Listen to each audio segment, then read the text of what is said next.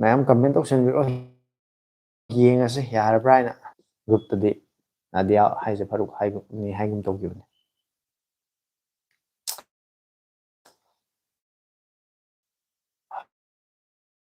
ꯉꯁꯥꯏꯒꯤꯗꯣ ꯑꯩꯅ ꯀꯃꯦꯟꯁꯦ ꯅꯪꯒꯤ ꯀꯃꯦꯟꯁꯤꯒꯤ ꯃꯈꯥ ꯀꯃꯦꯟ ꯇꯧꯗꯕꯤ ꯇꯨꯃꯤꯟꯅꯗꯤ ꯂꯩꯔꯝꯕ ꯂꯥꯛꯂꯝꯗꯕꯗꯣ ꯑꯩꯁꯨ ꯒ꯭ꯔꯨꯞꯇ ꯆꯪꯉ ꯌꯦꯡꯕꯗ ꯔꯤꯀꯅꯦꯛ ꯇꯧ ꯀꯥꯟꯗ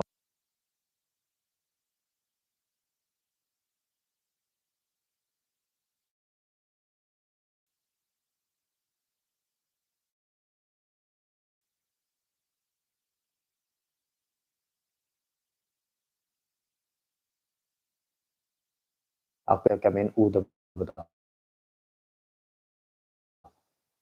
ꯒ꯭ꯔꯨꯞꯇꯁꯨ ꯃꯌꯥꯝꯅ ꯍꯥꯏꯔꯛꯑꯦ ꯌꯦꯡꯉꯨꯕ ꯃꯌꯥꯝꯁꯨ ꯃꯥꯡꯈ꯭ꯔꯦ ꯑꯃꯨꯛ ꯊꯤꯔꯒ ꯆꯪꯉꯛꯄ ꯍꯣꯠꯅꯕꯗ ꯑꯃꯨꯛ ꯊꯦꯡꯅꯒꯅ ꯆꯪꯉꯛꯑꯅꯤ ꯊꯦꯡꯅꯗ꯭ꯔꯒꯗꯤ ꯑꯃꯨꯛ ꯌꯦꯡꯉꯨꯕ ꯃꯌꯥꯝꯁꯨ ꯂꯣꯏ ꯃꯥꯡꯈꯤꯗꯧꯔꯕꯅꯤ ꯇꯧꯔꯤꯁꯦ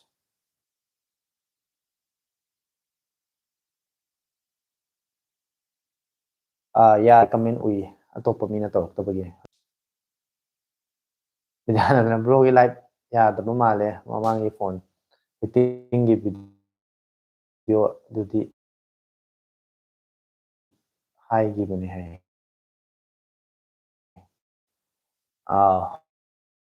ꯍꯣꯏ ꯑꯩꯒꯤ ꯀꯃꯦꯟ ꯊꯣꯛꯂꯛꯇꯕꯒꯤꯅꯤ ꯉꯁꯥꯏ ꯅꯥꯗꯤꯌꯥꯒꯤ ꯀꯃꯦꯟ ꯃꯥꯏ ꯃꯈꯥꯗ ꯀꯃꯦꯟ ꯑꯝꯇ ꯑꯩꯉꯣꯟꯗ ꯎꯈꯤꯗ꯭ꯔꯦꯕꯀꯣ ꯑꯗꯣ ꯑꯩꯁꯨ ꯈꯜꯂꯤꯅꯦ ꯃꯌꯥꯝꯁꯤ ꯌꯦꯡꯉꯒ ꯇꯨꯃꯤꯟꯅꯗꯤ ꯂꯩꯔꯝꯃꯣꯏ ꯑꯩꯅ ꯍꯪꯉꯤꯗꯨꯒꯤ ꯄꯥꯎꯈꯨꯝ ꯑꯃꯗꯤ ꯁꯣꯏꯗꯅ ꯌꯦꯡꯉꯤꯕꯨ ꯍꯥꯏꯔꯁꯨ ꯌꯦꯡꯗꯦꯕꯨ ꯍꯥꯏꯔꯁꯨ ꯑꯃ ꯂꯝ ꯑꯣꯏꯗꯣꯏꯔꯥ ꯍꯥꯏꯅ ꯑꯗꯨꯅ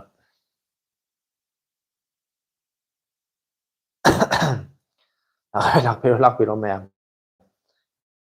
ꯌꯥꯔꯨꯗ꯭ꯔꯕꯅꯤꯅ ꯑꯃꯨꯛ ꯃꯀꯣꯛꯇꯩ ꯑꯃꯨꯛ ꯍꯧꯕ ꯍꯥꯏꯗꯨꯅꯤ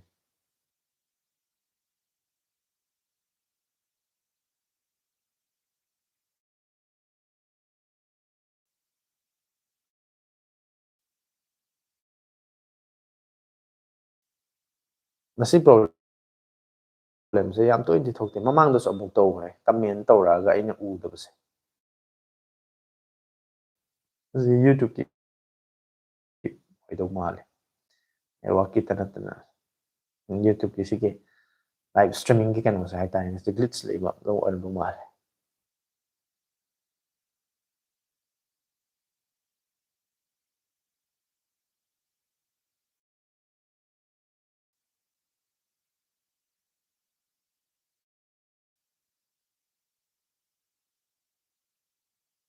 ꯃꯤꯌꯥꯝꯗꯅ ꯍꯥꯏꯔꯤ ꯑꯩꯒꯤ ꯚꯤꯗꯤꯑꯣꯅꯤꯕꯨ ꯍꯥꯏꯔꯗꯤ ꯍꯥꯏꯅꯤ ꯑꯁꯤꯗꯒꯤ ꯍꯦꯟꯅ ꯑꯩꯒꯤ ꯂꯩꯇꯦ ꯃꯔꯝꯗꯤ ꯃꯌꯥꯝꯅ ꯅꯨꯡꯁꯤꯕꯤꯗꯨꯅ ꯌꯦꯡꯕꯤꯕꯗꯣ ꯚꯤꯗꯤꯑꯣ ꯊꯥꯒꯠꯂꯛꯄꯗ ꯑꯗꯨꯝ ꯌꯦꯡꯕꯤꯕ ꯍꯥꯏꯕꯗꯣ ꯑꯩꯁꯨ ꯚꯤꯗꯤꯑꯣ ꯁꯦꯝꯕꯁꯤ ꯃꯁꯤꯗ ꯋꯥꯈꯟꯗꯣ ꯅꯨꯡꯉꯥꯏꯕ ꯑꯃ ꯄꯣꯛꯏꯅꯤ ꯍꯥꯏꯇꯥꯔꯦ ꯃꯌꯥꯝꯅ ꯌꯦꯡꯕꯤꯔꯛꯄ ꯂꯥꯏꯛꯀ ꯇꯧꯁꯟꯕꯤꯔꯛꯄ ꯀꯃꯦꯟꯒ ꯇꯧꯕꯤꯔꯛꯄꯗꯣ ꯇꯁꯦꯡꯅ ꯍꯥꯏꯔꯗꯤ ꯑꯩꯅ ꯚꯤꯗꯤꯑꯣ ꯊꯥꯒꯠꯂꯤꯁꯦ ꯚꯤꯗꯤꯑꯣꯁꯤꯗꯒꯤ ꯄꯩꯁꯥ ꯃꯌꯥꯝ ꯑꯃ ꯑꯇꯩ ꯌꯨꯇꯨꯕꯔ ꯑꯇꯣꯞꯄ ꯑꯗꯨꯃꯥꯏꯅ ꯐꯪꯕ ꯑꯝꯇ ꯅꯠꯇꯦꯕ ꯇꯁꯦꯡꯅ ꯍꯥꯏꯔꯗꯤ ꯌꯨꯇꯨꯕꯀꯤ ꯄꯩꯁꯥꯁꯦ ꯍꯧꯖꯤꯛ ꯐꯥꯎꯕꯗꯀꯣ ꯉꯁꯤ ꯐꯥꯎꯕꯗ ꯂꯩꯔꯝꯗꯣꯏꯁꯦ ꯂꯨꯄꯥ ꯆꯥꯝꯃ ꯆꯅꯤꯒꯤ ꯋꯥꯔꯤꯅꯦꯕ ꯌꯥꯝ ꯌꯥꯝꯕ ꯅꯠꯇꯦꯕ ꯄꯨꯂꯞ ꯑꯄꯨꯟꯕꯅꯤꯀꯣ ꯍꯥꯏꯁꯦ ꯑꯁꯤꯗ ꯀꯩ ꯍꯥꯏꯅꯤ ꯗꯣꯂꯔ 2-3 ꯈꯛꯀꯤ ꯋꯥꯔꯤꯅꯦꯕ ꯗꯣꯂꯔ 2-3 ꯍꯥꯏꯁꯦ ꯂꯨꯄꯥ 9,914 ꯂꯨꯄꯥ 2,250-3,000 ꯋꯥꯔꯤꯅꯤ ꯍꯥꯏꯇꯥꯔꯦ ꯑꯗꯣ ꯄꯩꯁꯥꯒꯤꯗꯃꯛꯇꯁꯨ ꯅꯠꯇꯦꯕꯀꯣ ꯑꯗꯣ ꯍꯣꯏ ꯄꯩꯁꯥꯁꯨ ꯑꯗꯨꯝ ꯀꯩꯅꯣ ꯍꯥꯏꯅꯤ ꯔꯦꯚꯤꯅ꯭ꯌꯨꯁꯨ ꯑꯗꯨꯝ ꯃꯇꯝ ꯃꯇꯝꯒꯤ ꯃꯇꯨꯡ ꯏꯟꯅ ꯃꯌꯥꯝꯅ ꯌꯦꯡꯕꯤꯕ ꯚ꯭ꯌꯨꯁ ꯃꯁꯤꯡ ꯌꯥꯝꯃꯛꯄꯩ ꯃꯇꯨꯡ ꯏꯟꯅ ꯑꯗꯨꯝ ꯂꯥꯛꯄꯁꯨ ꯌꯥꯏ ꯑꯗꯨ ꯊꯣꯏꯗꯣꯛꯅ ꯈꯜꯂꯨꯗꯦꯕ ꯑꯗꯣ ꯈꯜꯂꯨꯗꯕ ꯍꯥꯏꯔꯛꯄꯗꯣ ꯑꯩꯁꯨ ꯌꯥꯝꯅ ꯀꯩ ꯍꯥꯏꯅꯤ ꯏꯁꯥꯁꯤꯗ ꯍꯩꯅꯤꯡꯕ ꯑꯃ ꯄꯣꯛꯑꯒ ꯚꯤꯗꯤꯑꯣ ꯁꯦꯝꯅꯤꯡꯕ ꯑꯃ ꯄꯣꯛꯏ ꯍꯥꯏꯇꯥꯔꯦ ꯃꯌꯥꯝꯅ ꯅꯨꯡꯉꯥꯏ ꯍꯥꯏꯌꯦ ꯁꯨꯃꯥꯏꯅ ꯇꯧꯕ ꯚꯤꯗꯤꯑꯣ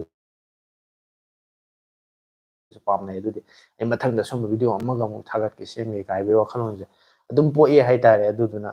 ꯃꯌꯥꯝꯅ ꯌꯦꯡꯉꯛꯄꯗꯣ ꯑꯗꯨꯗꯨꯅꯦ ꯑꯩꯉꯣꯟꯗꯗꯤ ꯈ꯭ꯋꯥꯏꯗꯒꯤ ꯃꯔꯨ ꯑꯣꯏꯔꯤꯁꯦ ꯑꯗꯨꯒ ꯑꯩꯅ ꯍꯧꯖꯤꯛ ꯑꯃꯈꯛ ꯍꯥꯏꯅꯤꯡꯕꯗꯤ ꯔꯤꯀ꯭ꯋꯦꯁ ꯇꯧꯅꯤꯡꯕꯗꯤ ꯉꯁꯥꯏꯒꯤ ꯚꯤꯗꯤꯑꯣꯕꯨꯗꯤ ꯌꯦꯡꯉꯤ ꯃꯌꯥꯝ ꯑꯗꯨꯝ ꯂꯥꯏꯛ ꯇꯧꯕꯤꯌꯦ ꯑꯗꯨꯝ ꯚꯤꯗꯤꯑꯣꯗꯣ ꯌꯦꯡꯀꯥꯟꯗ ꯃꯤ 100-100 ꯑꯗꯨꯝ ꯂꯥꯏꯛ ꯇꯧꯕꯤꯔꯝꯅꯤꯀꯣ ꯂꯥꯏꯛ ꯑꯗꯨꯝ ꯊꯦꯡꯅꯩ ꯑꯩꯅ ꯌꯦꯡꯕ ꯃꯇꯝꯗ ꯆꯪꯕ ꯃꯇꯝꯗ ꯑꯗꯣ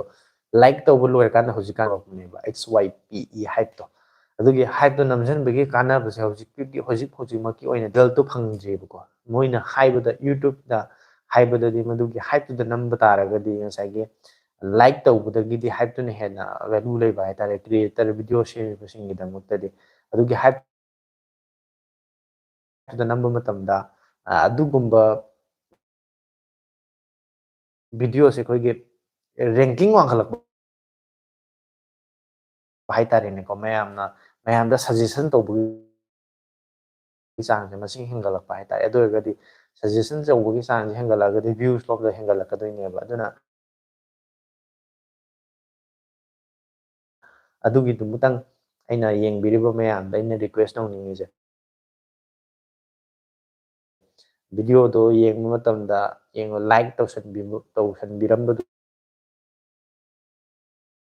ꯈ꯭ꯋꯥꯏꯗꯒꯤ ꯂꯥꯏꯕꯛ ꯐꯕꯅꯤ ꯑꯩꯕꯨ ꯅꯨꯡꯁꯤꯕꯤꯕ ꯊꯥꯒꯠꯄꯤꯕ ꯁꯞꯄꯣꯔꯠ ꯇꯧꯕꯤꯕꯒꯤꯀꯣ ꯑꯗꯨꯒ ꯍꯥꯏꯞꯇꯨꯁꯨ ꯂꯥꯏꯛ ꯍꯦꯛ ꯇꯧꯕ ꯂꯣꯏꯕꯒ ꯍꯥꯏꯞ ꯍꯥꯏꯅ ꯑꯃ ꯆꯣꯡꯊꯣꯔꯛꯄꯗꯣ ꯑꯗꯨꯁꯨ ꯑꯝꯇꯪ ꯅꯝꯕꯤꯔꯝꯃꯣ ꯃꯌꯥꯝꯗꯒꯤ ꯑꯗꯨꯝꯕ ꯅꯝꯕꯗ ꯑꯩꯅ ꯚꯤꯗꯤꯑꯣꯗꯨ ꯁꯦꯝꯖꯔꯤꯕꯗꯨꯒꯤ ꯃꯃꯜꯅꯦ ꯍꯥꯏꯇꯥꯔꯦ ꯀꯩ ꯍꯥꯏꯅꯤ ꯃꯌꯥꯝꯅ ꯅꯨꯡꯁꯤꯕꯤꯕꯗꯣ ꯑꯗꯨꯗꯨꯅ ꯁꯛꯀꯗꯣꯏꯅꯦ ꯍꯥꯏꯇꯥꯔꯦ ꯑꯗꯨꯅꯦ ꯃꯌꯥꯝꯗ ꯑꯩꯅ ꯍꯥꯏꯅꯤꯡꯉꯤꯁꯦ ꯑꯗꯨꯝ ꯈꯛꯇꯪ ꯍꯥꯏꯅꯤꯡꯉꯤ ꯑꯗꯨꯒ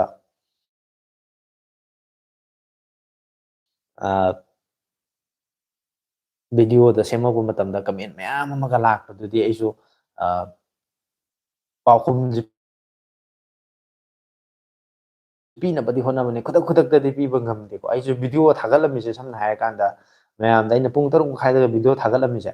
ꯑꯩ ꯍꯥꯟꯅ ꯑꯞꯂꯣꯗ ꯇꯧꯊꯣꯛꯑꯒ ꯁꯝꯅ ꯍꯥꯏꯔꯀꯥꯟꯗ ꯑꯩ ꯉꯁꯤ ꯅꯨꯃꯤꯗꯥꯡꯁꯦ ꯑꯞꯂꯣꯗ ꯇꯧꯔꯝꯃꯗꯣꯏꯅꯤ ꯑꯗꯨꯒ ꯑꯩ ꯃꯇꯝ ꯁꯦꯠ ꯇꯧꯔ ꯊꯝꯃꯝꯗꯣꯏꯅꯦꯕ ꯍꯌꯦꯡꯒꯤ ꯄꯨꯡ 3 ꯃꯈꯥꯏꯗꯅ ꯑꯩ ꯄꯨꯡ 3 ꯃꯈꯥꯏ ꯇꯥꯏꯃꯤꯡꯗꯨꯗꯤ ꯑꯩꯉꯣꯟꯗ ꯁꯪꯗꯕ ꯇꯥꯏꯃꯤꯡꯅꯦꯕ ꯇꯁꯦꯡꯅ ꯍꯥꯏꯇꯥꯔꯒꯗꯤ ꯑꯩ ꯚꯤꯗꯤꯑꯣꯁꯦ ꯊꯥꯒꯠꯂ ꯁꯦꯠ ꯇꯧꯔꯝꯕꯗꯣ ꯃꯇꯣꯝꯇ ꯑꯣꯇꯣ ꯔꯤꯂꯤꯁ ꯇꯧꯈꯤꯗꯣꯏꯅꯦ ꯑꯗꯣ ꯔꯤꯂꯤꯁ ꯇꯧꯕꯗ ꯃꯌꯥꯝꯅ ꯈꯨꯗꯛꯇꯨꯗ ꯀꯃꯦꯟ ꯇꯧꯁꯜꯂꯛꯄꯁꯨ ꯌꯥꯎꯏꯀꯣ ꯑꯗꯣ ꯑꯩꯅ ꯉꯥꯏ ꯂꯩꯔꯒ ꯊꯥꯒꯠꯄꯁꯨ ꯑꯗꯨꯝ ꯌꯥꯎꯏ ꯃꯔꯛ ꯃꯔꯛꯇꯕꯨꯗꯤ ꯑꯗꯣ ꯇꯥꯏꯃꯤꯡꯗꯨꯗ ꯑꯩꯅ ꯉꯥꯏꯔꯒ ꯂꯩꯇꯕ ꯃꯇꯝꯗꯗꯤ ꯃꯌꯥꯝꯅ ꯀꯃꯦꯟ ꯇꯧꯊꯣꯛ ꯑꯗꯨ ꯍꯦꯛ ꯊꯦꯡꯅꯕ ꯑꯎꯕꯉꯩꯗꯤ ꯑꯩ ꯑꯦꯠꯂꯤꯁ ꯑꯩꯅ ꯊꯥꯒꯠꯆꯔꯤ ꯚꯤꯗꯤꯑꯣ ꯌꯦꯡꯕ ꯃꯇꯝꯗ ꯂꯥꯏꯛ ꯇꯧꯔꯀꯥꯟꯗ ꯍꯥꯏꯔꯛꯄꯗꯣ ꯅꯥꯎꯕꯤ ꯂꯥꯏ ꯍꯥꯏꯅ ꯑꯃꯅ ꯐꯣꯟ ꯌꯥꯝ ꯇꯣꯏꯅ ꯑꯞꯗꯦꯠ ꯂꯥꯛꯏ ꯑꯞꯗꯦꯠ ꯇꯧꯕꯗ ꯇꯨꯡꯗ ꯑꯀꯥꯏꯕ ꯂꯥꯛꯀꯗ꯭ꯔꯕ꯭ꯔꯣ ꯍꯥꯏ ꯑꯞꯗꯦꯠ ꯌꯥꯝ ꯇꯣꯏꯅ ꯂꯥꯛꯏꯗꯨꯗꯤ ꯑꯀꯥꯏꯕꯗꯤ ꯀꯩꯁꯨ ꯂꯩꯔꯣꯏ ꯌꯥꯝ ꯐꯩ ꯍꯥꯏꯇꯥꯔꯦ ꯅꯥꯎꯕꯤ ꯀꯩꯅꯣꯅꯤ ꯑꯞꯗꯦꯠꯇꯨ ꯑꯩꯅ ꯈꯟꯕꯗ ꯑꯩꯈꯣꯏꯒꯤ ꯁꯦꯀ꯭ꯌꯨꯔꯤꯇꯤ ꯄꯦꯠꯁꯀꯨꯝꯕ ꯑꯣꯏꯔꯝꯒꯅꯤꯀꯣ ꯁꯦꯀ꯭ꯌꯨꯔꯤꯇꯤ ꯄꯦꯠꯁꯇꯤ ꯊꯥ ꯈꯨꯗꯤꯡꯒꯤ ꯂꯥꯛꯄꯅꯦ ꯑꯩꯈꯣꯏ ꯁꯦꯝꯁꯪꯒꯤ ꯐꯣꯟꯗꯒ ꯑꯩꯅ ꯄꯥꯏꯔꯤꯕ ꯐꯣꯟ ꯊꯥ ꯈꯨꯗꯤꯡꯒꯤ ꯁꯦꯀ꯭ꯌꯨꯔꯤꯇꯤ ꯄꯦꯠꯁ ꯂꯥꯛꯏ ꯑꯗꯨꯒꯤ ꯁꯦꯀ꯭ꯌꯨꯔꯤꯇꯤ ꯄꯦꯠꯁꯇꯨꯗꯤ ꯑꯞꯗꯦꯠ ꯇꯧꯕ ꯌꯥꯝ ꯐꯩ ꯇꯧꯊꯣꯛꯀꯗꯕꯅꯤ ꯑꯗꯨꯒ ꯑꯩꯈꯣꯏꯒꯤ ꯁꯤꯁꯇꯦꯝ ꯑꯞꯗꯦꯠ ꯍꯥꯏꯅ ꯑꯩꯈꯣꯏꯒꯤ ꯁꯣꯐꯋꯦꯔ ꯑꯞꯗꯦꯠ ꯍꯥꯏꯒꯗ꯭ꯔꯥ ꯑꯣꯏꯔꯒꯁꯨ ꯀꯥꯟꯗ 1 UI 6 ꯑꯣꯏꯔꯝꯕ 7ꯒ ꯑꯣꯏꯔꯛꯄ ꯁꯨꯃꯥꯏꯅ UIꯒꯤ ꯑꯅꯧꯕ ꯚꯔꯖꯟꯒꯤ ꯑꯞꯗꯦꯠꯀꯨꯝꯕ ꯂꯥꯛꯄꯁꯦ ꯁꯨꯝꯕꯁꯤꯗꯤ ꯈꯤꯇꯪ ꯌꯦꯡꯉꯒ ꯁꯣꯐꯋꯦꯔ ꯑꯞꯗꯦꯠꯇꯨꯗ ꯀꯔꯤ ꯀꯔꯤ ꯑꯍꯣꯡꯕ ꯑꯅꯧꯕ ꯂꯥꯛꯏꯕꯅꯣ ꯑꯩꯈꯣꯏꯅ ꯁꯤꯖꯤꯟꯅꯕꯗ ꯀꯥꯟꯅꯒꯗꯕ ꯄꯣꯠ ꯌꯥꯎꯔꯤꯕ꯭ꯔꯥ ꯅꯠꯇ꯭ꯔꯒꯅ ꯀꯔꯤꯅꯣ ꯍꯥꯏꯕꯗꯣ ꯌꯦꯡꯉꯒ ꯑꯗꯨꯒ ꯃꯇꯝ ꯈꯔꯗꯪ ꯉꯥꯏꯕꯤꯔꯒꯀꯣ ꯂꯥꯛꯄ ꯇꯧꯗꯕꯤꯗ ꯁꯤ ꯑꯞꯗꯦꯠ ꯇꯧꯕꯗ ꯄ꯭ꯔꯣꯕ꯭ꯂꯦꯝ ꯂꯩ ꯅꯠꯇ꯭ꯔꯒ ꯂꯩꯇꯦ ꯍꯥꯏꯕꯒꯤ ꯇꯁꯦꯡꯕ ꯑꯃ ꯈꯪꯗꯣꯛꯑꯀꯥꯟꯗ ꯇꯧꯔꯒꯗꯤ ꯐꯣꯟꯗ ꯑꯞꯗꯦꯠ ꯇꯧꯔꯨꯔꯒꯁꯨ ꯑꯩꯈꯣꯏꯒꯤ ꯈꯨꯗꯣꯡ ꯑꯗꯨꯃꯥꯏꯅ ꯇꯧꯍꯟꯅꯤꯡꯉꯤ ꯍꯥꯏꯇꯥꯔꯦ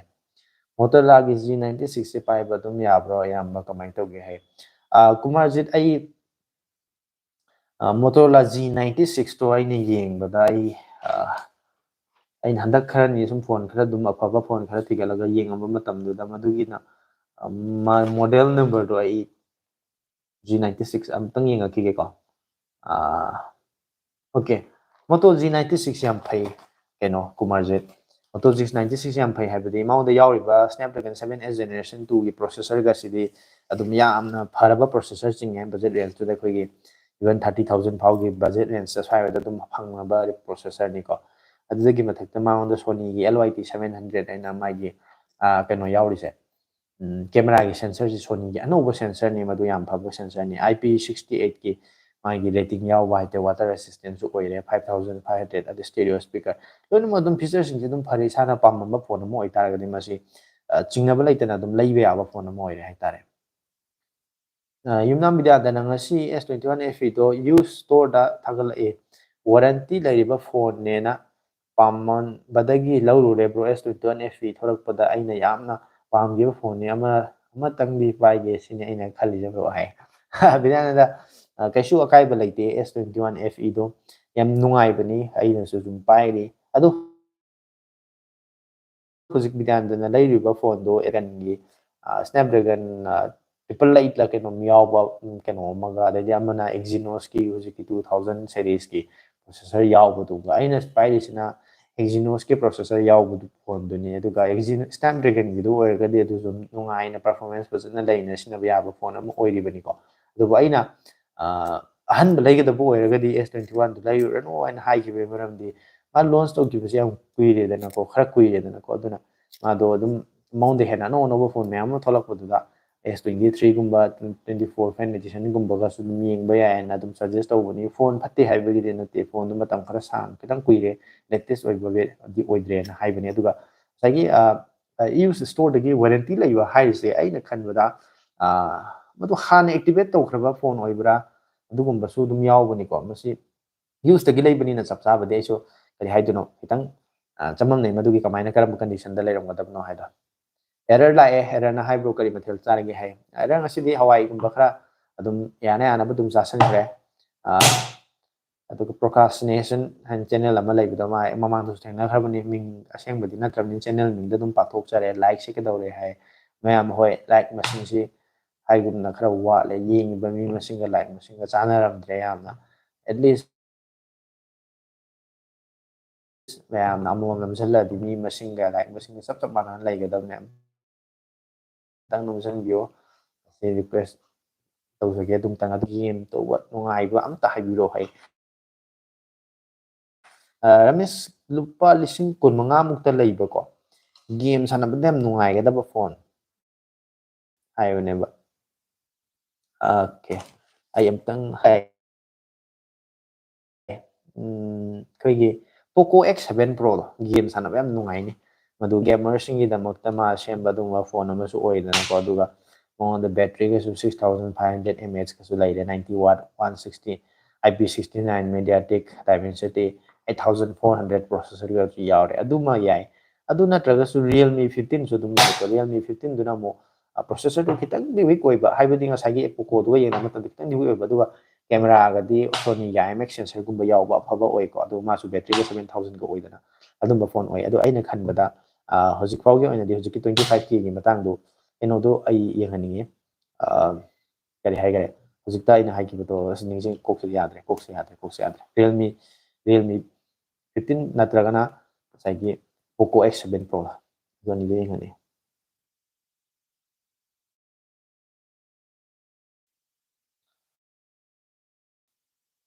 Nadiaगी kanogi comment jang sai so hai kare F20 Vivo 200 FE Oppo Reno 14 Pro karamana fani hai ai Oppo Reno ani do ai comparison tawdrabani na madu madi farok ai chap chaba do haiba ngamdreba ko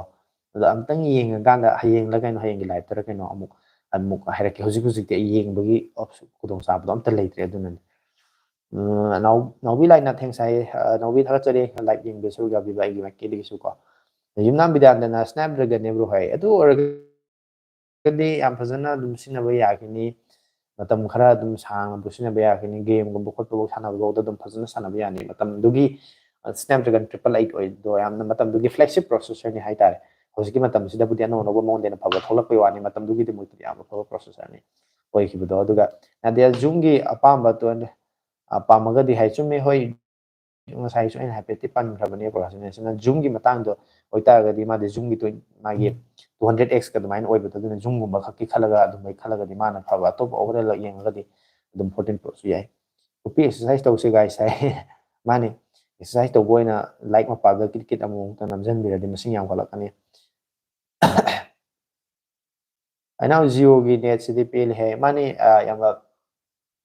Jio gi net se yadre ai gi so sim se Jio gi net ni adu aina asai gi number se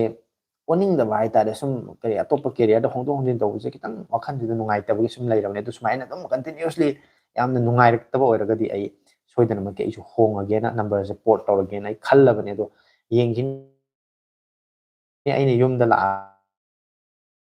aga yumda Jio gi sim se ga Airtel gi nungai ri ge na yengaga duga nungai badu da dum career se ai soidana ki switch tawdo male aduga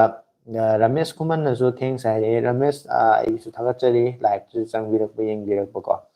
ado es thadoi san gi live se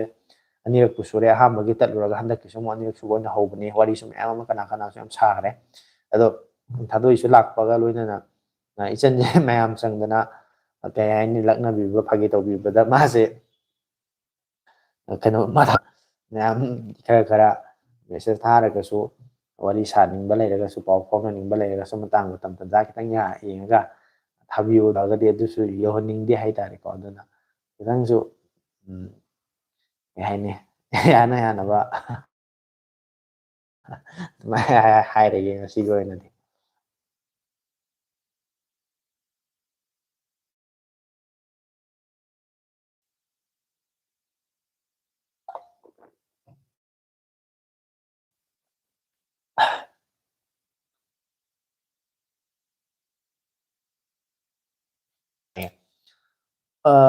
kamai do unde brand khakting gi oina hai raga di ai haibam khangoi mudugi matang mo samsung aina afaba brand ngakta ni aduga hojik ai chapchaba tab kumba tablet kumba matang sti aina yam kanna yeng salu da boy bugi hojikan de aina mudugi matang da sijalu da ni na thodokna chipa phar ka ningsing ga lei bu de apta lei tre aduna hojina kenona rahulna lei ye nei boy ta de model na karam bano maman na kya pi de bano aduga mamal da mai kari process specification processor yauri bagi hai da haipet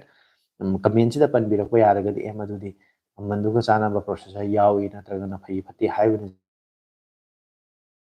singba singdo ai dum hairak ba suggest to bodi soiduna ngam ki basu ai adum ai no ina ai ani hate ibung kai mathil charagi hai adoi ai dinga si keno chare ai di ayam matamda saturday sunday sidi ayam 18K dani hai vidyanandana 18K oi taraga oidre tang average ta leire adai kitang handaramagadi hongi haiduni ko ai gise 15 na dai maya daga leira mo adu kasu ka de 18 do yare dum adu condition gi makha yare kanona so haire procrastination ne adu di yai li dili le hai oi khar kui ba phone aduna na ina di han boy na leiba or ga suggest to gitu ne do ma use ta leiba ni hai ni use gi thoina kya ibung net khara nongai tabra ngasi se hai net si ingon da di adoi ai gi site ta di nungai taba nungai ba ai thoina khang di nungai ni ma le baram di aina ngang is taraga di nungai ba nungai hai du ni ko maram di ai gi phones da huju ju 5G thoi network strength signal ju bar dum kare du always ya matam da hai tare ne ai si jaga si kita natana to to phom sing da su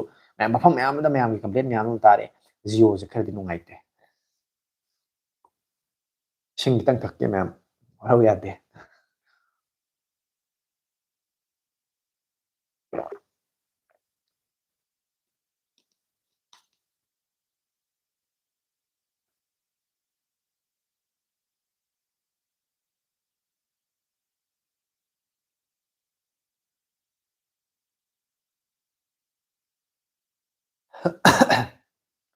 comment to send biro mayam comment to send biro di comment do lep ta na to send biro ga di madugi paukhum oina wari watai sabada dum nungai na makha chathadoi aduna mung maramagta among mo pat pat tat pai adudi thadoi network na oiduni aigi site oidoira aigi site oidoira to pat yaudira adudi khangdre aduga aigi microphone sina makha chathar dai bai ta da oidoira dusu yinge aduna kitang microphone ma khong doya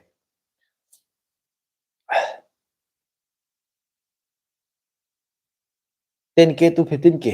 hai tara ka di ko anil mai bam na lupa lising traw nga phau hai bane ba maximum da lising traw nga baw da phabu phone ama no ba best oi ba ma hai biro o hai tara ka di lupa lising traw nga gi Motorola gi amakak leibane ba ko moto gi se ai maming do kaure adu ni sing ga tawbane adu natraga Realme P3 su phabane ba P3 du na taba Motorola gi ama su leikibne ne kana ai dono mo thawmi gi bani salaga sing ba sing namdre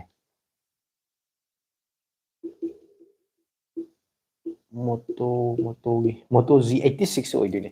Moto Z86 ai lupa lising 35 muk leibane ado lising 35 haise offer ga kai ga du lupa lising 35 adai da sale gi mya da phangi gum tawbane ado handak lakhdaba sale tu sum phangakane ba ko adai wai da leibadi Moto Z86 to phai trang ade sung en hen ba yadre hai ta ga di Realme P3 do ina aduna farani Bro ngasi khara ngana tumge hayeng mi gi lo yeba chatkadaba lei khara lei hai. Bidananda dudi yam phaba thabak ni ne. Manipur lo angan phau oidoira lo mulise hujik yeiba hona reise. Angan phau di oidong mali ko ayambana di hujik adumaina munba khotpa yeiba gi poti kaya tadri hai tare adu kai wai dano bidananda ise kai lam dano double cropping gumba tawba mafamda angan phau gumba yeiba oidong mali hai tare adu yam phaba poni thabak suba haibasi swai phab ni ngam dabu wani ai hairi bai bo ai su ngam jade du ngam na tawri do yam phabani duga manipur da double cropping gumba tawrabam tawraga dmaina angan phawga lokpa sidi yam thina khoi prat phaba ka no mani hai tare ado kai lam no krai da nam ta haibira ni nuai ni bidan da se 8s Gen 4 se matam amagi 8888 plus bit chap manai under 2 dimensity lai hore hai oi 8s generation 4 se anak chasu anouba ka no ni ko ma kai hai ni mogi processor to da ko gi performance kitang boost dong na ba GPU CPU da core da kara increase to holaga dai ni mogi clock speed kum ba to ko gi gas kum ka ka overclock kum ba to ga mai to bong ka ni processor se ekta loina ma anouba han ba di natte aduna mana antu score wangi hai do antu score se hoi wang bu di fail antu score china ko gi performance wang ga loina farani hai se dei da de na antu tu wang ga so real life practically kena bu dum yawi aduna masidi ko sinara ga mayamna sinara ba user sing try to ga test to ga sigi processor ga sikal changdam na yang kan sin hen nungai ga da adum ba po tu da thajaba adi khwai di khena fane kana kana lak nai ri no ne angang da hai yamba nauna tabisana mi de tara lei comment di yam di hai ngane thadoi mi de tara hojik tara khara hen lei tam tang thoi lei ado comment di kya thoina la ko ude anil bro khara hapchil laga realme ro yeng hai ko vivo bro vivo ga oppo ga si karamna fai rahul dugi matang du te mamang du yam di hai di hai khrabani brand oina compare to na badi ai tobong khang di hai tare ko real oppo su dum phone apa apa myam lo launch tawi oppo reno la nga series lai na vivo su dum lai dana ko moi su ano pha phone myam launch tawi dun brand ko ni ma gadi khangoi aduga model lo na comparison to na ga sigi phone model sim ga vivo gi si model sim ga singo model siga karamban ena hagi kana dum badi khandok pa brand gi oina di company ku ma apa company ngata ni no ano no pot electronics ki gadget kari kari lai dana ko matam ji ka chana chana vale mayam puthoi ba company ngata ni no koi apa company ngata ni hai tare du mai पायरबने थाइना Redmi तौरम्बदो market ता है होय पायरबने हाइजे दुमाइना बुदि नते अदु मोइसे माने market share से मोइना खरा कैप्चर तौबु दुमाइन तवे एगी बजट रेंज दि अफबा काय हाइनी वैल्यू फॉर मनी पैकेज ओइबा दुगुंबा फोन से Realme से हंदक से खरा रिसेंट चही अमनी से यामना कन्ना लॉन्च तौरपस द मयाम से Realme से अफबा कंपनी अमा ओइना सु फसु phaco अदुम लौनै अदुबो Redmi gi ingnabadadi hojik Realme se kitang hena fare hai tae phone sing matang dani ibung wanau kana su lakna de aina phagi tawbagi mi su sum phagi tawjaba ramne mani phagi tawbune sum nungai na bai dana wari watai nungai na bai dana adum comment da video live chat nungai na bai dana comment da phagi tawna bune do Facebook ke account na kai da dum friend request thar ko hola wari watai sana ba maru ba pang oina dum tina si khangna chen thar ko ngoni thoidok na budi akai ba budi khanba su oram mai taw su taw ne khali taw ka taw su man de hai tare asmai na kai gi live su jangai bising si kai angan phone ne bro yunam huidrom da gini hay o aduni bidan da sai angan pho oi duni bo ko hojikti mayam si lâu si munna ba si pakta je tare do yam phai ngan pho tha ba double coping gum tau dana angan na tu thok pa so thok sa thok lei ba ka no ma de ba moi ba se khoi myam ngai mi duni pulap myam bidan dan thak sui de lo ye do khoi su yaw ri mi hai tare lâu udah basing gisu saruk yaw ri mi phau cheng hai je lâu basing u khoi udah basing su sai ni dana ko dana honabiyo bro kai mathal chabiragi hai ai dinga si hawai chakre ai ma bung hai sana ch na sana si udaba kui ne asi khaktang live sida mu ngasi mu thengnare na an ngai live aya am siam kui bise phug ke haira hairo o hai ꯌꯥꯝꯅ ꯐꯨꯕꯤꯔꯨꯔꯅꯨ ꯃꯣꯏꯗꯣ ꯐꯥꯒꯤ ꯇꯧꯕ ꯑꯣꯏꯔꯝꯃꯅꯤ ꯍꯌꯦꯡ ꯃꯊꯪ ꯂꯝ ꯍꯦꯜꯂꯗꯤ ꯐꯨꯔꯁꯦ ꯑꯗ ꯌꯨꯝ IQ ꯅꯤꯌꯣ 10 ꯍꯥꯏ ꯃꯣꯏ ꯍꯣꯏ ꯃꯣꯏꯒꯤ ꯑꯣꯏꯅꯗꯤ ꯁꯅꯥ ꯁꯥꯕ ꯍꯥꯏꯔꯒ ꯀꯩꯅꯣ ꯒ꯭ꯌꯥꯟ ꯇꯥꯗ꯭ꯔꯦ ꯑꯗꯨꯒ ꯊꯥꯗꯣꯏ ꯁꯅꯥꯅ ꯍꯥꯏ ꯁꯅꯥ ꯍꯥꯏꯅ ꯃꯣꯏ ꯑꯅꯤ ꯋꯥꯔꯤ ꯁꯥꯟꯅꯕ ꯑꯣꯏꯔꯝꯃꯦ ꯃꯊꯪꯗ ꯅꯥꯎꯕ ꯅꯣꯡꯁꯨ ꯍꯥꯏꯔꯝꯃꯦ ꯑꯩ ꯍꯧꯖꯤꯛꯇ ꯊꯦꯡꯅꯔꯦ ꯅꯥꯎꯕ ꯊꯥꯗꯣꯏ ꯏꯕꯣ ꯅꯪ ꯍꯥꯏ ꯁꯅꯥ ꯁꯣꯏꯕꯅꯦ ꯁꯣꯏꯅꯤ ꯅꯪ ꯑꯗꯨꯒ ꯔꯤꯌꯥꯁ ꯁꯛꯊꯤꯕ ꯍꯥꯏꯅ ꯃꯤꯡꯁꯤꯗꯤ ꯔꯤꯌꯥꯁ ꯀꯩꯅꯣ ꯁꯛꯊꯤꯕ ꯍꯥꯏꯔꯤꯁꯤꯕꯣ ꯐꯖꯈ꯭ꯔꯕ ꯃꯤꯡꯅꯤ ꯔꯤꯌꯥꯁ ꯍꯥꯏꯁꯦ ꯐꯖꯈ꯭ꯔꯕ ꯑꯩꯒꯤ ꯃꯔꯨꯞ ꯂꯩꯔꯝꯃꯤ ꯍꯥꯟꯅ ꯁ꯭ꯀꯨꯜꯒ ꯇꯝꯃꯤꯟꯅꯩ ꯃꯇꯝꯗ ꯔꯤꯌꯥꯁ ꯈꯥꯟ ꯀꯥꯏꯅꯀꯣ ꯑꯗꯩꯗꯤ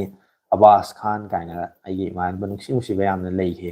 ꯑꯗꯣ ꯀꯩꯒꯤꯅꯣ ꯔꯤꯌꯥꯁꯅ ꯁꯛꯊꯤꯕ ꯍꯥꯏꯅ ꯍꯥꯞꯆꯜꯂꯤꯁꯦ ꯁꯛꯊꯤꯕꯁꯦ ꯂꯧꯊꯣꯛꯑꯗꯤ ꯌꯥꯝ ꯐꯅꯤꯅ ꯈꯜꯂꯦ Poco M6 Plus RAM 6GB RAM 128GB 5G phone ꯑꯐꯕ ꯑꯣꯏꯒꯗ꯭ꯔꯥ ꯍꯥꯏꯌꯦ ꯄꯣꯀꯣ M6ꯇꯨꯗꯤ ꯑꯩ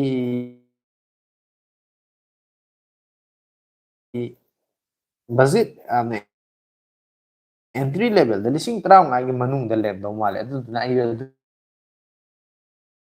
ꯐꯣꯟꯗꯣ ꯑꯩ ꯌꯦꯡꯕꯗ ꯃꯉꯣꯟꯗ ꯀꯔꯤ ꯀꯔꯤ ꯌꯥꯎꯈꯤꯕꯅꯣ ꯑꯗꯨ ꯑꯩ ꯌꯦꯡꯈꯤꯗ꯭ꯔꯦ ꯎꯗꯤ ꯎꯈ꯭ꯔꯒ ꯑꯩ ꯆꯞ ꯆꯥꯅ ꯅꯤꯡꯁꯤꯡꯗ꯭ꯔꯦ ꯑꯩꯅ ꯌꯥꯝ ꯀꯟꯅ ꯃꯗꯨꯒꯤ ꯃꯇꯥꯡꯗ ꯌꯦꯡꯁꯜꯂꯨꯗ꯭ꯔꯦ ꯑꯗꯨꯅ ꯀꯔꯤ ꯌꯥꯎꯒꯦ ꯕꯦꯇ꯭ꯔꯤ ꯀꯌꯥꯝ ꯑꯣꯏꯒꯦ ꯍꯥꯏꯐꯦꯠ ꯄꯟꯕꯤꯔꯛꯑꯒꯗꯤ ꯍꯦꯟꯅ ꯅꯨꯡꯉꯥꯏꯅꯤ ꯚꯤꯚꯣ ꯑꯣꯞꯄꯣ ꯑꯣꯏꯅ ꯐꯨꯜ ꯑꯐꯕ ꯍꯥꯏꯔꯒ ꯍꯥꯏ ꯍꯣꯏ ꯚꯤꯚꯣꯁꯨ ꯑꯣꯞꯄꯣꯁꯨ ꯑꯗꯨꯝ ꯃꯥꯅ ꯁꯥꯈꯤ ꯑꯩꯈꯣꯏ ꯃꯥꯅ ꯁꯥꯈꯤ ꯍꯥꯏꯔꯤ ꯐꯦꯔꯣز ꯈꯥꯟꯅ ꯕ꯭ꯔꯗꯔ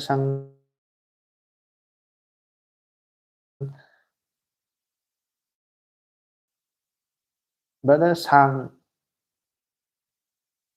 ꯁꯪꯗꯤ ꯀꯔꯤꯒꯤꯅꯣ ꯍꯥꯏꯌꯦ ꯒ꯭ꯌꯥꯟ ꯇꯥꯗ꯭ꯔꯦ ꯁꯤꯅꯦꯃꯥ ꯑꯗꯣ ꯁꯅꯥꯅ ꯀꯥꯏ ꯀꯥꯏꯗꯅꯣ ꯀꯣꯏꯕ ꯆꯠꯂꯨꯕꯖꯥꯠꯅꯦ ꯑꯗꯣ ꯅꯨꯡꯉꯥꯏ ꯃꯐꯝꯗ ꯀꯩ ꯁꯥꯈꯤ ꯅꯪ ꯊꯥꯡ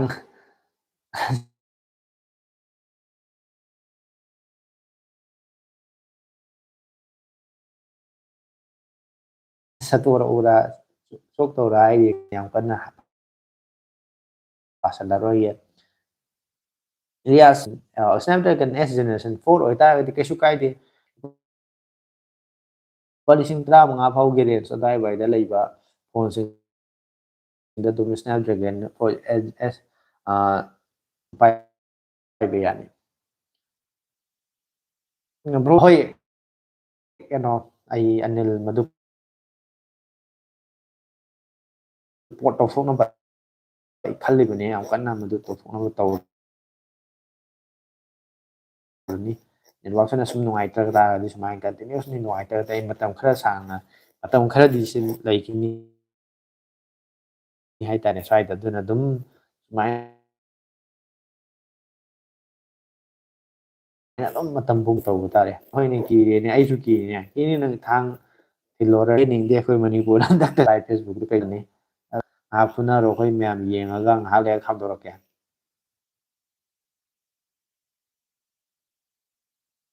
ꯚꯤꯗꯤꯑꯣ ꯁꯥꯡꯗꯤꯌꯦ ꯍꯥꯏ ꯃꯥꯜꯂꯦ ꯐꯦꯔꯣ ꯈꯥꯟꯅ ꯚꯤꯗꯤꯑꯣꯗꯣ ꯑꯩꯅ ꯊꯥꯒꯠꯂꯤꯕ ꯚꯤꯗꯤꯑꯣꯁꯨ ꯇꯦꯜꯂꯦ ꯍꯥꯏꯗꯣꯏꯔꯥ ꯑꯗꯨꯗꯤ ꯇꯣꯄꯤꯛꯇꯨꯒꯤꯁꯨ ꯃꯈꯥ ꯄꯣꯜꯂꯦꯀꯣ ꯑꯗꯨꯒ ꯑꯗꯨꯝ ꯑꯁꯥꯡꯕꯁꯨ ꯑꯗꯨꯝ ꯌꯥꯎꯔꯛꯀꯅꯤ ꯐꯤꯔꯣꯜ ꯑꯗꯨꯗꯤ ꯏꯕꯨꯡ ꯑꯃꯨꯛ ꯇꯧꯔꯦ ꯇꯥꯗꯕꯗꯣ ꯍꯥꯏꯌꯦ ꯅꯦꯠꯋꯥꯔꯛꯁꯤꯅ ꯑꯣꯏꯗꯣꯏꯅ ꯇꯧꯔꯦ ꯍꯥꯏꯁꯦ ꯑꯩꯅꯗꯤ ꯎꯔꯤ ꯀꯃꯦꯟꯁꯨ ꯄꯥꯔꯤ ꯑꯩꯒꯤ ꯁꯥꯏꯠꯇꯩꯗꯤ ꯄ꯭ꯔꯣꯕ꯭ꯂꯦꯝ ꯀꯔꯤꯝ ꯂꯩꯇꯦ ꯕꯐꯔꯤꯡꯁꯨ ꯇꯧꯗꯦ ꯔꯤꯀꯅꯦꯛꯁꯨ ꯇꯧꯔꯛꯇꯦ ꯃꯁꯤ ꯀꯔꯤ ꯍꯥꯏꯗꯣꯏꯅꯣ ꯒ꯭ꯌꯥꯟ ꯇꯥꯗ꯭ꯔꯦ ꯇꯧꯔꯨꯕꯅꯤ ꯊꯥꯗꯣꯏꯁꯦ ꯃꯕꯨꯡ ꯑꯩꯅ ꯌꯦꯡꯉꯨꯀꯣ ꯅꯪ ꯍꯥꯏ ꯍꯥꯠꯈꯤꯅꯨ ꯀꯩꯅꯣ ꯃꯤ ꯆꯪꯉꯛꯑꯒ ꯂꯥꯏꯚꯇ ꯆꯪꯉ ꯅꯣꯡ ꯐꯥꯗꯣꯛꯇꯁꯨ ꯃꯤ ꯁꯔꯨꯛ ꯌꯥꯔꯤ ꯀꯃꯦꯟ ꯇꯧꯔꯤ ꯈꯣꯠꯂꯤ ꯁꯤ ꯃꯤ ꯃꯁꯤꯡ ꯍꯟꯊꯅꯕ ꯊꯕꯛ ꯇꯧꯅꯨ ꯍꯣꯏ ꯁ꯭ꯅꯦꯞꯗ꯭ꯔꯦꯒꯟ 4 Generation 2 ꯑꯣꯏꯔꯗꯤ ꯍꯣꯏ ꯈꯤꯇꯪꯗꯤ ꯑꯣꯏꯔꯦ ꯌꯥꯝꯅ ꯑꯦꯟꯇ꯭ꯔꯤ ꯂꯦꯚꯦꯜꯒꯤ ꯄ꯭ꯔꯣꯁꯦꯁꯔꯅꯤ ꯑꯗꯨꯅ ꯌꯥꯝ ꯀꯥ ꯍꯦꯟꯅ ꯅꯨꯡꯉꯥꯏꯕ ꯐꯣꯟꯗꯤ ꯑꯣꯏꯔꯣꯏ ꯑꯗꯨꯝ ꯁꯤꯖꯤꯟꯅꯕꯕꯨꯗꯤ ꯌꯥꯅꯤꯗ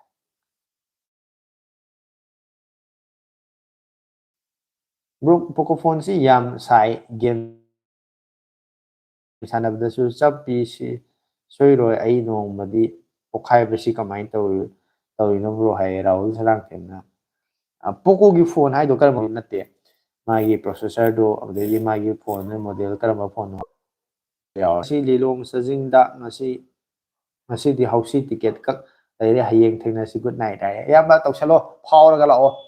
ꯍꯧꯁꯤꯗꯣ ꯀꯩꯅꯣ ꯍꯥꯎꯁꯐꯨꯜꯂ ꯀꯩꯅꯣꯝꯇꯪ ꯐꯥꯎꯖꯤꯜꯂꯛꯑꯒ ꯍꯌꯦꯡ ꯄꯥꯎ ꯅꯨꯡꯉꯥꯏꯍꯜꯂꯁꯤ ꯑꯗꯨꯗꯤ ꯃꯌꯥꯝ ꯆꯥꯛꯂꯦꯟ ꯑꯃꯗꯤ ꯁꯤꯟꯕ ꯌꯥꯔꯦ ꯑꯌꯥꯝꯕꯅ ꯐꯥꯎꯔꯛꯑꯗꯤ ꯕꯝꯄꯔꯗꯣ ꯍꯧꯁꯤꯗꯣ ꯑꯝꯇꯪ ꯍꯥꯎꯁꯐꯨꯜꯗ ꯐꯥꯎꯔꯛꯄ ꯑꯣꯏꯔꯣ ꯏꯌꯥꯝꯕ ꯑꯗꯨꯒ ꯃꯌꯥꯝ ꯄꯨꯂꯞ ꯑꯝꯇꯪ ꯑꯆꯧꯕ ꯆꯥꯛꯂꯦꯟ ꯑꯝꯇ ꯁꯤꯟꯊꯔꯁꯦ ꯊꯣꯏꯕꯁꯨ ꯂꯥꯛꯑꯝꯃꯤ ꯊꯣꯏꯕꯅ ꯍꯥꯏꯔꯤꯌꯦ ꯑꯗꯣ ꯑꯩ ꯌꯥꯝ ꯀꯤꯕꯅꯦ ꯃꯕꯨꯡ ꯑꯣꯞꯄꯣ ꯚꯤꯚꯣ ꯑꯁꯤ ꯀꯝꯕꯅꯣ ꯔꯦꯗꯃꯤꯒ ꯍꯥꯏ ꯒ꯭ꯌꯥꯟ ꯇꯥꯗ꯭ꯔꯦ ꯁꯤꯃ ꯑꯗꯨꯒ ꯈꯔ ꯆꯞꯄꯦ ꯑꯩꯅ ꯊꯣꯏꯕꯅ ꯑꯗꯨ ꯅꯦꯠꯋꯥꯛꯁꯦ ꯅꯨꯡꯉꯥꯏꯇꯕꯒꯤꯅꯤ ꯖꯤꯑꯣꯁꯤꯅꯅꯤ ꯑꯣꯏꯗꯣꯏꯁꯦ ꯑꯩꯒꯤ ꯐꯣꯟꯁꯤꯒ ꯂꯣꯀꯦꯁꯟꯁꯦ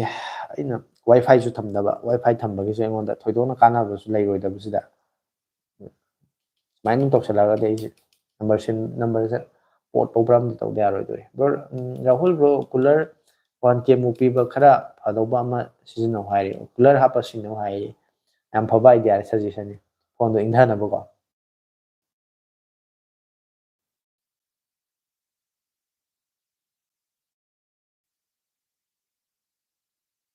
ꯕ꯭ꯔꯣ 371ꯅꯤ ꯕ꯭ꯔꯣ ꯍꯥꯏ ꯑꯗꯨꯗꯤ ꯄ꯭ꯔꯣꯁꯦꯁꯔꯒꯨꯝꯕꯗꯨꯅꯁꯨ ꯑꯣꯏꯗꯣꯏꯅꯤꯀꯣ ꯒꯦꯝ ꯁꯥꯟꯅꯕꯗ ꯌꯥꯝ ꯀꯟꯅ ꯍꯦꯚꯤꯗ ꯁꯥꯟꯅꯕ ꯌꯥꯕ ꯐꯣꯟꯗꯤ ꯅꯠꯇꯦ ꯃꯣꯏꯗꯨꯗꯤ ꯑꯩꯈꯣꯏꯒꯤ ꯕꯖꯦꯠ ꯍꯥꯏꯇꯥꯔꯦꯅꯦꯀꯣ ꯑꯦꯟꯇ꯭ꯔꯤ ꯍꯥꯏꯔꯒꯗꯤ ꯑꯦꯟꯇ꯭ꯔꯤ ꯂꯦꯚꯦꯜ ꯍꯥꯏꯔꯗꯤ ꯂꯨꯄꯥ 50,000 ꯁ꯭ꯋꯥꯏꯐꯥꯎꯁꯤꯗꯤ ꯑꯣꯏꯗꯣꯏ ꯕꯖꯦꯠ ꯍꯥꯏꯔꯗꯤ 25 ꯀꯨꯟ 25 ꯀꯣ ꯑꯦꯐꯣꯔꯗꯦꯕꯜ ꯍꯥꯏꯔꯒꯅ 30 ꯁ꯭ꯋꯥꯏꯐꯥꯎꯁꯦ ꯑꯗꯩ 30 ꯃꯊꯛ ꯂꯥꯡꯈ꯭ꯔꯗꯤ ꯑꯗꯨꯝ ꯐ꯭ꯂꯦꯛꯁꯤꯕꯜ ꯑꯗꯨꯝ ꯆꯤꯡꯉꯛꯑꯅꯤ ꯁꯩꯗꯨ ꯕ꯭ꯔꯣ ꯔꯦꯗꯃꯤ ꯅꯣꯠ 14 ꯄ꯭ꯂꯁ 5Gꯒꯤ ꯄ꯭ꯔꯥꯏꯁꯇꯨꯒ ꯑꯇꯩ ꯕ꯭ꯔꯦꯟꯒ ꯌꯦꯡꯉꯣ ꯀꯌꯥꯝ ꯈꯦꯠꯅꯒꯦ ꯍꯥꯏꯕꯗꯣ ꯔꯦꯗꯃꯤꯒꯤ ꯔꯤꯀꯃꯦꯟ ꯇꯧꯖꯔꯣꯏ ꯍꯥꯏ ꯃꯥꯅꯤ ꯔꯦꯗꯃꯤꯁꯤ ꯈꯤꯇꯪ ꯅꯨꯡꯉꯥꯏꯇꯦ ꯍꯟꯗꯛꯁꯦ ꯅꯊꯤꯡ ꯁꯤꯃꯦꯠ 2 ꯄ꯭ꯔꯣꯗꯣ ꯀ IQ G10Rꯒꯁꯦ ꯀꯔꯝꯕꯅ ꯐꯒꯗꯒꯦ ꯋꯤꯆ ꯋꯥꯟ ꯏꯌꯥꯝꯕꯒꯤ ꯃꯣꯠꯇ ꯀꯔꯝꯕ ꯂꯩꯒꯦ ꯍꯥꯏꯌꯦ ꯃꯤꯡꯁꯤꯗꯤ ꯀꯩꯅꯣꯝ ꯍꯥꯏꯔꯤ ꯔꯤꯜ ꯔꯤꯛ ꯀꯥꯏꯕ ꯚꯥꯏꯞꯁ ꯍꯥꯏꯅ ꯍꯥꯏꯕ ꯑꯃꯅ Nothing phone CMF2 Pro Nothing CMF2ꯗꯣ CMF2 Pro ꯃꯦꯗꯤꯌꯥꯇꯦꯛ ꯗꯥꯏꯃꯦꯟꯁꯤꯇꯤ ꯑꯗꯨꯒ 7,300 ꯀꯣ ꯑꯗꯨꯒ ꯅꯊꯤꯡꯒꯤ 5,000 ꯑꯗꯨꯗꯤ ꯑꯃꯗꯨꯅ ꯀꯔꯝꯕꯅꯤ ꯍꯥꯏꯕ ꯑꯥꯏꯀꯨ ꯑꯩꯗꯤ ꯑꯥꯏꯀꯨꯗꯨꯅꯕꯨ ꯍꯦꯟꯅ ꯐꯩ ꯍꯥꯏꯅ ꯈꯜꯂꯦ ꯒꯦꯝꯒꯨꯝꯕ ꯁꯥꯟꯅꯕꯒꯨꯝꯗꯁꯨ ꯃꯥꯅ ꯍꯦꯟꯅ ꯅꯨꯡꯉꯥꯏꯔꯅꯤ ꯑꯗꯨꯗꯤ ꯑꯩꯗꯤ ꯑꯥꯏꯀꯨ G10Rꯗꯨꯅꯕꯨ ꯍꯦꯟꯅ ꯐꯗꯧ ꯃꯥꯜꯂꯦ ꯏꯕꯨꯡ ꯑꯩꯒꯤꯗꯤ ꯋꯥꯏ ꯐꯥꯏꯅꯤ ꯅꯦꯠꯀꯤ ꯑꯣꯏꯅꯗꯤ ꯀꯩꯁꯨ ꯇꯧꯗꯦ ꯍꯥꯏ ꯑꯣ ꯑꯩꯒꯤꯁꯤꯗꯅꯤ ꯃꯥꯅꯤ ꯆꯨꯝꯃꯦ ꯑꯩꯒꯤ ꯐꯣꯟꯁꯤꯗꯅꯤ ꯐꯣꯟꯗꯒꯤ ꯇꯧꯕꯅꯤꯅ ꯑꯩꯗꯤ ꯂꯩꯀꯥꯏ ꯀꯣꯏꯔꯨꯒꯦ ꯃꯕꯨꯡ ꯌꯥꯝꯁꯨ ꯆꯠꯄꯦ ꯅꯪꯒꯤꯁꯦ ꯆꯠꯂꯒꯦ ꯍꯥꯏ ꯇꯧꯅ ꯑꯗꯨꯝꯕ ꯀꯣ ꯊꯥꯗꯣꯛꯑꯒ ꯆꯠꯈꯤꯕ ꯃꯤ ꯃꯁꯤꯡ ꯍꯟꯊꯅꯕ ꯊꯕꯛ ꯇꯧꯒꯅꯨ ꯊꯥꯗꯣꯛꯏ ꯆꯠꯂꯒꯦ ꯍꯥꯏꯔꯤ ꯑꯗ ꯊꯥꯡ ꯃꯁꯜꯗ ꯁꯦꯠꯄ ꯌꯥꯔꯣꯏꯅ ꯔꯤꯛꯁ ꯚꯥꯏꯞꯁ ꯑꯥꯏꯀꯨ ꯐꯣꯔ ꯍꯦꯚꯤ ꯇꯥꯛꯁ ꯄ꯭ꯔꯣꯀꯥꯁꯤꯅꯦꯁꯟ ꯕ꯭ꯔꯗꯔꯒꯤ ꯅꯦꯠ ꯌꯥꯗꯕ ꯃꯥꯜꯂꯤ ꯅꯨꯡꯉꯥꯏꯇꯦ ꯂꯥꯏꯐ ꯑꯣ ꯃꯥꯏ ꯒꯣꯗ ꯍꯥꯏꯅꯦ ꯈꯔ ꯍꯥꯟꯅ ꯍꯩꯗꯣꯔꯛꯄ ꯚꯤꯗꯤꯑꯣ ꯀꯔꯝꯕꯅꯣ ꯔꯦꯗꯃꯤꯒ ꯍꯥꯏ ꯃꯁꯤ ꯍꯩꯗꯣꯔꯤꯕ ꯋꯥꯍꯪꯁꯤ ꯑꯩ ꯄꯥꯎꯈꯨꯝ ꯍꯥꯏꯐꯝ ꯈꯪꯗꯦ ꯃꯁꯤꯃꯗꯤ ꯁꯅꯥ ꯑꯩꯁꯨ ꯊꯥꯡꯖꯧ ꯂꯩ ꯑꯩꯈꯣꯏ ꯄꯥꯕꯨꯡꯒꯤ ꯆꯨꯝꯃꯤ ꯎꯁꯜꯂꯨ ꯊꯥꯡꯖꯧꯗꯣ ꯂꯥꯏꯐꯁꯤꯗ ꯂꯥꯛꯑꯒ ꯍꯦꯛꯇ ꯆꯠꯂꯒꯦ ꯄꯪꯆꯠ ꯌꯥꯗꯕ ꯇꯥꯏꯞꯇ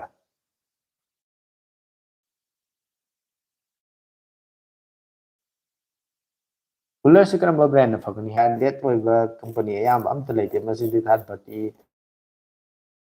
ꯍꯥꯏꯒꯗ꯭ꯔꯥ ꯀꯔꯤ ꯍꯥꯏꯅꯤ ꯌꯥꯝꯅ ꯑꯅꯧꯕ ꯀꯝꯄꯅꯤ ꯈꯔꯅ ꯑꯗꯨꯝ ꯑꯃꯅꯤ ꯁꯥꯕꯗꯤ ꯎꯏ ꯆꯞ ꯆꯥꯕ ꯕ꯭ꯔꯥꯟꯒꯗꯤ ꯍꯥꯏꯕ ꯉꯝꯃꯔꯣꯏ ꯑꯩꯁꯨ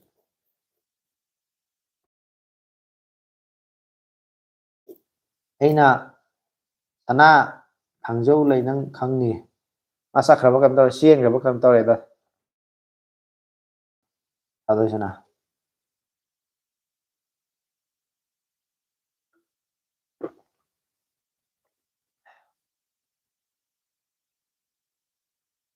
ꯖꯧꯒ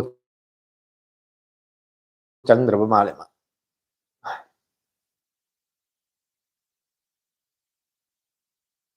ꯊꯦꯡꯛ ꯌꯨ ꯐꯣꯔ ꯁꯖꯦꯁꯟ ꯑꯗꯨ ꯍꯥꯏꯔꯛꯀꯅꯤ ꯈꯪꯗꯅ ꯑꯗꯨ ꯍꯥꯏꯔꯛꯀꯅꯤ ꯈꯪꯗꯅ ꯍꯥꯏꯔꯦ ꯑꯩ G10R ꯑꯃ ꯅꯍꯥꯟ ꯂꯧꯔꯦ ꯕ꯭ꯔꯗꯔ ꯍꯥꯏꯔꯤꯌꯦ ꯌꯥꯝ ꯐꯔꯦ ꯑꯗꯨꯗꯤ ꯕ꯭ꯔꯣ ꯑꯥꯏꯐꯣꯟ ꯀꯩ ꯍꯥꯏꯅꯣ ꯁꯤꯕꯨ ꯃꯤꯅꯤꯒꯤ ꯃꯔꯝꯗ ꯈꯔ ꯍꯥꯏꯕꯤꯔꯛꯑꯣ ꯀꯥꯟꯅꯕ ꯀꯥꯟꯅꯗꯕ ꯑꯩꯒꯤ ꯌꯥꯝ ꯄꯥꯝꯃꯤ ꯂꯩꯗꯤ ꯈꯜꯂꯤ ꯄꯣꯀꯦꯠꯇ ꯍꯥꯞꯄ ꯃꯤꯅꯤꯅ ꯀꯝꯐꯣꯔꯇꯦꯕꯜ ꯑꯣꯏ ꯍꯥꯏ ꯑꯅꯤꯜ ꯀꯣꯝꯄꯦꯛ ꯑꯣꯏꯕ ꯐꯣꯟꯁꯦ ꯑꯄꯤꯛꯄ ꯃꯤꯅꯤꯁꯤ ꯃꯥ ꯌꯥꯝ ꯄꯤꯛꯈ꯭ꯔꯦ ꯌꯥꯝ ꯈ꯭ꯋꯥꯏꯗꯒꯤ ꯀꯝꯄꯦꯛ ꯑꯣꯏꯕꯁꯤ ꯃꯥ ꯑꯣꯏꯔꯦ ꯑꯗꯨ ꯑꯩꯁꯨ ꯌꯥꯝ ꯄꯥꯝꯃꯦ ꯍꯥꯏꯇꯥꯔꯦ ꯑꯩꯁꯨ ꯐꯣꯟ ꯑꯣꯏꯁꯅꯨ ꯁꯝꯅ ꯍꯥꯏꯔꯀꯥꯟꯗ ꯑꯦꯅꯤ ꯄꯋꯥꯔ ꯕꯦꯡ ꯑꯣꯏꯁꯅꯨ ꯄꯣꯠ ꯑꯄꯤꯛꯄ ꯌꯥꯝꯅ ꯄꯣꯔꯇꯦꯕꯜ ꯑꯣꯏꯕ ꯄꯣꯀꯦꯠꯇ ꯍꯥꯞꯄꯗ ꯁꯦꯔꯤꯁꯁꯦ ꯃꯥꯁꯦ ꯀꯩꯁꯨ ꯃꯉꯣꯟꯗ ꯀꯩꯝꯇ ꯃꯥꯡꯖꯕ ꯀꯩꯝ ꯂꯩꯇꯦ ꯑꯩꯈꯣꯏ ꯁꯤꯖꯤꯟꯅꯕ ꯑꯩꯅꯤ ꯄꯥꯝꯖꯕꯒꯤ ꯃꯈꯥ ꯄꯣꯟꯅ ꯍꯥꯏꯇꯥꯔꯒꯗꯤ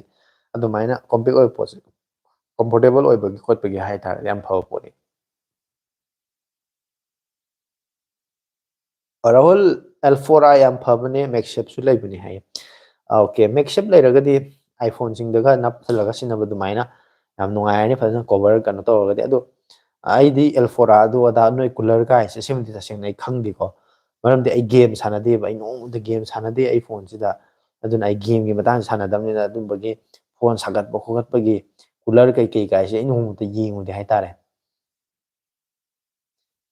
ꯏꯕꯨꯡ ꯃꯥ ꯀꯤꯔꯕꯅꯦ ꯑꯗꯨꯒꯤꯅꯤ ꯍꯥꯏꯔꯦ ꯍꯣꯏ ꯀꯤꯕꯩ ꯃꯥ ꯂꯣꯠꯂꯦ ꯇꯨꯃꯤꯟ ꯂꯩꯔꯒ ꯑꯃ ꯇꯧꯔꯦ ꯅꯠꯇ꯭ꯔ ꯆꯦꯟꯈꯤꯕꯁꯨ ꯃꯥꯜꯂꯦ ꯑꯩꯗꯤ ꯑꯗꯣ ꯇꯦꯝꯄꯔꯗꯣ ꯐꯪꯗꯦ ꯕ꯭ꯔꯗꯔ ꯀꯥꯏꯗꯒꯤ ꯐꯪꯕ ꯏꯌꯥꯝꯕ ꯈꯪꯕꯤꯕ꯭ꯔꯣ ꯍꯥꯏ ꯑꯩꯗꯤ ꯑꯗꯨꯝꯕꯒꯤ ꯇꯦꯝꯄꯔ ꯐꯪꯕ ꯈꯣꯠꯄ ꯁ꯭ꯇꯣꯔꯒꯤꯗꯤ ꯑꯩ ꯈꯪꯗꯦꯀꯣ ꯑꯣꯟꯂꯥꯏꯟꯒꯤꯗꯤ ꯑꯗꯨꯝ ꯑꯦꯃꯥꯖꯣꯟ ꯐ꯭ꯂꯤꯞꯀꯥꯔꯠꯇꯗꯤ ꯑꯗꯨꯝ ꯐꯪꯉꯝꯒꯅꯤ ꯅꯦꯠꯋꯥꯛꯀꯤꯗꯤ ꯕ꯭ꯔꯣ ꯇꯦꯁꯂꯥꯁꯤ ꯏꯟꯗꯤꯌꯥꯗ ꯂꯥꯛꯀꯗꯤ ꯂꯩꯔꯣꯏꯗꯕꯅꯤ ꯍꯥꯏꯌꯦ ꯃꯥꯅꯤ ꯇꯦꯁꯂꯥ ꯂꯥꯛꯑꯒꯗꯤ ꯑꯗꯨꯝ ꯈꯔꯗꯤ ꯇꯦꯁꯂꯥꯒꯤ ꯀꯩꯅꯣꯗꯨꯔꯣ ꯁ꯭ꯇꯥꯔꯂꯤꯡꯀꯤꯗꯨꯔ ꯍꯥꯏꯁꯦ ꯍꯣꯏ ꯁ꯭ꯇꯥꯔꯂꯤꯡꯀꯤ ꯂꯥꯛꯑꯗꯤ ꯅꯦꯠꯋꯥꯛꯀꯤꯗꯤ ꯑꯗꯨꯝ ꯈꯔꯗꯤ ꯃꯩꯗꯤ ꯇꯥꯔꯛꯑꯅꯤ ꯄꯩꯁꯥꯕꯨꯗꯤ ꯈꯔ ꯆꯥꯎꯋꯤ ꯃꯣꯏꯁꯦ ꯁꯣꯍꯦꯜꯁꯨ ꯂꯥꯛꯑꯦ ꯄ꯭ꯔꯣꯀꯥꯁꯤꯅꯦꯁꯟꯅ ꯔꯤꯛꯁ ꯕꯥꯏꯁ ꯑꯣꯟꯂꯥꯏꯟꯗ ꯑꯄꯥꯝꯕ ꯆꯦꯟꯕꯤꯌꯣ ꯕ꯭ꯔꯣ ꯀ꯭ꯋꯥꯂꯤꯇꯤ ꯂꯩꯕ ꯍꯥꯏꯌꯦꯀꯣ ꯃꯥꯅꯤ ꯑꯣꯟꯂꯥꯏꯟꯗꯅ ꯍꯦꯟꯅ ꯐꯔꯅꯤ ꯁꯌꯥꯝ ꯅꯤꯡꯊꯧꯖꯥꯅ ꯍꯟꯗꯛꯁꯦ ꯋꯥꯆꯦꯞꯇ ꯁꯦꯠ ꯁꯣꯡ ꯈꯔ ꯁꯛꯏ ꯀꯩꯗꯧꯔꯦ ꯍꯥꯏꯔꯤ ꯋꯥꯆꯞꯇ ꯁꯦꯠ ꯁꯣꯡ ꯁꯛꯏꯗꯣ ꯑꯩꯅ ꯁꯛꯄ ꯅꯠꯇꯦ ꯌꯥꯝꯕ ꯁꯤꯡꯒꯔꯅ ꯁꯛꯄꯅꯦ ꯃꯥꯏ ꯏꯁꯩꯗꯣ ꯅꯨꯡꯁꯤꯌꯦꯗꯅ ꯐꯖꯩꯌꯦꯗꯅ ꯑꯩꯅ ꯁꯨꯝ ꯁ꯭ꯇꯦꯇꯁ ꯊꯝꯕꯗꯣ ꯑꯣꯏꯔꯝꯒꯅꯤ ꯑꯗꯣ ꯑꯩꯅ ꯁꯛꯄ ꯅꯠꯇꯦ ꯑꯩꯅ ꯁꯛꯄ ꯅꯠꯇꯦ 22,000 ꯄꯤꯗꯅ ꯂꯩꯔꯦ ꯚꯤꯚꯣꯁꯤ ꯒꯦꯝ ꯅꯨꯡꯉꯥꯏꯇꯦ ꯁꯤꯖꯤꯟꯅꯕꯕꯨꯗꯤ ꯅꯨꯡꯉꯥꯏ ꯍꯥꯏ ꯒꯦꯝ ꯅꯨꯡꯉꯥꯏꯇꯦ ꯍꯥꯏꯁꯦ ꯉꯁꯥꯏꯒꯤ ꯚꯤꯚꯣꯒꯤꯗꯣ ꯀꯩꯅꯣꯗꯨꯅ ꯑꯣꯏꯔꯝꯗꯣꯏꯅꯦꯕ ꯄ꯭ꯔꯣꯁꯦꯁꯔꯗꯨꯅ ꯑꯣꯏꯔꯝꯗꯣꯏꯅꯦꯕ ꯑꯗꯨꯅꯅꯦ ꯑꯩ ꯍꯥꯏꯅꯤꯡꯉꯤꯁꯦ ꯑꯗꯨꯒ ꯁ꯭ꯀ꯭ꯔꯤꯟꯒꯤꯁꯨ ꯂꯩꯀꯣ ꯔꯤꯐ꯭ꯔꯦꯁ ꯔꯦꯠꯀꯨꯝꯕ ꯈꯔ ꯅꯦꯝꯕ ꯈꯣꯠꯄ ꯑꯣꯏꯔꯝꯃꯒꯗꯤ ꯑꯃꯨꯛ ꯑꯗꯨꯁꯨ ꯅꯨꯡꯉꯥꯏꯔꯣꯏꯗꯣꯏꯅꯦ ꯁ꯭ꯃꯨꯠ ꯑꯣꯏꯕ ꯋꯥꯟ ꯃꯥꯒꯤ ꯉꯁꯥꯏꯒꯤ ꯔꯦꯁꯄꯣꯟꯁꯤꯞ ꯑꯣꯏꯕꯒꯤ ꯆꯥꯡꯗꯣ ꯈꯔ ꯋꯥꯠꯇꯣꯏꯅꯦ ꯂꯥꯏꯛ ꯃꯁꯤꯡ ꯁꯨꯗꯦꯀꯣ ꯅꯣꯏ ꯍꯥꯏ ꯊꯥꯗꯣꯛꯏꯅ ꯃꯁꯤꯡ ꯊꯤꯔꯤ ꯀꯥꯎꯟ ꯅꯝꯕꯔ ꯅꯣꯠ ꯇꯧꯔꯤ ꯃꯤ ꯃꯁꯤꯡ ꯈꯨꯗꯤꯡꯒꯤ ꯑꯃꯃꯝ ꯔꯣꯜ ꯀꯣꯜ ꯀꯧꯕꯗ ꯆꯤꯊꯔꯥ 5 ꯂꯩꯕꯗ ꯔꯣꯜ ꯀꯣꯜ ꯀꯧꯕꯗ 23 ꯈꯛ ꯂꯩ 3 ꯑꯃ ꯀꯩꯗꯧꯔꯦ ꯑꯩ ꯅꯉꯣꯟꯗ ꯁꯤꯟꯅꯔꯦ ꯃꯗꯨꯒꯤ ꯊꯕꯛꯇꯨꯃ procrastination thank you for suggestion bro ꯍꯥꯏ ꯃꯣꯏ ꯑꯗꯨ ꯌꯥꯝ ꯐꯔꯦ ꯄ꯭ꯔꯣꯀꯥꯁꯤꯅꯦꯁꯟ ꯁꯖꯦꯁ ꯇꯧꯔꯤꯗꯣ ꯌꯦꯡꯕꯤꯔꯣ ꯏꯕꯨꯡ ꯁꯦꯠ ꯑꯣꯏꯔꯕꯣ ꯍꯥꯏꯔꯤ ꯑꯩꯗꯤ ꯁꯦꯠ ꯑꯣꯏꯗꯦ ꯁꯦꯠ ꯑꯣꯏꯕ ꯍꯥꯏꯇꯥꯔꯦ ꯀꯩ ꯍꯥꯏꯅꯤ ꯁꯦꯠ ꯍꯥꯏꯅ ꯍꯥꯏꯗꯅ ꯑꯗꯨ ꯑꯩꯁꯦ ꯐꯝꯊꯕ ꯍꯥꯏꯇꯥꯔꯦ ꯁꯤꯠ ꯍꯥꯏꯗꯤ ꯁꯤꯠꯇꯤꯡꯒꯤ ꯁꯤꯠ ꯐꯝꯕꯒꯤ ꯁꯤꯠꯀꯤꯗꯣ ꯑꯗꯨꯗꯒꯤ ꯑꯩꯅ ꯁꯦꯠ ꯑꯣꯏꯔꯛꯄ ꯍꯥꯏꯇꯥꯔꯦ ꯐꯝꯊꯔꯛꯄ ꯒ꯭ꯌꯥꯟ ꯇꯥꯅ ꯐꯝꯊꯔꯛꯄ ꯋꯥꯈꯜ ꯆꯅꯤꯡ ꯇꯥꯅ ꯐꯝꯊꯔꯛꯄꯁꯤꯗ ꯉꯁꯥꯏ ꯐꯖ ꯐꯖꯕ ꯁꯤꯡꯒꯔꯁꯤꯡꯁꯤꯅ ꯏꯁꯩ ꯐꯖ ꯐꯖꯕ ꯈꯔ ꯑꯗꯨꯝ ꯊꯦꯡꯅꯔꯛꯄ ꯍꯥꯏꯇꯥꯔꯦ ꯑꯩꯅ ꯁ꯭ꯇꯦꯇꯁꯇ ꯋꯥꯆꯞꯇ ꯀꯩꯗ ꯈꯔ ꯊꯝꯕꯅꯤꯗ ꯑꯗꯨꯗ ꯎꯕ ꯑꯣꯏꯔꯝꯒꯅꯤ ꯀꯨꯏꯔꯕꯣ ꯂꯥꯏꯚ ꯍꯧꯔꯤꯁꯦ ꯕ꯭ꯔꯗꯔ ꯀꯨꯏꯔꯦ ꯃꯤꯅꯤꯠ 40 ꯐꯥꯔꯦ ꯁꯣꯏꯅ ꯍꯧꯖꯤꯛꯇ ꯂꯥꯛꯑꯦ ꯑꯩꯗꯤ ꯆꯪꯉꯛꯇꯅ ꯂꯥꯏꯛ ꯍꯥꯟꯅ ꯅꯝꯈ꯭ꯔꯕꯅꯤꯀꯣ ꯊꯥꯗꯣꯛꯏ ꯔꯣꯜ ꯀꯣꯜ ꯇꯧ ꯃꯥ ꯅꯝꯈ꯭ꯔꯦ ꯍꯥꯏꯁꯦ ꯆꯨꯝꯕ꯭ꯔꯥ ꯂꯥꯟꯕ꯭ꯔꯥ ꯌꯦꯡꯁꯤ ꯃꯤ ꯃꯁꯤꯡꯒ ꯂꯥꯏꯛ ꯃꯁꯤꯡꯒ ꯆꯥꯟꯅꯗꯦ ꯑꯅꯤꯜ ꯕ꯭ꯔꯣ ꯑꯥꯏꯐꯣꯟꯁꯦ 13 ꯃꯤꯅꯤꯗ ꯂꯣꯏꯔꯦ ꯂꯤꯔꯦ ꯕ꯭ꯔꯣ ꯍꯥꯏ 13 ꯃꯤꯅꯤꯗ ꯂꯣꯏꯔꯦ ꯃꯇꯨꯡꯗ ꯃꯤꯅꯤ ꯁꯦꯔꯤꯁꯁꯦ ꯂꯣꯟꯆꯄꯨ ꯇꯧꯔꯛꯈꯤꯗ꯭ꯔꯦ ꯍꯟꯗꯛ ꯑꯃ ꯊꯣꯛꯂꯛꯄꯗ ꯃꯤꯅꯤꯗꯤ ꯅꯠꯇꯦ ꯀꯩꯅꯣꯗꯣ ꯀꯩ ꯍꯥꯏꯈ꯭ꯔꯦ ꯑꯥꯏꯐꯣꯟ 16 SE ꯍꯥꯏꯕ ꯀꯩꯅꯣ ꯑꯗꯨꯗꯤ ꯂꯩꯔꯣꯏ ꯑꯗꯨꯗꯤ ꯂꯩꯇꯕ ꯐꯅꯤ ꯑꯗꯨꯗꯤ ꯁꯨꯡꯂꯩ ꯂꯩꯔꯨꯔꯅꯨ ꯑꯗꯨ ꯂꯩꯗꯧ ꯇꯥꯔꯗꯤ ꯑꯥꯏꯐꯣꯟ 15ꯗꯣ ꯅꯣꯔꯃꯦꯜ ꯑꯗꯨ ꯑꯣꯏꯅ ꯂꯩꯕꯅ ꯐꯅꯤ ꯕ꯭ꯔꯣ ꯋꯥꯆꯞꯇ ꯀꯃꯥꯏꯅ ꯌꯦꯡꯗꯣꯏꯅꯣ ꯑꯩ ꯍꯩꯇꯔꯦ ꯑꯝꯇ ꯇꯥꯛꯄꯤꯌꯣ ꯀꯅꯥ ꯀꯅꯥ ꯍꯥꯏ ꯋꯥꯆꯞ ꯔꯥꯍꯨꯜ ꯋꯥꯆꯞ ꯀꯃꯥꯏꯅ ꯌꯦꯡꯕꯒꯤ ꯋꯥꯔꯤꯅꯣ ꯑꯩ ꯅꯝꯕꯔ ꯁꯦꯚ ꯇꯧꯗ꯭ꯔꯒꯗꯤ ꯑꯩꯒꯤ ꯅꯝꯕꯔ ꯂꯩꯇ꯭ꯔꯒꯗꯤ ꯋꯥꯆꯞꯀꯤ ꯁ꯭ꯇꯦꯇꯁꯇꯤ ꯎꯔꯣꯏꯌꯦ ꯑꯗꯣ ꯑꯩꯒꯤ ꯅꯝꯕꯔ ꯈꯪꯕ ꯈꯔ ꯈꯔꯅ ꯃꯌꯥꯝꯅ ꯑꯗꯨꯝ ꯁ꯭ꯇꯦꯇꯁꯇ ꯀꯩꯗ ꯎꯕꯒꯤ ꯍꯥꯏꯔꯛꯄ ꯑꯣꯏꯔꯝꯒꯅꯤ ꯏꯕꯨꯡ ꯑꯣ ꯐꯖꯅ ꯐꯝꯃꯒ ꯅꯨꯡꯁꯤꯕ ꯏꯁꯩ ꯇꯥꯖꯕꯗꯨꯕꯨ ꯇꯜꯂꯦ ꯅꯣꯏꯁꯤꯗꯤ ꯃꯥꯅꯤ ꯑꯩꯅ ꯐꯖꯅ ꯏꯪꯅ ꯇꯞꯅ ꯋꯥꯈꯜꯁꯦ ꯁꯥꯟꯇꯤ ꯂꯩꯅꯕ ꯍꯥꯏꯗꯅ ꯉꯁꯥꯏꯒꯤ ꯑꯩ ꯅꯨꯡꯁꯤꯕ ꯁꯤꯡꯒꯔꯁꯤꯡꯗꯨꯗꯤ ꯅꯨꯡꯉꯥꯏ ꯅꯨꯡꯉꯥꯏꯕ ꯏꯁꯩꯁꯦ ꯈꯔ ꯇꯥꯔ ꯐꯖꯩꯌꯦꯗꯅ ꯑꯩꯅ ꯁ꯭ꯇꯦꯇꯁꯁꯤꯗ ꯍꯦꯛ ꯈꯔ ꯊꯝꯖꯤꯜꯂꯨꯔꯦ ꯑꯗꯨꯗꯨꯅ ꯃꯌꯥꯝꯁꯤꯅ ꯑꯩꯉꯣꯟꯗ ꯂꯛꯅꯕꯤꯗꯅ ꯇꯧꯔꯤꯁꯦ ꯃꯤꯡꯁꯦꯟ ꯑꯦꯟꯇꯔꯇꯦꯟꯃꯦꯟ ꯂꯥꯛꯑꯦ ꯍꯥꯏꯔꯛꯏ ꯊꯦꯡꯉꯒ ꯆꯪꯉꯛꯄꯁꯨ ꯌꯥꯎꯔꯤ ꯆꯠꯈ꯭ꯔꯕꯁꯨ ꯃꯤ ꯃꯁꯤꯡꯁꯦ ꯍꯟꯊꯔꯛꯄ ꯑꯗꯨꯃꯥꯏꯅ ꯇꯧꯏ ꯁꯖꯠ ꯋꯥꯡꯅ ꯔꯦꯗꯃꯤ ꯔꯤꯌꯦꯜꯃꯤ ꯑꯣꯏꯗꯣꯏꯅꯦ P3 ꯑꯜꯇ꯭ꯔꯥꯁꯤ ꯃꯇꯝ ꯁꯥꯡꯅ ꯄꯥꯏꯕ ꯅꯨꯡꯉꯥꯏꯒꯗ꯭ꯔꯥ P3 ꯑꯜꯇ꯭ꯔꯥ ꯑꯗꯨꯝ ꯅꯨꯡꯉꯥꯏꯅꯤ ꯂꯨꯄꯥ 10,000 ꯀꯨꯟꯒꯤ ꯔꯦꯟꯖꯇꯨꯗ ꯑꯗꯨ ꯐꯣꯟꯗꯣ ꯑꯗꯨꯝ ꯄꯥꯏꯕ ꯅꯨꯡꯉꯥꯏꯅꯤ ꯅꯟꯗꯀꯨꯃꯥꯔꯁꯨ ꯂꯥꯛꯑꯦ ngasidi kuirabay tungda mu ure kaino yam kuina channel sida video yengbiudrabra kaino comment tawpasu ukide ada video keke thagatpada like comment karo like su thengnakite status haibnate bro group haibani hai adudi rahul aigi channel sida changa ganda ga community post ke thagatpado community tab to search aduda dum chingkhalaga yengbiyo aduda iduda aigi whatsapp group ki haitare aduda aigi link hapkhibane buko mamang kharni mamang da khar kuire adugi link da click tawgan whatsapp group ta automatically add tawrani ane bro isai amta sak piro pamjaba hai ane as isai di pamjaba ngatani he isai di ko saktara di ko nonganam taw numita bu sage haine do aina sakpase mi ta da matam da khayam sakpa khonjel jena ga khara phajabni hangoina khong man mani na aina sakpa ta noi myam loi hau cheng ni live ta sipa khara khara yeng nei myam ji myam loi phak kari haini mora phan phamna ra yeng dhari myam ji hogar hogar chana da ai tom ta lew ne du nai myam ma di sa roi ga he ai aina pamjaba isai bi dum ngang ko phajaba jo isai yam lai adu ko na matang sa da tawrase isai diam pam ne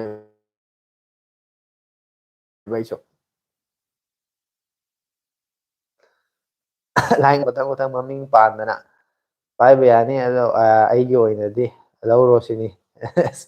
yam pari ko mani Realme P3 Ultra do mga sore wali se mani mga to kana kana maming ko hau srang seng ai amta yengo bro hai adu ai horen light dor ga yengasi hospital da layure adu ni yamgi yumgi anaba yawbai o anaba yawradi ana ye haibsidi kainone masi khwaidagi kai haini ꯊꯣꯛꯍꯟꯅꯤꯡꯗꯕ ꯍꯥꯏꯇꯥꯔꯦꯅꯦ ꯁꯝꯅ ꯍꯥꯏꯔꯀꯥꯟꯗ ꯏꯃꯨꯡꯒꯤ ꯃꯤꯁꯤꯡꯗꯁꯨ mentally ꯍꯦꯜꯊꯇꯁꯨ ꯋꯥꯈꯜꯗꯁꯨ ꯋꯥꯍꯟꯕ ꯄꯩꯁꯥꯁꯨ ꯇꯤꯡꯍꯟꯕ ꯅꯥꯔꯤꯕ ꯃꯤꯗꯨꯁꯨ ꯋꯥꯕ ꯅꯥꯗꯕ ꯑꯩꯈꯣꯏꯁꯨ ꯋꯥꯕ ꯑꯗꯨꯅ ꯑꯅꯥꯕꯒꯤ ꯊꯕꯛꯁꯤꯗꯤ ꯃꯁꯤꯗꯤ ꯍꯥꯏ ꯀꯥꯟꯅꯗꯦ P3 Ultra 12GB ꯔꯦꯝꯗꯣ ꯂꯧꯕꯤꯌꯣ ꯂꯣꯡ ꯇꯥꯔꯝ ꯌꯨꯁ ꯇꯧꯅꯕ ꯍꯥꯏ P3ꯗꯨꯗ ꯑꯗꯨꯝ ꯌꯥꯔꯦ 12GB ꯑꯣꯏꯔꯒꯁꯨ ꯑꯣꯏꯗ꯭ꯔꯁꯨꯀꯣ ꯑꯗꯨꯗꯤ ꯕꯖꯦꯠꯀꯤ ꯑꯦꯐꯣꯔꯗꯦꯕꯜ ꯇꯧꯔꯤꯅꯤ ꯁꯨꯝ ꯌꯥꯝ ꯀꯨꯏꯅ ꯁꯤꯖꯤꯟꯅꯕꯩ ꯑꯣꯏꯇꯥꯔꯗꯤ ꯃꯦꯗꯤꯌꯥꯇꯦꯛ ꯗꯥꯏꯃꯦꯟꯁꯤꯇꯤ 8350 ꯀꯥꯏꯗꯣ ꯌꯥꯔꯦ ꯕꯦꯇ꯭ꯔꯤꯁꯨ ꯌꯥꯝ ꯆꯥꯎꯔꯦ ꯑꯗꯨꯝ ꯐꯥꯁ ꯆꯥꯔꯖꯤꯡꯁꯨ ꯑꯣꯏꯔꯦ ꯀꯦꯃꯦꯔꯥꯁꯨ ꯁꯦꯡꯉꯦ IP69 ꯀꯥꯏꯁꯦ ꯌꯥꯝ ꯐꯖꯕ ꯋꯥꯇꯔ ꯔꯦꯁꯤꯁꯇꯦꯟꯁꯨ ꯌꯥꯎꯔꯦ ꯑꯗꯨꯝ ꯌꯦꯡꯉꯣ ꯑꯌꯥꯝꯕ IP ꯔꯦꯇꯤꯡꯁꯤ ꯁꯨꯝ ꯀꯨꯏꯔꯒ ꯍꯟꯊꯕ꯭ꯔꯣ ꯍꯟꯊꯗꯦ ꯃꯁꯤꯗꯤ ꯍꯟꯊꯅꯤꯡꯉꯥꯏ ꯃꯔꯝ ꯂꯩꯇꯦ ꯑꯩꯁꯨ ꯂꯥꯏꯛ ꯇꯧꯕ ꯀꯥꯎꯔꯨꯔꯦ ꯇꯧꯔꯒꯦ ꯕ꯭ꯔꯣ ꯃꯥꯅꯤ ꯑꯅ ꯑꯁ ꯑꯅꯤꯜ ꯊꯥꯗꯣꯏ ꯑꯅꯤꯜꯗꯣ ꯃꯃꯤꯡꯗꯣ ꯃꯥꯔꯛ ꯇꯧꯁꯜꯂ ꯊꯝꯃꯨ ꯔꯦꯠꯅ ꯀꯣꯏꯁꯜꯂ ꯊꯝꯃꯨ ꯔꯥꯎꯟ ꯇꯧꯁꯜꯂꯒ ꯍꯌꯦꯡ ꯃꯊꯪ ꯂꯥꯏꯚ ꯊꯥꯕꯗ ꯃꯥ ꯃꯥꯏ ꯃꯃꯤꯡꯗꯣ ꯍꯥꯟꯅ ꯔꯣꯜ ꯀꯣꯜ ꯇꯧꯕꯗꯣ ꯃꯥꯏ ꯃꯃꯤꯡꯗꯣ ꯍꯥꯟꯅ ꯀꯧꯔꯒ ꯂꯥꯏꯛ ꯇꯧꯕ꯭ꯔꯥ ꯇꯧꯗꯕ꯭ꯔꯥ ꯍꯥꯏꯅ ꯃꯥ ꯍꯥꯟꯅ ꯍꯦꯛꯇ ꯍꯪꯉꯣ ꯃꯃꯤꯡ ꯄꯜꯂꯒ ꯉꯁꯥꯏꯗꯒꯤ ꯂꯥꯏꯛ ꯇꯧ ꯃꯌꯥꯝꯗ ꯂꯥꯏꯛ ꯍꯥꯏꯅ ꯋꯥꯔꯤ ꯁꯠꯂꯤꯔꯒ ꯃꯥ ꯂꯥꯏꯛ ꯇꯧꯗꯕꯤꯗ ꯇꯧ ꯂꯩꯔꯝꯃꯤ ꯃꯥ ꯑꯦꯕꯁꯦꯟ ꯄꯥꯜꯂꯣ ꯉꯁꯤ ꯌꯥꯔꯔꯣꯏ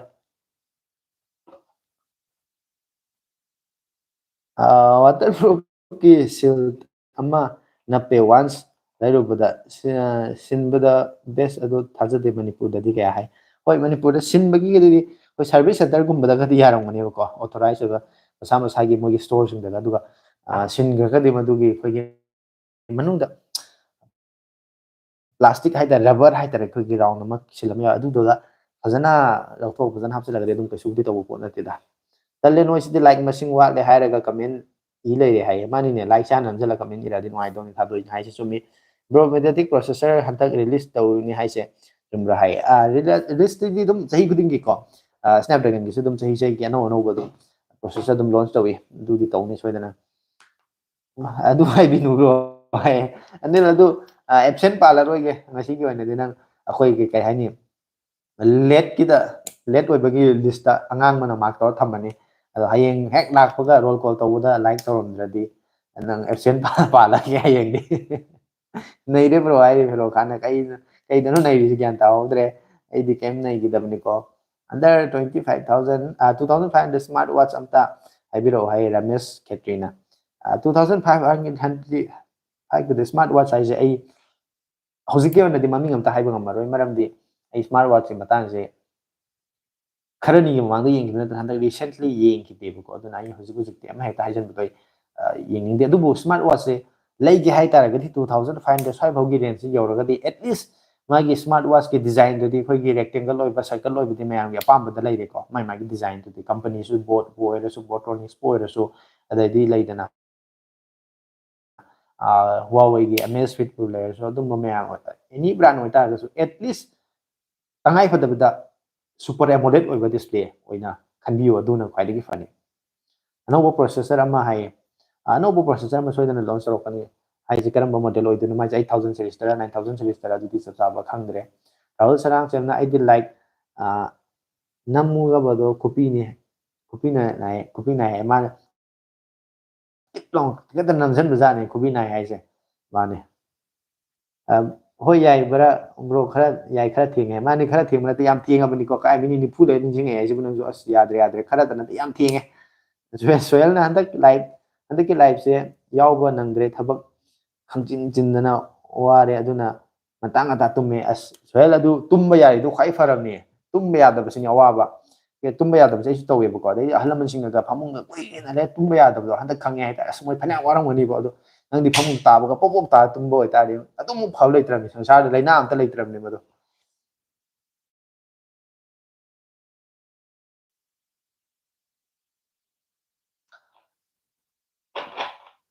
ꯊꯥꯗꯣꯏꯅ ꯑꯅꯤꯜ ꯅꯪ ꯊꯦꯡꯅ ꯂꯥꯏꯛ ꯊꯦꯡꯅ ꯇꯧꯕꯒꯤ ꯐꯃꯨ ꯂꯦꯞꯄꯨ 5 ꯇꯧ ꯑꯅꯤꯜ ꯅꯪ ꯇꯧ ꯅꯝꯂꯕꯅꯦ ꯕ꯭ꯔꯗꯔ ꯍꯥꯏꯌꯦ ꯑꯗꯨ ꯌꯥꯗ꯭ꯔꯦ꯫ ꯊꯥꯗꯣꯛꯏ ꯁꯅꯥꯅ ꯔꯣꯜ ꯀꯣꯜ ꯇꯧꯏ ꯀꯣꯂꯣꯝ ꯄꯥꯏ ꯊꯥꯡꯒꯠꯇꯅ ꯕꯣꯏ ꯀꯣꯂꯣꯝ ꯄꯥꯏꯔ ꯅꯣꯠ ꯇꯧ ꯂꯩ꯫ ꯑꯗꯨ ꯅꯪ ꯐꯃꯨ ꯂꯦꯞꯄꯨ 5 ꯇꯧ ꯍꯥꯏꯁꯦ ꯇꯧꯊꯣꯛ ꯑꯩꯗꯤ ꯀꯟꯕ ꯉꯝꯃꯔꯣꯏ ꯁꯤ ꯃꯇꯥꯡꯁꯤꯗꯤ꯫ Redmi note 14 ꯄ꯭ꯔꯣꯁꯦ ꯀꯝꯗꯧꯕꯅꯣ bro hi Sahidur ꯔꯍꯃꯟꯅ꯫ Sahidur Redmi note 14 ꯄ꯭ꯔꯣꯗꯣ processor ꯍꯥꯏꯔꯦ ꯃꯦꯗꯤꯌꯥꯇꯦꯛ ꯗꯥꯏꯃꯦꯟꯁꯤꯇꯤ 7300 ꯑꯜꯇ꯭ꯔꯥ IP69 ꯑꯣꯏꯕ ꯀꯞ ꯗꯤꯁꯄ꯭ꯂꯦ ꯑꯣꯏꯕ, ꯄ꯭ꯔꯣꯇꯦꯛꯁꯟꯗ ꯒꯣꯔꯤꯂꯥ ꯒ꯭ꯂꯥꯁ ꯚꯤꯛꯇꯁ 2ꯒꯤ ꯄ꯭ꯔꯣꯇꯦꯛꯁꯟ ꯌꯥꯎꯕ, ꯑꯗꯩꯗꯤ ꯁꯣꯅꯤ ꯒꯦꯂꯣꯏꯀꯤ ꯁꯦꯟꯁꯔ 600 ꯁꯦꯔꯤꯁ ꯂꯩꯔꯦ꯫ 45 ꯔꯦꯗꯃꯤꯒꯤ ꯐꯣꯟꯁꯤꯡꯁꯦ ꯈꯔꯒꯤ ꯃꯃꯥꯡꯗꯒꯤ ꯃꯣꯏꯒꯤ ꯄ꯭ꯔꯣꯁꯦꯁ ꯀꯩꯅꯣꯁꯦ UI ꯁꯦ ꯃꯣꯏꯒꯤ ꯍꯥꯏꯄꯔ OS ꯁꯦ ꯃꯁꯤ ꯈꯔ ꯄ꯭ꯔꯣꯕ꯭ꯂꯦꯝ ꯈꯔ ꯂꯩ, ꯀꯨꯏꯔ ꯀꯦꯃꯦꯔꯥ ꯁꯦꯡꯂꯛꯇꯕꯒꯤ ꯄ꯭ꯔꯣꯕ꯭ꯂꯦꯝꯁꯦ ꯈꯔ ꯂꯩꯒꯜꯂꯦ, ꯑꯗꯨꯅ ꯁꯖꯦꯁ ꯇꯧꯅꯤꯡꯗꯕ ꯐꯣꯟ ꯑꯃꯗꯤ ꯑꯣꯏꯕ ꯑꯗꯨꯒꯤꯅꯤ꯫ ꯕ꯭ꯔꯣ ꯍꯧꯖꯤꯛꯀꯥꯟ ꯅ꯭ꯌꯨ ꯁꯦꯝꯁꯪ ꯐꯣꯟꯁꯤꯡꯁꯦ ꯑꯦꯗꯥꯞꯇꯔ ꯌꯥꯎꯗꯕꯒꯤ ꯆꯠꯅꯕꯤ ꯑꯃ ꯑꯣꯏꯅ ꯇꯧꯔꯤꯁꯦ ꯀꯔꯤꯒꯤꯅꯣ? ꯀꯝꯄꯅꯤꯅ ꯍꯥꯏ ꯀꯩꯅꯣ ꯅꯟꯗꯀꯨꯃꯥꯔ ꯃꯁꯤ ꯀꯩꯅꯣꯅꯦ, ꯃꯁꯤ ꯑꯁꯦꯡꯕ ꯍꯧꯗꯣꯔꯛꯄꯗꯤ ꯑꯦꯄꯜꯅ ꯍꯧꯗꯣꯔꯛꯈꯤꯕꯅꯦ ꯍꯥꯏꯇꯥꯔꯦ꯫ ꯑꯦꯄꯜꯅ ꯑꯩꯈꯣꯏꯒꯤ ꯆꯥꯔꯖꯔ ꯄꯤꯔꯛꯇꯕꯁꯦ ꯑꯗꯨꯗꯩꯗꯨꯗ ꯑꯍꯥꯟꯕꯗ ꯁꯦꯝꯁꯪꯅ ꯌꯥꯝ ꯇ꯭ꯔꯣꯜ ꯇꯧꯔꯝꯃꯦ, ꯑꯩꯈꯣꯏꯗꯤ ꯆꯥꯔꯖꯔ ꯄꯤ ꯌꯦꯡꯉꯨ ꯈꯣꯠꯂꯨ ꯀꯥꯏꯅꯒ ꯃꯤꯝ ꯇꯧꯔꯤꯁꯦ ꯑꯥꯏꯐꯣꯟꯅ ꯀꯩꯅꯣꯁꯤꯅ ꯑꯦꯄꯜ ꯀꯝꯄꯅꯤ ꯇꯧꯔꯤꯁꯦ ꯆꯥꯔꯖꯔꯗꯣ ꯌꯥꯎꯗ꯭ꯔꯕꯅꯤꯅ ꯐꯣꯟ ꯑꯃ ꯂꯩꯔꯝꯃꯤ ꯆꯥꯔꯖꯔ ꯑꯃꯗꯤ ꯁꯣꯏ ꯂꯩꯔꯅꯤꯗꯅ, ꯑꯦꯄꯜ ꯂꯩꯔꯤꯕꯅꯤꯅ ꯑꯦꯄꯜꯒꯤ ꯑꯁꯦꯡꯕ ꯑꯣꯔꯤꯖꯤꯅꯦꯜ ꯆꯥꯔꯖꯔꯅ ꯇꯧꯅꯤꯡꯕꯅ ꯑꯣꯔꯤꯖꯤꯅꯦꯜ ꯆꯥꯔꯖꯔ ꯑꯃꯗꯤ ꯊꯤꯔꯛꯀꯅꯤꯗꯅ, ꯑꯗꯨ ꯃꯣꯏ ꯆꯥꯔꯖꯔꯗꯨ ꯁꯤꯠꯅꯕꯒꯤꯗꯃꯛꯇꯅꯦꯕ꯫ ꯑꯗꯨ ꯀꯔꯤ ꯍꯥꯏꯒꯦ ꯀꯥꯟꯗ ꯀꯥꯔꯕꯣꯟ ꯏꯃꯤꯁꯟꯁ ꯑꯩꯈꯣꯏꯒꯤ ꯒ꯭ꯂꯣꯕal ꯋꯥꯔꯃꯤꯡꯒꯤꯗꯃꯛꯇ ꯈꯜꯂꯒ ꯑꯩꯈꯣꯏ ꯇꯧꯕꯅꯤ ꯈꯣꯠꯄꯅꯤ꯫ ꯂꯥꯁꯇ ꯑꯗꯨꯗꯤ ꯁꯤꯗꯤ ꯌꯥꯝ ꯁꯦꯟꯗꯣꯡ ꯂꯩꯕ ꯑꯣꯏꯔꯝꯃꯦꯅꯦ, ꯁꯦꯝꯁꯪꯁꯨ ꯑꯗꯨꯝ ꯇꯧꯔꯦ꯫ ꯂꯥꯏꯛ ꯃꯁꯤꯡ ꯃꯅꯥ ꯄꯤꯒꯅꯤ ꯍꯥꯏ꯫ ꯑꯗꯨ ꯇꯨꯝꯗꯕꯒꯤ ꯃꯅꯥ ꯐꯪꯉꯗꯤ ꯊꯥꯗꯣꯏ ꯁꯅꯥꯅ ꯐꯥꯔꯁ ꯄ꯭ꯔꯥꯏꯖ ꯐꯪꯈ꯭ꯔꯁꯨ ꯑꯩꯈꯣꯏꯁꯨ ꯑꯗꯨꯝ ꯑꯗꯨꯗ ꯌꯥꯎꯔꯛꯄ ꯌꯥꯏꯀꯣ, ꯑꯩꯈꯣꯏꯁꯨ ꯑꯗꯨꯝ ꯄꯪꯅꯣꯞꯇꯤ ꯅꯣꯞꯇꯦ ꯁꯤ ꯃꯇꯥꯡꯁꯤꯗꯗꯤ꯫ ꯁꯍꯤꯗꯨꯔ ꯂꯩꯍꯟꯅꯤꯡꯗꯦ ꯐꯣꯟ ꯐꯥꯜꯇꯨꯒꯤ ꯐꯣꯟ ꯏꯁꯥꯅ ꯄꯥꯏꯔꯒ ꯌꯦꯡꯉꯣ, ꯍꯤꯇꯤꯡ ꯏꯁꯨ ꯌꯥꯝ ꯂꯩ, ꯀꯦꯃꯦꯔꯥꯁꯨ ꯌꯥꯗꯦ, ꯗꯤꯁꯄ꯭ꯂꯦ ꯈꯛꯇꯅꯤ ꯐꯔꯤꯕ꯭ꯔꯥ ꯍꯥꯏꯌꯦ꯫ ꯃꯥꯅꯤ ꯀꯦꯃꯦꯔꯥ ꯁꯤꯒꯤ ꯃꯇꯥꯡꯁꯤꯗꯤ ꯃꯌꯥꯝ ꯑꯗꯨꯝ ꯍꯥꯏ ꯂꯩꯔꯦ꯫ ꯏꯕꯨꯡ ꯑꯩꯁꯦ ꯐꯥꯒꯤ ꯇꯧꯕꯗ ꯗꯁꯥ ꯌꯥꯝ ꯇꯥꯔꯤ ꯍꯧꯖꯤꯛꯀꯥꯟ ꯍꯥꯏ꯫ ꯇꯧꯅꯨ ꯇꯥꯔꯤꯕ ꯃꯤꯗꯨꯅ ꯐꯥꯒꯤꯅꯤ ꯈꯜꯂꯤꯐꯥꯎ ꯐꯥꯒꯤꯅꯦꯕ, ꯑꯩꯅ ꯐꯥꯒꯤꯅꯤ ꯈꯜꯂ ꯍꯥꯏꯔꯁꯨ ꯇꯥꯔꯤꯕ ꯃꯤꯗꯨꯅ ꯐꯥꯒꯤꯅꯤ ꯈꯟꯗ꯭ꯔꯗꯤ ꯐꯥꯒꯤ ꯃꯇꯥꯡ ꯃꯇꯝ ꯇꯧ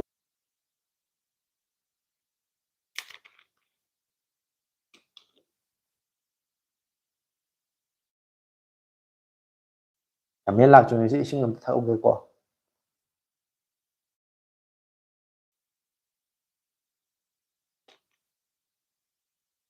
ꯏꯆꯦ ꯊꯥꯗꯣꯏꯒꯤ ꯑꯗꯨꯝ ꯌꯥꯏ, ꯃꯥꯁꯨ ꯂꯧꯁꯤꯡ ꯁꯤꯡꯕ IQ ꯋꯥꯡꯕ ꯏꯆꯟꯅꯤ꯫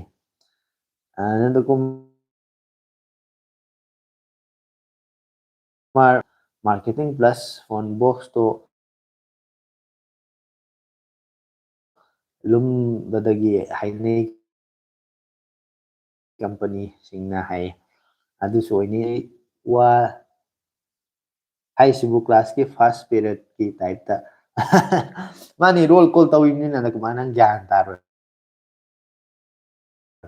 ꯊꯥꯗꯣꯛꯏ ꯆꯅꯥꯅ ꯁꯤ ꯔꯦꯀꯣꯔꯠ ꯇꯧꯗꯅ ꯀꯣꯂꯣꯝ ꯄꯥꯏꯗꯅ ꯅꯣꯠꯕꯨꯛ ꯄꯥꯏꯗꯅ ꯃꯥꯔꯛ ꯇꯧꯔꯤ ꯀꯅꯥ ꯀꯅꯥ ꯂꯥꯏꯔꯤꯛ ꯇꯧꯏ ꯇꯧꯗꯦꯅ ꯃꯁꯤꯡ ꯊꯤ ꯂꯩꯔꯤ ꯁꯤꯗꯩꯁꯤꯗ ꯅꯪꯅ ꯂꯥꯏꯔꯤꯛꯀ ꯇꯧꯔꯝꯗ꯭ꯔꯗꯤ ꯅꯪꯁꯨ ꯐꯃꯨ ꯂꯦꯞꯄꯨꯗꯤ ꯁꯣꯏꯗ꯭ꯔꯦꯍꯦ ꯉꯁꯤꯗꯤ ꯑꯩ ꯀꯟꯕ ꯁꯨꯡꯉꯝ ꯉꯝꯃꯣꯏꯍꯦ ꯁꯤ ꯃꯇꯥꯡꯁꯤꯗꯤ ꯏꯌꯥꯝꯕꯗꯒꯤ ꯏꯁꯩ ꯑꯃꯇꯪ ꯇꯥꯖ ꯌꯥꯝ ꯂꯩ ꯏꯁꯩꯀꯣ ꯃꯇꯦꯛ ꯃꯇꯦꯛ ꯇꯧꯔꯛꯀꯅꯤ ꯅꯣꯏ ꯇꯧꯔꯛꯑꯒꯦ ꯈꯅꯥꯎꯒꯁꯦ ꯁꯦꯡꯗꯣꯛꯑꯒ ꯁꯣꯍꯦꯜ ꯇꯥꯕ ꯉꯝꯗꯅ ꯍꯧꯒꯠꯂ ꯃꯤ ꯆꯠꯅꯈ꯭ꯔꯗꯤ ꯅꯪ ꯈꯥꯝꯃ ꯃꯌꯥꯝ ꯆꯦꯡꯒꯗꯤ ꯑꯩ ꯅꯉꯣꯟ ꯇꯥꯏꯅꯅꯤ ꯒꯨꯒꯜ ꯄꯤꯛꯁꯦꯜ 7a ꯗꯣ ꯀꯃꯥꯏꯅ ꯇꯧꯒꯦ ꯍꯥꯏ ꯗꯤꯖꯥꯏꯟ ꯐꯖꯩ ꯀꯦꯃꯦꯔꯥ ꯐꯩ ꯌꯨ ꯑꯥꯏ ꯌꯥꯝ ꯐꯩ ꯍꯧꯔꯦ ꯊꯃꯣꯏ ꯑꯃ ꯐꯪꯂꯨꯕꯅꯤ ꯃꯩꯆꯥꯛ ꯄꯥꯜꯂꯝꯗ꯭ꯔꯕ ꯊꯃꯣꯏ ꯑꯁꯤ ꯀꯔꯝ ꯍꯥꯏꯅ ꯏꯁꯩꯁꯦ ꯌꯥꯗꯦꯕ ꯑꯩꯈꯣꯏꯗꯤ ꯍꯦꯛꯇ ꯉꯪꯅꯤꯡꯉꯛꯑꯦꯕ ꯏꯁꯩ ꯄꯥꯜꯂꯛꯀꯅꯣ ꯁꯣꯏꯍꯦꯜ ꯅꯪ ꯁꯣꯏꯔꯕꯅꯤꯀꯣ ꯑꯩꯅ ꯍꯥꯏꯅꯤ ꯆꯦꯅꯦꯜꯁꯦ ꯐꯣꯟꯒꯤ ꯆꯦꯅꯦꯜꯗꯒꯤ ꯏꯁꯩꯒꯤ ꯆꯦꯅꯦꯜ ꯑꯣꯟꯊꯣꯛꯈꯤꯗꯅ ꯍꯌꯦꯡ ꯐꯔꯛ ꯑꯃ ꯏꯇꯥ ꯇꯥꯅꯅꯤ ꯑꯩ ꯃꯁꯤ ꯑꯩ ꯍꯥꯏꯗꯦ ꯍꯥꯏꯅꯨꯀꯣ ꯉꯁꯤꯗꯤ ꯏꯆꯦ ꯊꯥꯗꯣꯏꯅ ꯕꯦꯁ ꯀꯃꯦꯟ ꯑꯣꯐ ꯗ ꯏꯌꯥꯔ ꯇꯥꯔꯦ ꯍꯥꯏ ꯃꯥꯅꯤ ꯃꯥꯗꯤ ꯑꯗꯨꯝ ꯇꯥ ꯂꯩꯔꯕꯅꯤ ꯅꯪ ꯈꯪꯗ꯭ꯔꯦ ꯔꯥꯍꯨꯜ ꯔꯥꯍꯨꯜ ꯊꯥꯒꯠꯆꯔꯤ ꯀꯩ ꯆꯥꯅꯤꯡꯉꯤ ꯍꯥꯏ ꯃꯤꯊꯥꯏ ꯑꯝꯇ ꯂꯩꯕꯤꯀꯣ ꯆꯦꯔꯦꯅ ꯑꯗꯨ ꯐꯖꯅ ꯃꯤ ꯇꯧꯔꯤꯁꯤ ꯑꯥꯏꯁ ꯀ꯭ꯔꯤꯝꯂ ꯀꯧ ꯃꯃꯤꯡ ꯀꯧ ꯃꯃꯤꯡ ꯀꯧ ꯅꯪ ꯂꯥꯏꯔꯤꯛ ꯇꯧꯕ꯭ꯔꯥ ꯇꯧꯗꯕ꯭ꯔꯥ ꯍꯥꯏꯅ ꯍꯪꯉꯨ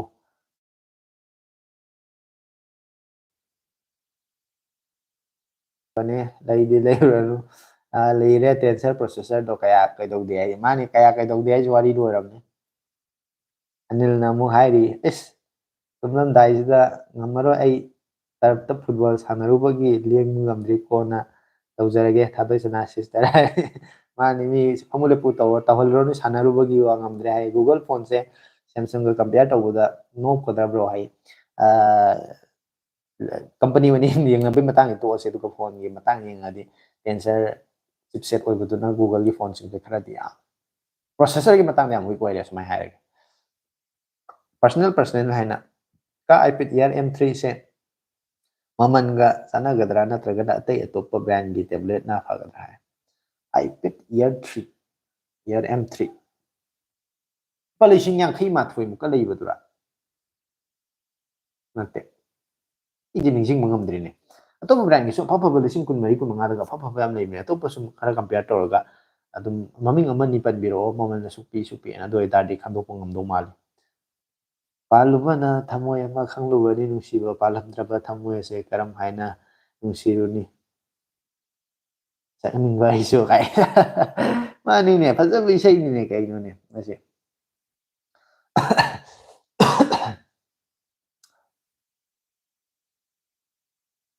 ꯊꯥꯗꯣꯏꯁꯅꯥ ꯏꯌꯥꯝꯕꯒꯤ ꯂꯥꯏꯚ ꯊꯥꯕ ꯍꯧꯔꯛꯄꯗꯒꯤ ꯑꯗꯨꯝ ꯌꯥꯎꯔ ꯂꯩꯕꯤꯔꯕꯅꯤ ꯃꯥ ꯌꯥꯎꯗ꯭ꯔꯗꯤ ꯋꯥꯔꯤ ꯌꯧꯔꯣꯏ ꯐꯣꯟꯒꯤ ꯃꯇꯥꯡꯗ ꯑꯗꯨꯝ ꯂꯣꯏꯁꯤꯟꯈ꯭ꯔꯅꯤ ꯀꯃꯦꯟꯁꯦ ꯃꯥꯅꯤ ꯆꯨꯝꯃꯤ ꯏꯆꯦ ꯀꯩꯁꯨ ꯆꯥꯖꯅꯤꯡꯗꯦ ꯍꯥꯏꯔꯤ ꯄꯥꯔꯁꯣꯅꯦꯜ ꯈꯔꯗꯤ ꯁꯤꯖꯤꯟꯅꯗꯣꯏꯅꯣ ꯍꯥꯏ ꯀꯔꯤ ꯁꯤꯖꯤꯟꯅꯗꯣꯏꯅꯣ ꯍꯥꯏ ꯑꯅꯤꯜ ꯌꯥꯔꯣꯏ ꯍꯥꯏꯔꯤ ꯑꯅꯤꯜ ꯑꯁꯤꯗꯤ ꯑꯩ ꯀꯟꯕ ꯉꯝꯃꯔꯣꯏꯀꯣ ꯌꯥꯔꯣꯏ ꯍꯥꯏꯁꯤꯅꯤ ꯃꯤ ꯑꯣꯖꯥꯅ ꯔꯣꯜ ꯀꯣꯜ ꯇꯧꯕꯗ ꯅꯪꯅ ꯆꯤꯊꯍꯧꯕꯒꯤ ꯐꯃꯨ ꯂꯦꯞꯄꯨ ꯇꯧ ꯍꯥꯏꯕꯁꯦ ꯑꯣꯖꯥꯅ ꯍꯥꯏꯔꯛꯄꯅꯤ ꯌꯥꯔꯣꯏ ꯑꯗꯨꯅ ꯐꯖꯩ ꯕ꯭ꯔꯣ ꯑꯣꯖꯥ ꯔꯥꯖꯨꯒꯤ ꯏꯁꯩꯗꯣ ꯍꯥꯏꯔꯤ ꯏꯁꯩꯗꯤ ꯐꯖꯕꯅꯤ ꯑꯩꯅ ꯁꯛꯄꯗꯣ ꯐꯖꯕ ꯅꯠꯇꯦꯀꯣ ꯏꯁꯩꯗꯣ ꯐꯖꯕꯅꯤ ꯍꯥꯏꯕꯅꯤ ꯑꯩꯅ ꯍꯥꯏꯁꯦ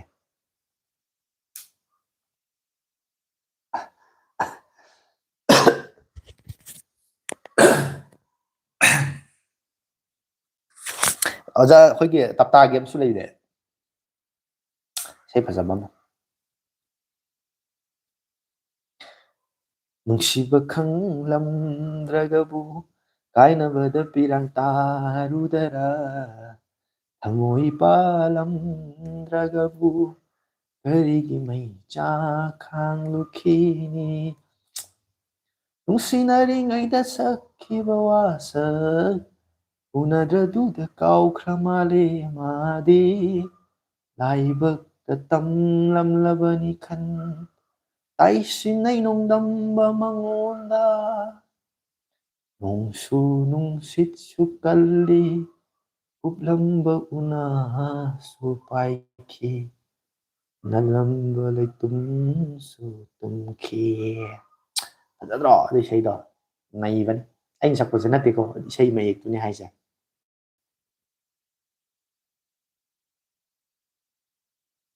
ꯚꯤꯗꯤꯑꯣ ꯁꯦꯝꯕ ꯗꯤꯖꯤꯇꯦꯜ ꯑꯥꯔꯠ ꯇꯧꯒꯦ ꯍꯥꯏꯔꯒꯗꯤ ꯑꯥꯏꯄꯦꯗꯅ ꯕꯦꯁ ꯑꯣꯞꯁꯟ M3 ꯄ꯭ꯔꯣꯁꯦꯁꯔꯗꯣ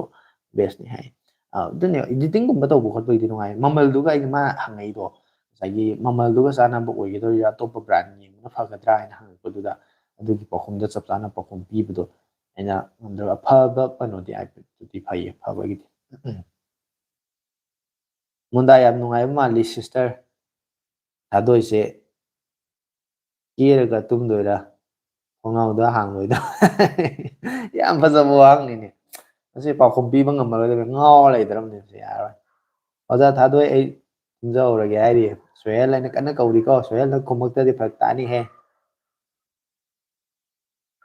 ꯈꯣꯟꯖꯦꯜ ꯌꯥꯝ ꯃꯥꯟꯅꯩ ꯍꯥꯏꯔꯤ ꯃꯥꯟꯅꯗꯦ ꯔꯥꯍꯨꯜ ꯑꯗꯨꯃꯥꯏꯅ ꯍꯥꯏꯔꯛꯀꯅꯨꯀꯣ ꯁꯦꯔꯥꯟ ꯇꯨꯔꯥꯟ ꯂꯥꯁꯇ ꯇꯞꯇꯥꯅ ꯇꯥꯔꯒ ꯀꯞꯄ ꯂꯩꯔꯝꯗꯅ ꯑꯩꯕꯨ ꯁꯨꯛ ꯌꯥꯝꯅ ꯀꯩꯅꯣ ꯇꯧꯕ ꯃꯤꯁꯤꯡꯁꯤꯒ ꯂꯝꯕꯥ ꯇꯧꯕꯤꯔꯦꯗꯅ ꯀꯔꯥꯎꯀꯤ ꯏꯁꯩ ꯁꯛꯅꯕꯗꯣ ꯃꯆꯥ ꯑꯃ ꯂꯧꯁꯤꯜꯂꯣ ꯑꯗꯨꯒ ꯁꯛꯊꯔꯁꯦ ꯃꯊꯪꯗꯤ ꯍꯥꯏꯌꯦ ꯑꯩ ꯏꯁꯩꯒꯤ ꯋꯥꯗꯤ ꯑꯩ ꯑꯁ ꯌꯥꯝ ꯇꯧꯔꯛꯀꯅꯤꯀꯣ ꯅꯣꯏ ꯑꯗꯨꯃꯥꯏꯅ ꯍꯥꯏꯖꯜꯂꯛꯀꯅꯣ ꯑꯗꯣ ꯑꯩ ꯃꯤ ꯇꯥꯟꯅ ꯃꯐꯝꯗ ꯇꯧꯒꯦ ꯕ꯭ꯔꯣ ꯑꯩ ꯇꯨꯝꯃꯒꯦ ꯑꯦꯗꯥ ꯆꯠꯇꯣꯏꯅꯤ ꯂꯤꯂꯥ ꯂꯤꯂꯥ ꯆꯠꯇꯣꯏꯅꯤ ꯍꯥꯏꯔ ꯀꯩꯅꯣꯝ ꯍꯥꯏꯔꯤ ꯆꯠꯇꯣꯏꯅꯤ ꯍꯌꯦꯡ ꯕ꯭ꯔꯣ ꯒꯨꯗ ꯅꯥꯏꯠ ꯍꯥꯏꯔꯤ ꯔꯥꯍꯨꯜꯅ ꯍꯣꯏ ꯒꯨꯗ ꯅꯥꯏꯠ ꯑꯣꯏꯔꯁꯤ ꯀꯨꯃꯥꯔ ꯑꯩꯗꯤ ꯐꯖꯗ꯭ꯔꯥ ꯑꯗꯨꯝ ꯂꯩꯔꯦꯗ ꯀꯦꯗ꯭ꯔꯁꯨ ꯊꯣꯡꯅꯥꯎꯁꯨ ꯄꯥꯟꯗꯦ ꯑꯩꯗꯤ ꯀꯦꯗ꯭ꯔꯁꯨ ꯑꯗꯨꯝ ꯐꯖꯩ ꯊꯣꯡꯅꯥꯎꯁꯨ ꯄꯥꯟꯗꯦ ꯑꯗꯨꯅ ꯊꯣꯡꯅꯥꯎ ꯍꯥꯡꯉ ꯇꯨꯝꯕꯩ ꯃꯇꯥꯡꯗꯨꯃ ꯄꯥꯎꯈꯨꯝ ꯂꯥꯛꯈ꯭ꯔꯦ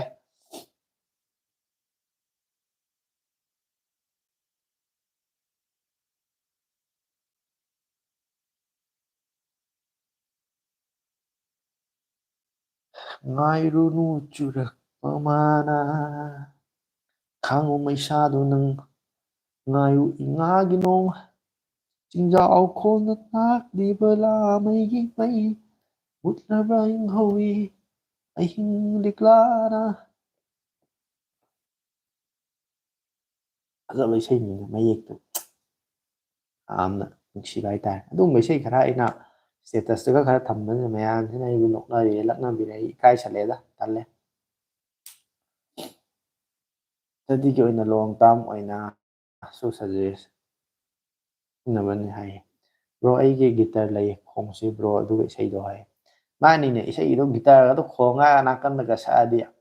ꯒꯤꯞ ꯃꯤ ꯁꯝ ꯁꯟꯁꯥꯏꯟꯒ ꯇꯧꯕꯗꯣ ꯏꯁꯩꯁꯦ ꯅꯩꯁꯟꯒꯗꯕꯅꯤ ꯈꯔ ꯍꯩꯇ꯭ꯔꯁꯨ ꯁꯛꯅꯤꯡꯕ ꯍꯥꯏꯇꯥꯔꯦ ꯁꯣꯍꯦꯜꯅ ꯅꯃꯥꯟꯅꯕꯤꯗꯣ ꯀꯧꯁꯜꯂꯛꯑꯣ ꯍꯥꯏꯔꯤꯌꯦ ꯑꯗꯨꯗꯤ ꯄꯩꯁꯥ ꯁꯦꯞ ꯑꯣꯏꯔꯦꯅꯦ ꯃꯦꯀꯞꯀꯤ ꯁꯤꯁꯇꯔꯒꯤ ꯊꯥꯗꯣꯛꯑꯦ ꯍꯥꯏ ꯃꯥꯅꯤꯅꯦ ꯐꯖ ꯑꯗꯨꯝ ꯂꯩꯔꯗꯤ ꯄꯩꯁꯥ ꯇꯤꯡꯗ꯭ꯔꯦ ꯌꯥꯝ ꯐꯕ ꯋꯥꯅꯤ ꯔꯥꯍꯨꯜ ꯇꯨꯝꯒꯤꯅꯣ ꯇꯨꯝꯕ ꯁꯥꯔꯒ ꯂꯨꯝꯃꯤꯗꯣ ꯑꯩ ꯈꯪꯉꯤꯀꯣ ꯀꯃꯦꯟ ꯏꯅꯤꯡꯗꯗꯅ ꯈꯥꯡꯕꯗꯣ ꯌꯦꯡꯕ ꯉꯝꯖꯔꯣꯏ ꯇꯨꯝꯃꯒꯦꯁꯨ ꯍꯥꯏꯗꯣꯛꯂꯨꯔꯒ ꯍꯥꯏꯔꯦ ꯃꯥꯅꯤ ꯂꯨꯝꯃꯒ ꯂꯩꯕꯒꯤ ꯐꯤꯕꯝꯗꯨꯗꯤ ꯇꯧꯅꯨ ꯇꯧꯍꯩꯗꯦ ꯃꯗꯨ ꯑꯩꯅ ꯁꯣꯝꯗ ꯋꯥꯉꯩ ꯂꯥꯏꯔꯤꯛ ꯊꯥꯗꯅ ꯃꯌꯥꯝ ꯀꯃꯦꯟ ꯂꯥꯛꯄ ꯉꯥꯏꯔꯦ ꯑꯗꯨꯒ ꯂꯨꯝ ꯂꯩꯕꯗꯤ ꯐꯠꯇꯦ ꯑꯩꯁꯨ ꯂꯥꯏꯔꯤꯛ ꯇꯧꯕ ꯀꯥꯎꯔꯦ ꯑꯗꯨꯒ ꯐꯝꯕ ꯂꯦꯞꯄ ꯇꯧꯕ ꯇꯟꯕꯒꯤ ꯇꯧꯖꯔꯕꯅꯤ ꯍꯥꯏ ꯃꯥꯅꯤꯅꯦ ꯌꯥꯗ꯭ꯔꯦꯗ ꯂꯥꯏꯔꯤꯛ ꯃꯁꯤꯡ ꯍꯦꯛꯇ ꯋꯥꯠꯂ ꯂꯩꯔꯝꯃꯤꯁꯦ ꯑꯗꯣ ꯑꯩꯈꯣꯏ ꯔꯣꯜ ꯀꯣꯜꯁꯦ ꯐꯖꯅ ꯇꯧꯔꯁꯤ ꯃꯃꯤꯡꯒ ꯀꯣꯟꯅꯅꯀꯣ ꯏꯁꯜꯂꯨ ꯃꯤꯡꯁꯦꯟꯁꯤꯁꯨ ꯏꯁꯜꯂꯨ ꯌꯥꯗ꯭ꯔꯦ ꯂꯥꯏꯔꯤꯛ ꯇꯧꯔꯝꯗ꯭ꯔꯦ ꯂꯦꯠꯇ ꯄꯥꯜꯂꯨ ꯍꯌꯦꯡꯒ ꯇꯧꯔꯗꯤ ꯐꯃꯨ ꯂꯦꯞꯄꯨꯗ ꯑꯣꯏꯅ ꯃꯁꯤꯡꯂꯣꯝꯗ ꯑꯣꯏꯅ ꯍꯦꯟꯒꯠꯍꯜꯂꯁꯤ ꯊ꯭ꯔꯤ ꯏꯗꯤꯌꯠꯀꯤ ꯏꯁꯩꯗꯣ ꯐꯥꯔꯗꯤ ꯁꯛꯂꯛꯑꯣ ꯐꯖꯕꯅꯤ ꯍꯥꯏꯔꯤ ꯑꯁ ꯐꯖꯈ꯭ꯔꯕꯖꯥꯠꯅꯤꯀꯣ ꯑꯁ ꯌꯥꯝꯅ ꯐꯖꯈ꯭ꯔꯕ ꯏꯁꯩꯅꯤ ꯃꯗꯨꯗꯤ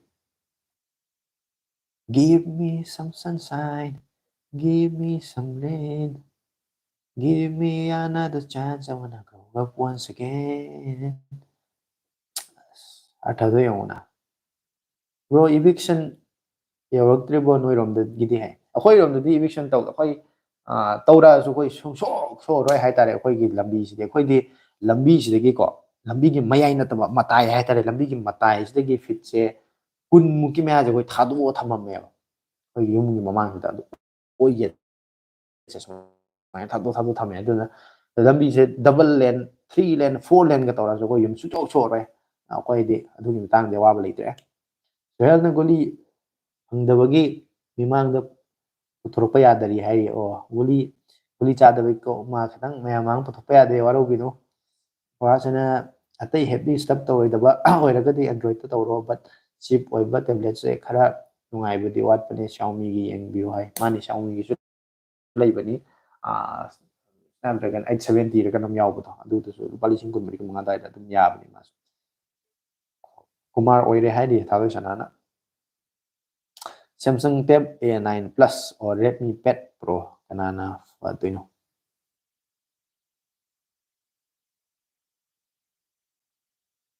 ꯑꯣꯚꯔꯑꯣꯜ ꯌꯦꯡꯕ ꯃꯇꯝꯗꯀꯣ ꯁꯦꯝꯁꯪꯅ ꯅꯨꯡꯉꯥꯏꯔꯛꯀꯅꯤ ꯃꯥꯒꯤ ꯀꯩꯅꯣꯁꯦ ꯑꯦꯠꯃꯣꯁꯐꯤꯌꯔꯁꯦ ꯁꯦꯝꯁꯪꯒꯤꯁꯤꯅ ꯈꯔꯗꯤ ꯅꯨꯡꯉꯥꯏꯔꯛꯀꯅꯤ ꯃꯥꯏ ꯏꯀꯣ ꯁꯤꯁꯇꯦꯝ ꯍꯥꯏꯇꯥꯔꯦ ꯂꯣꯏꯅꯃꯛꯁꯤ ꯌꯦꯡꯕ ꯃꯇꯝꯗ ꯁꯦꯝꯁꯪꯅ ꯈꯔ ꯅꯨꯡꯉꯥꯏꯅꯤ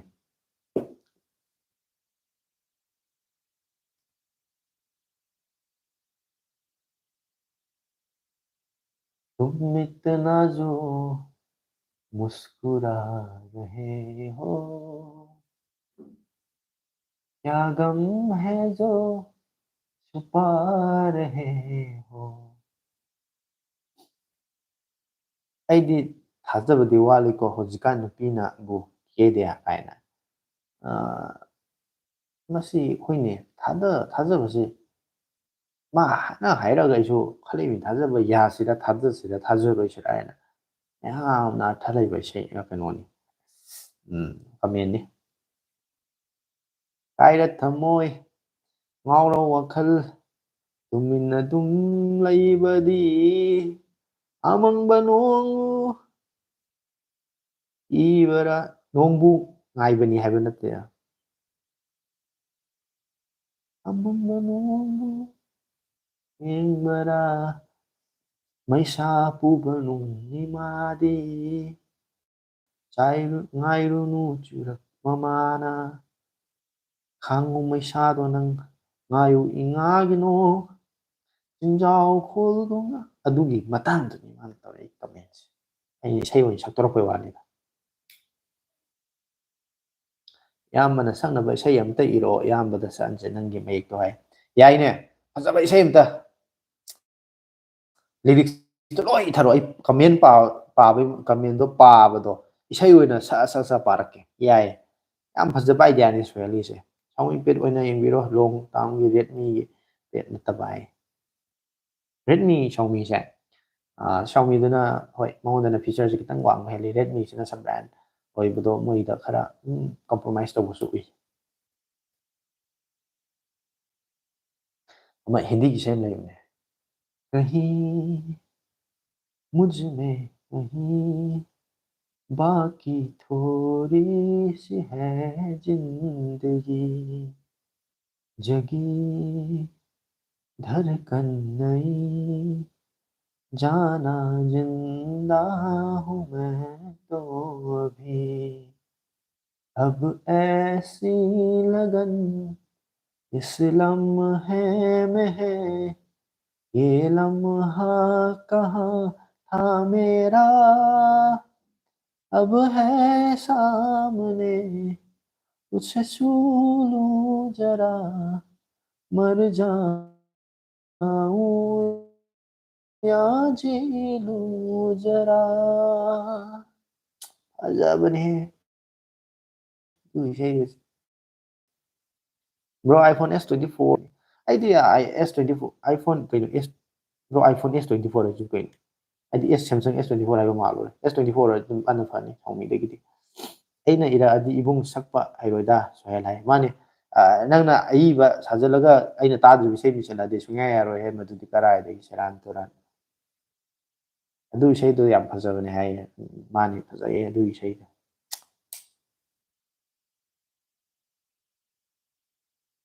हिंदी अरी अरी पीछे हम फसब फसब था बाहों में चले आओ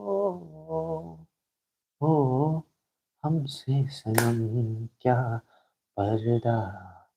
हमसे सनम क्या पर्दा ये आज का नहीं मिलन तो वो सही था अरी बताओ फसब है उम्र भर का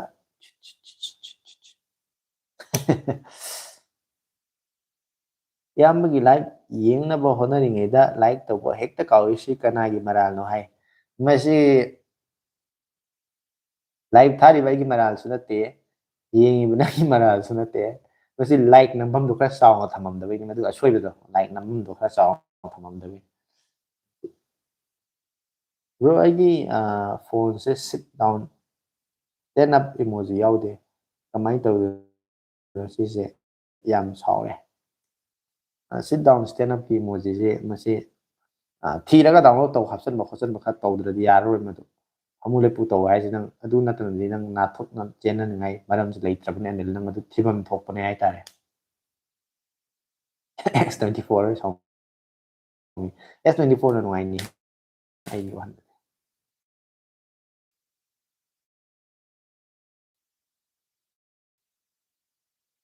ꯐꯕꯒꯤ ꯋꯥꯗꯤ ꯍꯦꯜꯂꯛꯀꯅꯤ ꯄ꯭ꯔꯥꯏꯁꯇꯨꯗꯤ 60K ꯃꯌꯥ ꯂꯥꯛꯀꯅꯤ ꯃꯥꯅꯤ ꯄꯩꯁꯥꯒꯤ ꯃꯇꯥꯡꯁꯤꯗꯤ ꯀꯔꯤ ꯍꯥꯏꯔꯨꯅꯤ ꯄꯝꯊꯤꯟ S24 ꯍꯥꯏꯅ ꯍꯥꯏꯌꯦ ꯑꯗꯨꯒ ꯍꯦꯔꯣ ꯄꯟꯠ ꯍꯥꯏꯕ ꯀꯩꯅꯣ ꯍꯩꯔꯣ ꯐꯟꯠ ꯍꯥꯏꯕ ꯀꯔꯝ ꯍꯥꯏꯅꯤ ꯄ꯭ꯔꯣ ꯑꯦꯁ ꯁꯦꯝꯁꯪ A35ꯀ A36 ꯀꯔꯝꯕꯅ A36ꯇ ꯑꯣꯏꯅ ꯌꯦꯡꯍꯟꯅꯤꯡꯉꯤ ꯑꯗꯨꯒ ꯏꯪꯅ ꯆꯤꯡꯅ ꯇꯧꯕ ꯏꯁꯩ ꯄꯥꯏꯂꯤꯟꯒꯤ ꯏꯁꯩꯗꯁꯨ ꯍꯣꯏ ꯂꯣꯏꯅꯤ ꯐꯥꯗꯦꯗ ꯑꯗꯨ ꯏꯁꯩ ꯐꯗꯤ ꯐꯖꯕꯅꯦ ꯏꯪꯅ ꯆꯤꯛꯅ ꯍꯤꯡꯗ ꯂꯥꯛꯈꯤ ꯅꯪꯅ ꯍꯪꯈꯤ ꯑꯩꯉꯣꯟꯗ ꯅꯨꯡꯁꯤꯔꯤꯕꯔꯥ ꯑꯩꯕꯨ ꯑꯣ ꯈꯨꯝꯈꯤ ꯑꯩꯅ ꯑꯣ ꯈꯨꯝꯈꯤ ꯑꯩꯅ ꯅꯨꯡꯁꯤꯔꯤ ꯅꯨꯡꯁꯤꯔꯤ ꯅꯨꯡꯁꯤꯈꯤꯒꯅꯤ ꯅꯨꯡꯁꯤꯈꯤꯒꯅꯤ ꯅꯪꯕꯨ ꯇꯧꯕꯗꯣ ꯐꯖꯕ ꯏꯁꯩꯅꯤꯅꯦ ꯐꯖ ꯐꯖꯕ ꯌꯥꯝ ꯅꯤꯡꯁꯤꯡꯉꯛꯏ ꯀꯃꯥꯏꯅ ꯇꯧꯔꯤꯅꯣ ꯑꯗꯩ ꯑꯃꯁꯨ ꯂꯩꯕꯅꯦ ꯑꯔꯤꯕ ꯅꯥꯎꯕꯣꯏꯒꯤ ꯏꯇꯅ ꯏꯈꯤꯕ ꯃꯌꯦꯛ ꯍꯥꯏꯅ ꯇꯧꯕ ꯑꯃ ꯂꯩꯕꯗꯣ ꯅꯨꯡꯁꯤꯅ ꯊꯝꯖꯕ ꯁꯛꯇꯝ ꯈꯨꯗꯥꯡꯗ ꯍꯛꯈꯤꯕ ꯅꯪꯒꯤ ꯅꯃꯤꯡꯁꯤꯅ ꯑꯣꯏꯔꯦ ꯉꯁꯤꯗꯤ ꯌꯦꯛꯅꯕ ꯇꯧꯕꯗꯣ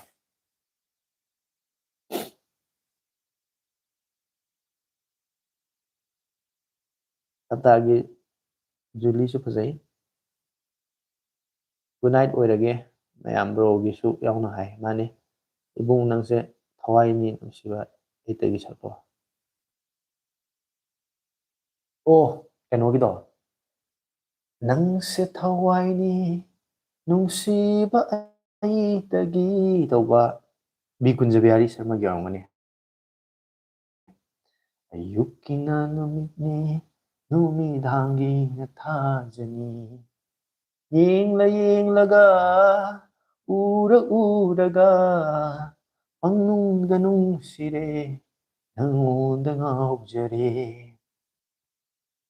ꯇꯥꯝꯂ ꯆꯤꯡꯒꯤ ꯂꯝꯗꯝꯗꯨꯗ ꯇꯥꯍꯧꯋꯤ ꯅꯪꯒꯤ ꯈꯣꯡꯒꯨꯜꯒꯤ ꯃꯃꯤ ꯐꯖꯕ ꯏꯁꯩꯅꯤꯍꯦ ꯀꯔꯤꯅꯣ ꯌꯥꯗ꯭ꯔꯦ ꯊꯃꯣꯏꯒꯁꯦ ꯕꯦꯔꯦ ꯕꯦꯔꯦ ꯕꯦꯔꯦ ꯄꯦꯊꯣꯔꯛꯏ ꯑꯗꯨꯁꯤꯅ ꯃꯔꯥꯜꯅ ꯀꯩꯅꯣ ꯃꯔꯜꯅꯤ ꯃꯔꯝꯗꯤ ꯃꯥꯅ ꯔꯣꯜ ꯀꯣꯔꯤꯕꯅꯤꯅ ꯌꯥꯝꯅ ꯃꯥꯅ ꯍꯥꯏꯔꯛꯀꯗꯕꯅꯤ ꯊꯥꯗꯣꯏꯁꯅꯥꯅ ꯁꯤꯟꯅꯕ ꯌꯥꯗ꯭ꯔꯦ ꯔꯣꯜ ꯀꯣꯜ ꯀꯧꯕꯁꯤ ꯃꯥꯅꯤ ꯃꯥꯏ ꯃꯔꯥꯜꯁꯨ ꯑꯣꯏꯅꯤ ꯃꯁꯤ ꯑꯩꯒꯤꯗꯤ ꯁꯣꯝꯗ ꯂꯥꯏꯛ ꯊꯥꯔꯤ ꯃꯌꯥꯝꯁꯨ ꯀꯃꯦꯟ ꯇꯧꯅꯕ ꯍꯣꯠꯅꯔꯤ ꯃꯥꯅ ꯑꯃꯨꯛ ꯂꯥꯏꯛ ꯅꯝꯕ ꯅꯝꯗꯕꯁꯤ ꯁꯦꯟꯅꯔꯤ ꯃꯥ ꯍꯥꯏꯐꯝ ꯊꯣꯛꯄꯅꯤ ꯆꯨꯝꯃꯤ ꯑꯒꯅꯤꯄꯠꯇ ꯂꯩꯔꯝꯃꯦ ꯍꯥꯏꯔꯤ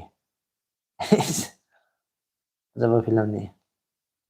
ꯑꯣꯐꯂꯥꯏꯟꯗꯒꯤ ꯂꯩꯕ ꯑꯣꯟꯂꯥꯏꯟꯗ ꯑꯦꯃꯥꯖꯣꯟ ꯐ꯭ꯂꯤꯞꯀꯥꯔꯠꯇ ꯄ꯭ꯔꯥꯏꯁ ꯑꯣꯏꯒꯗ꯭ꯔꯣ ꯅꯠꯇ꯭ꯔꯒ ꯁ꯭ꯇꯣꯔ ꯄ꯭ꯔꯥꯏꯁ ꯑꯣꯏꯒꯗ꯭ꯔꯣ ꯍꯥꯏ ꯑꯣꯐꯂꯥꯏꯟꯗꯒꯤ ꯂꯩꯕꯗꯤ ꯗꯨꯀꯥꯟ ꯃꯥꯒꯤ ꯁ꯭ꯇꯣꯔꯗꯨ ꯃꯈꯥ ꯄꯣꯜꯂꯦ ꯑꯣꯟꯂꯥꯏꯟ ꯁꯦꯝꯁꯪ ꯁ꯭ꯇꯣꯔꯒꯨꯝꯕꯗꯒ ꯂꯩꯔꯒꯗꯤ ꯑꯣꯟꯂꯥꯏꯟꯒꯤ ꯄ꯭ꯔꯥꯏꯁꯀ ꯃꯥꯟꯅꯅꯤ ꯑꯅꯤꯜ ꯃꯥꯏꯕꯝꯅ ꯍꯪꯒꯥꯝ ꯃꯔꯨ ꯄꯣꯛꯈꯥꯏꯕꯒꯤ ꯅꯥꯎꯕꯣꯏꯒꯤ ꯃꯥꯅꯤ ꯆꯨꯝꯃꯦ ꯑꯦꯔꯣꯞꯃꯟ ꯁ꯭ꯇꯣꯔ ꯃꯈꯥ ꯄꯣꯜꯂꯦ ꯁꯦꯝꯁꯪꯒꯤ ꯊꯦꯡꯅꯗꯦ ꯑꯣꯟꯂꯥꯏꯟ ꯄ꯭ꯔꯥꯏꯁꯇ ꯄꯤꯕ ꯁꯦꯝꯁꯪꯒꯤꯗꯤ ꯍꯥꯏ ꯃꯥꯒꯤ ꯑꯣꯟꯂꯥꯏꯟ ꯁꯦꯝꯁꯪ ꯁ꯭ꯇꯣꯔꯗꯤ ꯀꯩꯅꯣꯗ ꯁꯦꯝꯁꯪꯒꯤ ꯋꯦꯕꯁꯥꯏꯠꯇ ꯂꯩꯕ ꯃꯃꯜ ꯑꯗꯨ ꯑꯗꯨꯃꯥꯏꯅ ꯄꯤꯕꯅꯦ ꯌꯥꯝ ꯐꯖꯩ ꯍꯥꯏꯔꯤ ꯚꯣꯀꯦꯜꯁꯤ ꯍꯥꯏꯔꯤ ꯊꯥꯒꯠꯆꯔꯤ ꯑꯩꯗꯤ ꯏꯁꯩ ꯁꯛꯄ ꯍꯩꯇꯕꯅꯤꯀꯣ ꯁꯨꯝ ꯑꯩꯅ ꯄꯥꯝꯖꯕ ꯏꯁꯩ ꯉꯪꯕꯩ ꯋꯥꯅꯤ ꯀꯥꯏꯗꯦ ꯃꯌꯥꯝ ꯂꯣꯏꯅ ꯁꯤ ꯂꯥꯏꯚꯇ ꯌꯦꯡꯕ ꯃꯤ ꯃꯁꯤꯡ ꯍꯟꯊꯈ꯭ꯔꯦ ꯍꯧꯖꯤꯛ ꯏꯁꯩ ꯁꯛꯎꯕꯗꯩ ꯁꯤ ꯑꯩ ꯁꯟ ꯄꯨꯜꯂꯝꯕꯗꯣ ꯁꯟ ꯎꯆꯨ ꯐꯨꯛꯇꯣ ꯆꯦꯜꯂꯦꯕ ꯑꯩ ꯏꯁꯩ ꯁꯛꯂꯛꯑꯗꯤ ꯁꯤ ꯌꯥꯗꯦꯕ ꯑꯩ ꯁꯤ ꯑꯩꯉꯣꯟꯗ ꯍꯥꯏꯒꯅꯨ ꯏꯁꯩ ꯁꯛꯄꯒꯤ ꯃꯇꯥꯡꯁꯦ ꯄꯜꯂꯛꯀꯅꯨ ꯍꯥꯏꯅ ꯍꯥꯏꯕꯅꯤ ꯁꯤ ꯌꯥꯔꯣꯏꯗꯣꯔꯤ ꯏꯕꯨꯡ ꯁꯌꯣꯜꯁꯦ ꯗꯥ ꯄꯥꯔꯤꯅꯦ ꯍꯥꯏꯌꯦ ꯑꯣ ꯄꯥꯔꯤꯅ ꯀꯃꯦꯟ ꯇꯧꯔꯛꯏꯁꯦ ꯏꯁꯩꯁꯦ ꯄꯥꯔꯤ ꯑꯗꯨ ꯌꯥꯗꯦꯀꯣ ꯑꯩ ꯏꯁꯩꯒꯤ ꯃꯇꯥꯡꯁꯦꯀꯣ ꯑꯩ ꯇꯣꯛꯍꯧꯔꯒꯦ ꯁꯛꯄꯒ ꯂꯥꯏ ꯉꯪꯕꯒ ꯇꯣꯛꯑꯒꯦ ꯂꯥꯏꯚ ꯌꯦꯡꯕ ꯃꯤ ꯃꯁꯤꯡ ꯍꯧꯒꯠꯇꯅ ꯆꯠꯈꯤꯗꯅ ꯃꯤ ꯃꯁꯤꯡ ꯍꯟꯊꯔꯛꯑꯦ ꯌꯥꯗ꯭ꯔꯦꯕꯁꯨ ꯂꯥꯏꯚ ꯏꯁꯩ ꯁꯛꯎꯕꯗꯒꯤ ꯏꯌꯥꯝꯕ ꯕꯤꯛ ꯕꯤꯂꯤꯌꯟ ꯗꯦ ꯁꯦꯜꯁꯦ iPhone 17 ꯂꯣꯟꯆ ꯃꯇꯨꯡꯗ ꯑꯣꯏꯗꯣꯏꯔꯥ ꯍꯣꯏ ꯑꯣꯏꯗꯣꯏꯅꯤ iPhone 17 September 13 ꯐꯥꯎꯗ ꯀꯝꯄꯜꯁꯔꯤ ꯂꯣꯟꯆ ꯇꯧꯔꯅꯤ ꯂꯥꯏꯛ ꯃꯥꯟꯅꯗꯕ ꯂꯣꯏ ꯐꯝꯃꯨ ꯂꯦꯞꯄꯨ ꯇꯔꯥ ꯇꯧ ꯍꯧꯖꯤꯛ ꯃꯥꯅꯤ ꯂꯥꯏꯛ ꯇꯧꯗꯕ ꯃꯈꯩ ꯁꯃꯨ ꯂꯦꯞꯄꯨ ꯇꯧꯔꯣ iPhoneꯒꯤꯗꯤ ꯑꯦꯕ꯭ꯔꯤ ꯁꯦꯞꯇꯦꯝꯕꯔ ꯑꯅꯧꯕ ꯐꯣꯟ ꯂꯥꯛꯀꯅꯤ ꯍꯥꯏꯔꯦ ꯑꯗꯨꯒ ꯐꯖꯩꯌꯦ ꯌꯥꯏꯌꯦ ꯍꯦꯜꯂꯛꯂꯗꯨꯅꯤ ꯍꯥꯏꯌꯦ ꯍꯦꯟꯒꯠꯂꯛꯑꯗꯨꯅꯤ ꯍꯟꯊꯔꯛꯏꯅꯦꯃꯦ ꯅꯪꯕꯨ ꯑꯁ ꯌꯥꯗ꯭ꯔꯦ ꯃꯤ ꯃꯁꯤꯡ ꯍꯟꯊꯔꯛꯑꯦ ꯌꯥꯗ꯭ꯔꯦ ꯑꯩ ꯌꯥꯗ꯭ꯔꯦꯀꯣ ꯕ꯭ꯔꯣ ꯁꯟ ꯇꯨꯝꯃꯤ ꯉꯥꯡꯕꯤꯌꯨ ꯀꯩ ꯍꯥꯏꯅꯣ ꯁꯟ ꯇꯨꯝꯃꯤꯑꯕ ꯁꯟꯗ ꯇꯨꯝꯕ ꯋꯥꯅꯤ ꯑꯩꯅ ꯏꯁꯩ ꯁꯛꯄ ꯇꯥꯔꯗꯤ ꯍꯧꯒꯠꯂ ꯆꯦꯟꯈꯤꯗꯣꯏꯅꯦ ꯎꯆꯨ ꯐꯣꯛꯇꯣꯛꯑꯒ ꯇꯧꯅꯣꯃꯦ ꯑꯗꯨꯝꯕꯗꯣ ꯁꯦꯔꯥꯟ ꯇꯨꯔꯥꯟ ꯅꯁꯥ ꯈꯔ ꯐꯔꯕ꯭ꯔꯣ ꯍꯥꯏꯔꯤꯌꯦ 23ꯗꯣ ꯑꯩꯒꯤꯅꯤ ꯍꯥꯏꯔꯤꯌꯦ ꯃꯤ ꯃꯁꯤꯡ ꯍꯟꯊꯔꯛꯏꯅꯤꯀꯣ ꯏꯁꯩ ꯁꯛꯎꯕꯗꯒꯤ ꯑꯩ ꯁꯥꯔꯣꯏ ꯑꯩ ꯂꯥꯏꯚ ꯋꯥꯡꯉꯩ ꯊꯥꯔꯁꯤꯗꯩꯗ ꯃꯌꯥꯝ ꯀꯃꯦꯟ ꯄꯥꯖꯔꯝꯕꯁꯦ ꯅꯨꯡꯉꯥꯏꯅ ꯍꯔꯥꯎ ꯇꯌꯥꯝꯅ ꯏꯁꯩ ꯈꯔ ꯉꯪꯉꯨꯗꯅꯁꯨ ꯃꯤ ꯃꯁꯤꯡ ꯂꯣꯏ ꯍꯟꯊꯗꯅ ꯆꯠꯈ꯭ꯔꯦꯁꯦ ꯇꯥꯗꯣꯏꯁꯅ ꯑꯃꯨꯛ ꯈꯔ ꯐꯔꯦ ꯍꯥꯏꯔꯤ ꯇꯥꯝꯂ ꯆꯤꯡꯒꯤ ꯀꯅꯥꯅꯣ ꯁꯛꯂꯛꯏꯁꯦ ꯑꯦꯔꯥ ꯑꯩ ꯆꯤꯟꯁꯦ ꯈꯨꯝꯖꯤꯜꯂꯒꯦ ꯏꯁꯩ ꯁꯛꯎꯕꯗꯩ ꯃꯤ ꯃꯁꯤꯡ ꯍꯟꯊꯔꯛꯑꯦ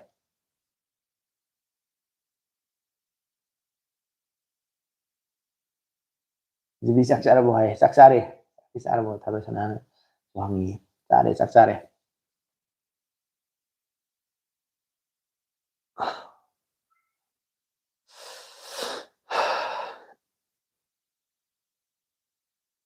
ꯁꯛꯂꯛꯑꯣ ꯌꯥꯔꯤ ꯇꯧꯅꯨ ꯀꯣ ꯏꯁꯩꯒ ꯁꯛꯇꯅ ꯈꯣꯠꯇꯅ ꯇꯧ ꯃꯤ ꯍꯟꯊꯈꯤꯅꯕ ꯏꯕꯨꯡ ꯍꯟꯗꯦꯗ ꯍꯥꯏꯔꯤ ꯍꯜꯂꯦꯃꯤ ꯑꯩ ꯌꯦꯡꯉꯤꯃꯤꯁꯤ ꯂꯥꯏꯛ ꯃꯁꯤꯡꯗꯒꯤ ꯃꯤ ꯃꯁꯤꯡ ꯍꯦꯟꯅ ꯂꯤꯠꯈ꯭ꯔꯦ ꯍꯧꯖꯤꯛꯁꯦ ꯌꯦꯡꯉꯣ ꯉꯁꯥꯏꯒꯤ ꯏꯁꯩ ꯁꯛꯎꯕꯗꯨꯅ ꯃꯌꯥꯝꯁꯦ ꯏꯁꯩꯗꯨ ꯀꯗꯥꯏꯗꯒꯤꯅꯣ ꯍꯉꯣꯏ ꯄꯣꯔꯣꯕꯤ ꯑꯃ ꯒꯣ ꯂꯥꯎ ꯈꯣꯡꯉꯛꯑꯦꯗꯅ ꯂꯣꯏ ꯆꯦꯟꯒ꯭ꯔꯦ ꯍꯧꯒꯠꯇꯅ ꯌꯥꯔꯔꯣꯏ ꯑꯌꯥꯝꯕꯒꯤ ꯏꯁꯩꯗꯤ ꯕꯥꯠꯔꯨꯝ ꯁꯣꯡ ꯑꯩꯈꯣꯏꯗꯤ ꯏꯀꯥꯏꯔꯦꯍꯦ ꯍꯥꯏꯔꯤ ꯏꯁꯩꯒꯤ ꯋꯥꯗꯤ ꯑꯩꯈꯣꯏꯁꯨ ꯏꯀꯥꯏ ꯍꯩꯕꯣ ꯑꯩꯈꯣꯏꯗꯤ ꯕꯥꯠꯔꯨꯝꯗꯀꯣ ꯕꯥꯠꯔꯨꯝꯗꯒ ꯅꯠꯇꯦꯅꯦ ꯂꯃꯥꯡ ꯂꯧꯕꯨꯛ ꯃꯌꯥꯏꯒꯨꯝꯕ ꯆꯤꯡꯗꯣꯟꯒꯨꯝꯕ ꯀꯥꯔꯒ ꯃꯤ ꯇꯥꯔꯣꯏꯗꯕ ꯃꯐꯝꯗ ꯈꯛꯇꯅꯤ ꯏꯁꯩꯁꯦ ꯑꯩꯈꯣꯏꯗꯤ ꯌꯨꯝꯗ ꯂꯩꯕ ꯃꯤ ꯀꯥꯗ ꯊꯪꯅꯕ ꯃꯤ ꯇꯥꯔꯝꯒꯅꯤ ꯑꯩꯈꯣꯏꯗꯤ ꯑꯗꯨꯐꯥꯎ ꯇꯧ ꯄꯣꯟꯇꯦ ꯌꯥꯝꯅ ꯂꯩꯔꯝꯃꯤ ꯑꯩꯒꯤꯁꯨ ꯃꯇꯝ ꯑꯃꯗ ꯊꯋꯥꯏꯗꯒꯤꯁꯨ ꯍꯦꯜꯂꯕꯤ ꯑꯃ ꯑꯗꯨꯕꯨ ꯆꯠꯈ꯭ꯔꯦ ꯊꯥꯗꯣꯛꯇꯨꯅ ꯃꯥꯗꯤ ꯅꯨꯡꯁꯤꯕꯕꯨ ꯃꯥꯅ ꯈꯣꯡꯒꯨꯟꯅꯔꯝꯂꯒ ꯄꯨꯟꯁꯤꯒꯤ ꯂꯝꯕꯤꯗꯤ ꯀꯥꯎꯕ ꯂꯩꯇꯦ ꯊꯃꯣꯏꯗ ꯅꯧꯍꯧꯅ ꯃꯩ ꯆꯥꯛꯄꯤꯔꯤ ꯇꯣꯛꯑꯦ ꯅꯣꯏꯅ ꯑꯗꯨꯃꯥꯏꯅ ꯀꯃꯦꯟ ꯇꯧꯁꯜꯂꯗꯤ ꯏꯀꯥꯏꯕ ꯄꯤꯔꯛꯑꯦ ꯑꯩ ꯏꯀꯥꯏꯁꯜꯂꯛꯑꯦꯕ ꯁꯤ ꯌꯥꯗꯦꯕ ꯑꯩ ꯏꯁꯩꯒ ꯗꯥ ꯄꯔꯤ ꯅꯁꯥ ꯉꯝꯗꯕ ꯆꯥꯕ ꯇꯨꯝꯕ ꯆꯥꯅꯤꯡꯉꯥꯏ ꯀꯩ ꯍꯥꯏꯅꯣ ꯆꯥꯡ ꯅꯥꯏꯅ ꯇꯧ ꯅꯁꯥ ꯆꯣꯛꯊꯅꯕ ꯍꯥꯏꯔꯤ ꯕ꯭ꯔꯣ 36ꯅ ꯐꯅꯤ ꯍꯥꯏꯔꯦ ꯍꯟꯗꯛ ꯑꯅꯧꯕ ꯂꯣꯟꯆ ꯇꯧꯕ ꯐꯣꯟ ꯑꯣꯏꯔꯦ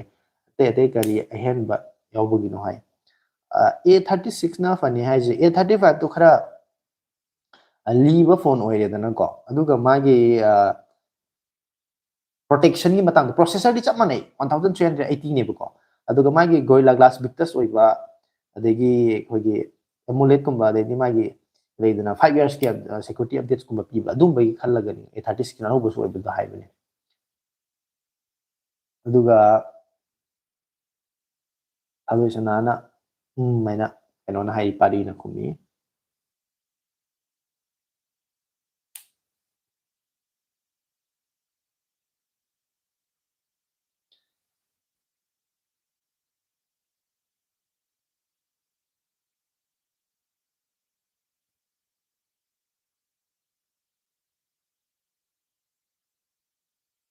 ꯃꯌꯥꯝ ꯍꯤꯟꯗꯤꯒꯤ ꯏꯁꯩ ꯐꯖ ꯐꯖꯕ ꯈꯔ ꯃꯃꯤꯡ ꯈꯔ ꯍꯥꯏꯔꯛꯎꯅꯦ ꯇꯥꯁꯤꯅꯦ ꯍꯥꯏꯗꯤ ꯑꯩꯅ ꯈꯔ ꯐꯖꯕ ꯏꯁꯩ ꯈꯔ ꯑꯔꯤꯕ ꯏꯁꯩ ꯈꯔ ꯍꯥꯏꯁꯦ ꯅꯤꯡꯁꯤꯡꯕ ꯉꯝꯗꯔꯦ ꯀꯣꯛꯁꯤꯗ ꯀꯅꯥꯅꯣ ꯑꯗꯨꯗ ꯂꯣꯟꯅ ꯂꯨꯝꯃꯤꯗꯣ ꯀꯃꯦꯟ ꯏꯔꯛꯑꯣ ꯅꯠꯇ꯭ꯔꯗꯤ ꯅꯪ ꯅꯅꯥ ꯄꯥꯏꯔꯒ ꯅꯪ ꯊꯥꯡꯒꯠꯂ ꯂꯦꯞꯆꯅꯤ ꯍꯥꯏ ꯆꯨꯝꯃꯤ ꯀꯃꯦꯟ ꯏꯗꯕꯤ ꯂꯣꯠꯅ ꯂꯩꯗꯣ ꯀꯅꯥꯅꯣ ꯏꯔꯧ ꯁꯠ ꯁꯠ ꯃꯔꯨꯝꯗꯒꯤ ꯊꯥꯗꯣꯛꯁꯅꯥ ꯂꯣꯏ ꯎꯔꯦ ꯃꯥꯅ ꯔꯣꯜ ꯀꯣꯜ ꯇꯧꯔꯤꯅꯤ ꯂꯩꯔꯤ ꯃꯤꯁꯤꯡꯗꯣ ꯍꯦꯛ ꯀꯃꯦꯟ ꯏꯔꯝꯗꯕ ꯉꯩ ꯐꯃꯨꯡꯗ ꯄꯨꯊꯣꯛꯍꯜꯂꯣ ꯇꯔꯥ ꯇꯔꯥ ꯍꯤꯟꯗꯤꯒꯤ ꯏꯁꯩ ꯐꯖꯕ ꯈꯔ ꯑꯝꯇ ꯍꯥꯏꯕꯤꯔꯛꯑꯣ ꯅꯤꯡꯁꯤꯡꯕ ꯉꯝꯗ꯭ꯔꯦꯅꯦ ꯑꯩꯁꯦ ꯀꯔꯤ ꯀꯔꯤ ꯂꯇꯥ ꯃꯪꯒꯦꯁꯀꯔꯒꯤ ꯏꯁꯩꯒꯨꯝꯕ ꯈꯔ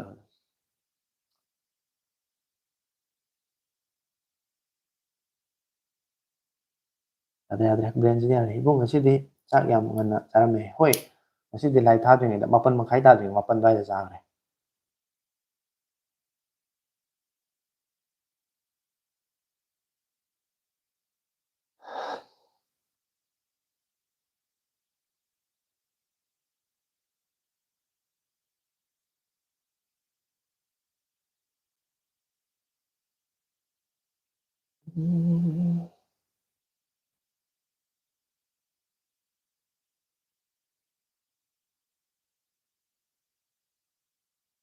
ꯂꯥꯏꯚ ꯀꯩꯗꯧꯉꯩꯗꯩ ꯊꯥꯕ ꯉꯝꯗꯣꯏꯅꯣꯅ ꯍꯪꯉꯤ ꯃꯥꯏꯁꯦ ꯄꯥꯔꯤꯗ ꯍꯪꯕ ꯃꯥꯜꯂꯤ ꯆꯠꯂꯣꯏꯗꯕ꯭ꯔꯣ ꯃꯣꯕꯥꯏꯜꯒ ꯏꯁꯩꯒ ꯌꯥꯝ ꯃꯔꯤ ꯂꯩꯅꯩ ꯏꯁꯩꯅ ꯑꯆꯧꯕ ꯃꯐꯝ ꯀꯜꯂꯤ ꯃꯣꯕꯥꯏꯜꯗ ꯍꯥꯏ ꯍꯣꯏꯅꯦ ꯃꯣꯕꯥꯏꯜ ꯄꯥꯏꯅꯩꯁꯦ ꯐꯣꯟ ꯄꯥꯏꯅꯩꯁꯦ ꯐꯣꯟꯗ ꯏꯁꯩ ꯇꯥꯟꯅꯕꯁꯨ ꯑꯌꯥꯝꯕꯅꯅꯤꯀꯣ ꯑꯩꯁꯨ ꯏꯁꯩ ꯌꯥꯝ ꯇꯥꯏ ꯐꯣꯟꯗꯒꯤ ꯑꯗꯣ ꯈꯣꯟꯖꯦꯜꯗꯣ ꯉꯁꯥꯏꯒꯤ ꯐꯖꯕ ꯍꯉꯣꯏ ꯕꯣꯔꯣꯕꯤ ꯑꯃ ꯈꯣꯡꯉꯛꯄꯒꯨꯝꯕꯅꯤꯅ ꯃꯈꯣꯟꯗꯣ ꯇꯥꯕꯗ ꯆꯦꯟꯈꯤꯗ꯭ꯔꯥ ꯍꯥꯏꯅ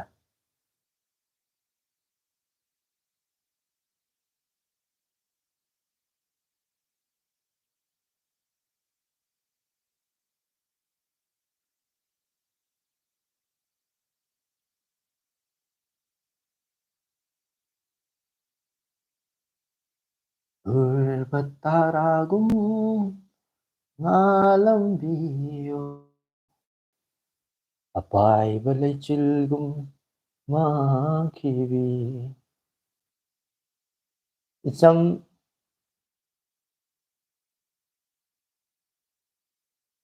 ꯏꯆꯝ ꯆꯝꯖꯕꯤ ꯏꯉꯥꯎ ꯉꯥꯎꯖꯕꯤ ꯅꯪꯁꯦ ꯃꯉꯥꯎ ꯊꯤꯈ꯭ꯔꯦꯗ ꯅꯪꯁꯦ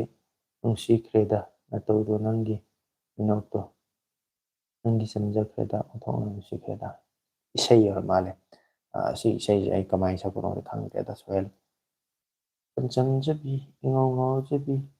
ꯃꯃꯣꯟ ꯅꯣꯛꯀꯟꯕꯤ ꯅꯪꯒꯤ ꯅꯇꯧꯗꯣ ꯄꯥꯝꯖꯔꯨꯏ ꯊꯃꯣꯏꯅ ꯈꯣꯏꯗꯥꯖꯔꯨꯏ ꯍꯥꯏꯅ ꯇꯧꯕ ꯏꯁꯩ ꯑꯃꯗꯤ ꯂꯩꯕꯅꯦ ꯑꯗꯨ ꯏꯁꯩꯗꯨꯗꯤ ꯅꯠꯇꯦ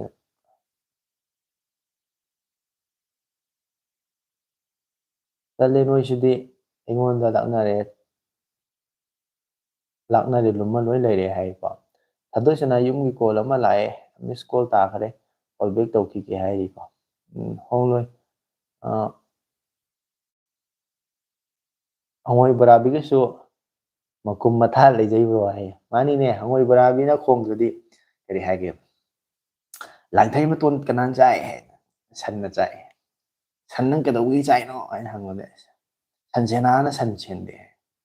ꯁꯟꯖꯦꯅꯥ ꯅꯪꯗꯤ ꯀꯔꯤꯒꯤ ꯁꯟ ꯁꯦꯟꯗ꯭ꯔꯤꯅꯣ ꯏꯆꯦꯅ ꯆꯥꯛ ꯊꯣꯡꯗꯦ ꯍꯥꯏ ꯃꯆꯦ ꯅꯪꯗꯤ ꯀꯔꯤꯒꯤ ꯆꯥꯛ ꯊꯣꯡꯗ꯭ꯔꯤꯅꯣ ꯍꯥꯏ ꯅꯣꯡ ꯆꯨꯏ ꯁꯤꯡ ꯆꯣꯠꯂꯤꯁꯤꯅꯤ ꯁꯤꯡ ꯅꯪꯗꯤ ꯀꯔꯤꯒꯤ ꯆꯣꯠꯂꯤꯅꯣ ꯍꯥꯏ ꯍꯉꯣꯏ ꯕꯣꯔꯥ ꯈꯣꯡꯉꯤ ꯁꯤꯅꯦꯕ ꯍꯉꯣꯏ ꯅꯪꯗꯤ ꯀꯔꯤꯒꯤ ꯈꯣꯡꯉꯤꯅꯣ ꯁꯤ ꯃꯇꯝꯅꯤ ꯀꯩꯅꯣ ꯒꯣꯒꯥ ꯒꯣꯒꯥ ꯍꯥꯏ ꯈꯣꯡꯉꯦ ꯍꯥꯏꯗ ꯑꯗꯨꯒꯤ ꯋꯥꯔꯤꯅꯤꯗ ꯊꯥꯗꯣꯏꯁꯅꯥꯅ ꯍꯥꯏꯔꯤꯌꯦ ꯍꯦꯜꯂꯣ ꯇꯥꯕꯤꯅꯤꯡꯕ ꯏꯁꯩ ꯅꯠꯇ꯭ꯔꯣ ꯏꯌꯥꯝꯕ ꯑꯃꯇ ꯈꯟꯖꯒꯦ ꯇꯥꯝꯅ ꯇꯥꯝꯅ ꯍꯥꯏꯕꯁꯨ ꯁꯛꯄꯤꯔꯛꯑꯣ ꯑꯩ ꯃꯥꯅꯤ ꯍꯦꯜꯂꯣ ꯐꯔꯃꯥꯏꯁ ꯍꯥꯏꯅ ꯇꯧꯕ ꯑꯃ ꯂꯩꯗꯥꯏ ꯍꯤꯟꯗꯤꯒꯤꯗ ꯍꯦꯜꯂꯣ ꯐꯔꯃꯥꯏꯁ ꯍꯥꯏꯅ ꯇꯧꯕꯗꯣ ꯃꯅꯤꯄꯨꯔꯒꯤꯅ ꯍꯦꯜꯂꯣ ꯇꯥꯕꯤꯅꯤꯡꯕ ꯐꯣꯟ ꯏꯟ ꯄ꯭ꯔꯣꯒꯥꯝ ꯍꯥꯏꯅ ꯇꯧꯋꯤ ꯑꯗꯣ ꯏꯁꯩ ꯈꯜꯂꯛꯄꯁꯨ ꯌꯥꯏ ꯑꯗꯣ ꯑꯩꯗꯤ ꯁꯛꯇꯦꯍꯦ ꯏꯁꯩ ꯈꯜꯂꯛꯄ ꯈꯛꯇꯅꯤ ꯇꯧꯒꯗꯕꯁꯨ ꯃꯌꯥꯝꯅ ꯑꯩꯗꯤ ꯁꯛꯄ ꯍꯩꯇꯕꯅꯤꯅ ꯁꯛꯇꯦ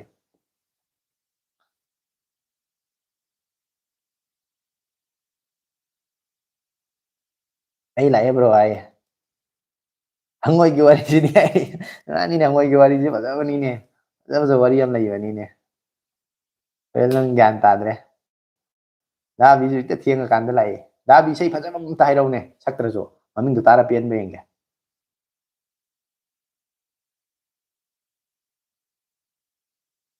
अजीब दास्ता है ये कहाँ शुरू कहाँ खत्म ये मंजिल है कौन सी, ना वो समझ सके ना हम.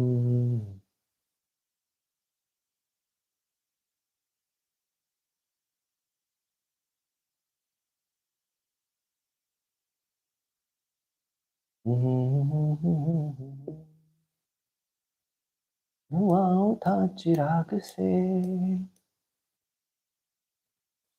किसी के इतने पास हो कि सबसे दूर हो गए. ꯑꯗꯨ ꯏꯁꯩꯗꯨꯒꯤ ꯂꯣꯏꯁꯤꯜꯂꯛꯄ ꯁꯔꯨꯛꯇ मुबारक है तुम्हें कि तुम किसी का नूर हो गए, किसी के प्यार लेके तुम नया जहां बसाओगे तबलो. ये शाम जब भी आएगी हम तुमको याद आओगे, तुम हमको याद आओगे. फजबनी है लिरिक्स दी मई.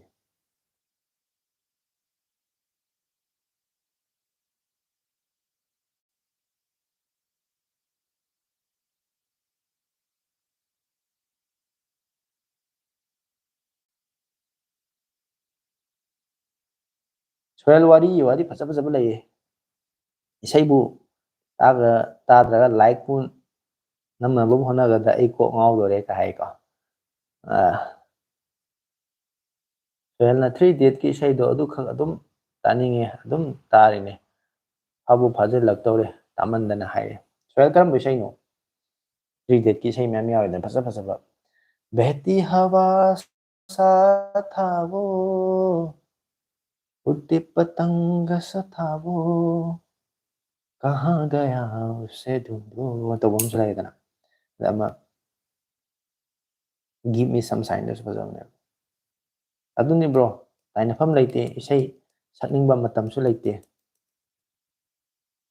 मतमसु लेते खले. होय इसाई इसाई है खंगेदा आई याम पामेदा. थवाई नुंगाइत्रसु इसाई ताई, याम हराउरसु नुंगाइरसु इसाई ताई. थवाईगा नुंगाइत्र ताब इसाई जे मी फाइगा मानदे एते. इसाई जे फुल लेखटलेदना वॉल्यूम जे सुत्ता लेखला मी को ngang तादा दो फम इसाई सा लेदे.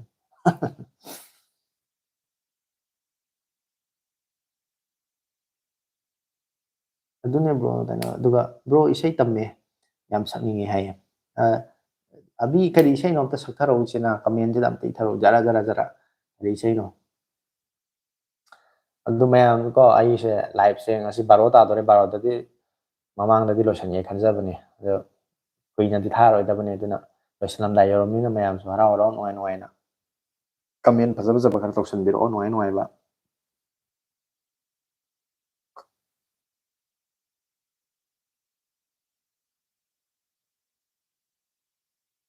ये का 이제 sakninge ai kai bai ta na ma sak hai te bi sei sak sang bai hai te pam za ba taning bi sum ta bi sei am ta bai ta.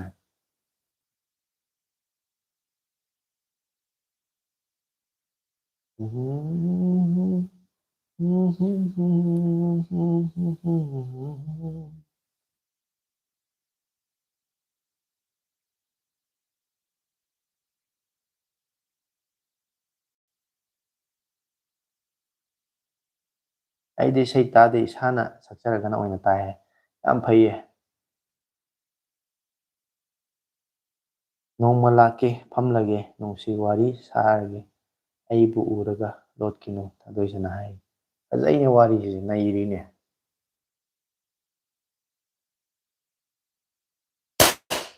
ꯀꯥꯡ ꯍꯥꯠꯀꯦ ꯋꯥꯔꯤ ꯐꯖꯩ.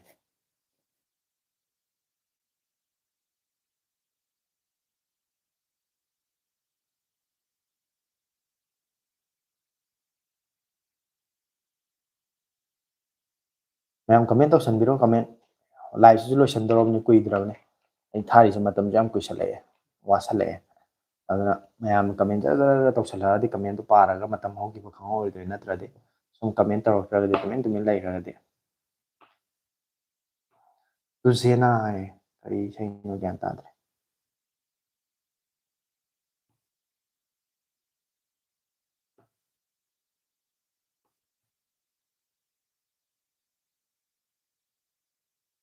Bro ꯏꯁꯩꯅꯤ ꯍꯥꯏꯔꯤꯌꯦ ꯑꯣ ꯑꯩꯗꯤ ꯑꯇꯣꯞꯄ ꯀꯔꯤꯅꯣ ꯈꯜꯂꯨꯔꯦ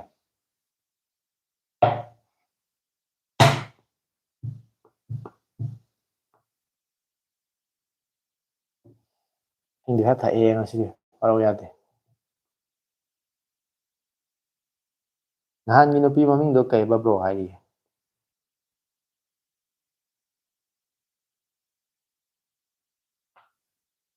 ꯅꯍꯥꯟꯒꯤ ꯅꯨꯄꯤ ꯃꯃꯤꯡꯗꯣ ꯈꯪꯗꯦ ꯑꯩꯁꯨ ꯀꯔꯝꯕ ꯅꯨꯄꯤꯅꯣ ꯍꯥꯏꯁꯦ ꯑꯕꯤ ꯊꯥꯗꯣꯏ ꯁꯅꯥꯔꯣ ꯍꯥꯏꯁꯦ ꯅꯣꯡꯃ ꯍꯥꯏꯕꯗꯣ ꯅꯣꯡꯃ ꯍꯥꯏꯗꯧꯕꯗꯣ ꯀꯩꯗꯧꯉꯩꯅꯣ ꯂꯥꯛꯇꯧꯕ ꯍꯥꯏꯔꯤ ꯇꯥꯕꯤ ꯅꯣꯡꯃ ꯍꯥꯏꯕꯗꯣ ꯅꯣꯡꯃ ꯍꯥꯏꯕꯗꯣ ꯀꯩꯗꯧꯉꯩꯅꯣ ꯂꯥꯛꯇꯧꯕ ꯀꯩꯗꯧꯉꯩꯅꯣ ꯅꯨꯡꯁꯤꯕ ꯅꯣꯡꯃ ꯅꯣꯡꯃ ꯑꯁꯨꯝ ꯍꯧꯈꯤ ꯅꯣꯡꯃ ꯅꯣꯡꯃ ꯋꯥꯅ ꯈꯥꯡꯈꯤ ꯉꯥꯏꯕꯗ ꯋꯥꯔꯕꯤ ꯑꯉꯥꯎꯕꯤ ꯊꯥꯗꯣꯏ ꯁꯅꯥꯅꯤ ꯍꯥꯏꯗꯧꯅꯦ ꯁꯤ ꯃꯇꯥꯡꯁꯤꯗ ꯍꯥꯏꯕ꯭ꯔꯣ ꯇꯨꯝꯕꯒ ꯌꯥꯗꯦ ꯌꯥꯗ꯭ꯔꯦ ꯍꯥꯏꯗꯤ ꯀꯩꯗꯧꯔꯦꯔ ꯅꯪ ꯑꯣ ꯅꯪ ꯉꯁꯥꯏꯗꯒꯤ ꯅꯪ ꯂꯨꯝꯃꯒ ꯂꯩꯔꯝꯃꯤ ꯕꯣꯏꯔꯦ ꯇꯧꯅꯨ ꯇꯧꯅꯨ ꯑꯗꯨꯝꯕꯗꯣ ꯇꯧꯅꯨꯀꯣ ꯑꯩ ꯈꯪꯉꯦ ꯅꯪ ꯇꯨꯝꯕ ꯌꯥꯗ꯭ꯔꯤꯗꯣ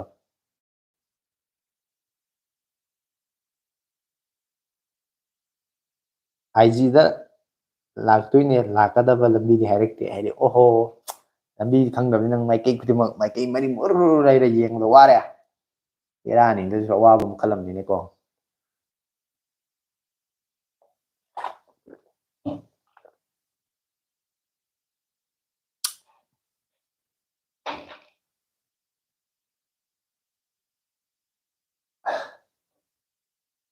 ꯏꯌꯥꯝꯕꯅ ꯁꯛꯇ꯭ꯔꯕꯅꯤꯅ ꯄꯣꯊꯥꯔꯒꯦ ꯍꯌꯦꯡ ꯆꯔꯆ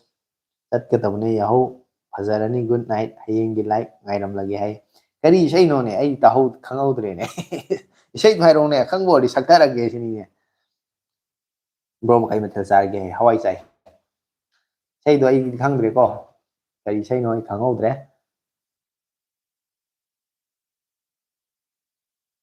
ꯁꯥꯔꯤ ꯎꯃꯔ हम मरमर के जी लिए कपल तो हमें जीने दो तो ओहो फजबने सारी उम्र हम मर मर के जी लिए पल तो अब हमें जीने दो सारी उम्र हम मर मर के जी लिए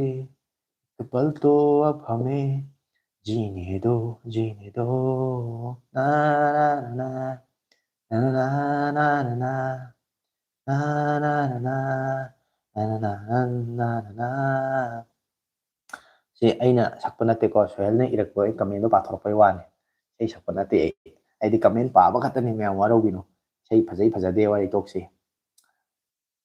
ꯑꯅꯤꯜꯅ ꯑꯃꯨꯛ ꯏꯔꯛꯑꯦ तुझसे नाराज नहीं जिंदगी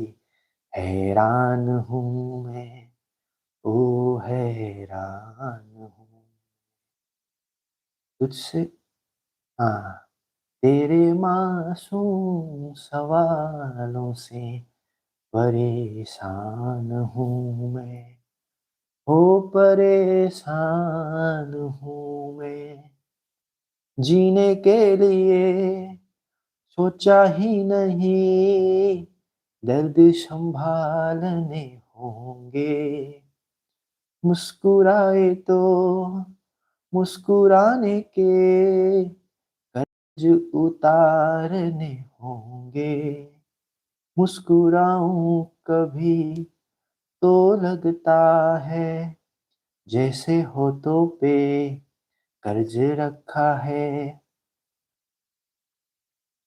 ꯑꯗꯨ ꯏꯁꯩꯗꯣ ꯐꯖꯕꯅꯤꯀꯣ ꯑꯩꯅ ꯍꯥꯏꯗ꯭ꯔꯥ ꯏꯁꯩ ꯁꯛꯍꯟꯒꯅꯨ ꯍꯥꯏꯅ ꯃꯤꯁꯦ ꯇꯪꯈꯥꯏ ꯑꯃꯅꯤ ꯆꯠ ꯂꯥꯎ ꯍꯟꯊꯈ꯭ꯔꯤꯁꯦ ꯍꯦꯛ ꯁꯛꯎꯕꯗ ꯂꯣꯏꯔꯦ ꯑꯃꯃꯨꯛ ꯊꯣꯛꯈ꯭ꯔꯦ ꯁꯤ ꯑꯩ ꯈꯪꯉꯕꯅꯦ ꯁꯤ ꯇꯧꯅꯦꯁꯦ ꯌꯥꯗꯦ ꯁꯤ ꯌꯥꯗꯦꯀꯣ ꯑꯩ ꯏꯁꯩ ꯁꯛꯑꯔꯣꯏ ꯃꯥꯟꯖ ꯅꯪꯕꯨ ꯇꯥꯕꯔꯥ ꯍꯥꯏꯌꯨ ꯁꯥꯅꯧ ꯅꯪꯕꯨ ꯇꯥꯔꯤꯌꯦ ꯁꯥꯅꯧ ꯂꯣꯏꯕꯤ ꯆꯤꯡꯅ ꯊꯤꯡꯉꯝꯗꯦ ꯑꯩꯅ ꯍꯥꯏꯕ ꯅꯠꯇꯦ ꯊꯥꯗꯣꯏ ꯁꯅꯥꯅ ꯍꯥꯏꯕꯅꯤ ꯑꯩꯖꯤꯗ ꯄꯥꯏꯖꯗꯦ ꯑꯩꯗꯤ ꯍꯥꯏꯅ ꯍꯥꯏꯔꯤ Bro ngai ngomdabi bichi kamai thadokani adudi ising fadana khatnara thaga wakhan chaning tana ei angtang phamdara gyan tana do dum pharkani bro lairik paba yam tan chale kegino as like paba matang di koi di hojike di to ko nawa yam talida hojike di to kro hanuna nangbu kai yawano pukning hominaba yaba amutadi taku gai naire da bin nai salai ne side suru suru nai salai na Sanau nangbu tariye khoinau haibram haibni loibi chingna thingamde nangi aigi nungsiwari nangi aigi nungsiwari adu isaido aduni ko thadoi sanani irakrido dadi mabani hainari comments anjobom Pradeep Singh haina tawi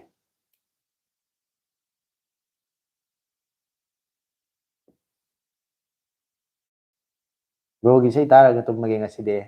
ai era ngasi ai nei sei matang matang sakta le tumba kai ngasi hayeng ayu pok tummo yaroi na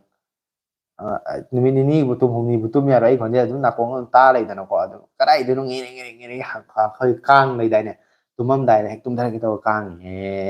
pom lai dai ne adui type ta nang tumba yaroi tong tong bro ga le min ngai dong male is ngai du jani he ai di amna ai hai ne warasu thawai nungai ta su isei ta bu pa ne do nungai du ne thawai nungai ti ga nungai to loi mangi du jani na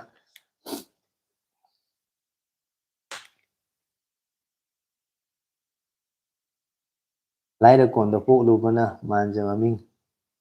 maning thung na roi hai yam phale ko ge dar bin ni kala ga dar ni adu wari to tau no ai budi pha gre ai harau du ni arbin du da hai re na arbin du kap tu ni adu tau no du phatte adoi sana nang gi sei du yai ai mani sei du yai mai sei du phatsai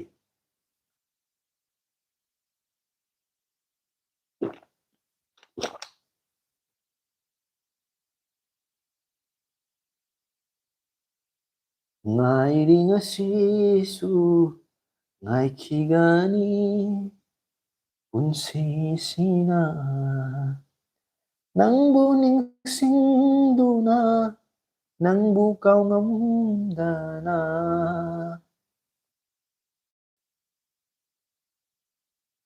albin bro gi matau tamani bro tamana te era du case la kani ai na nati ko mi na case taro kani du wai do nang se phakta ni ai di kan ngomoi du matang da bro aina na 13 pro leirui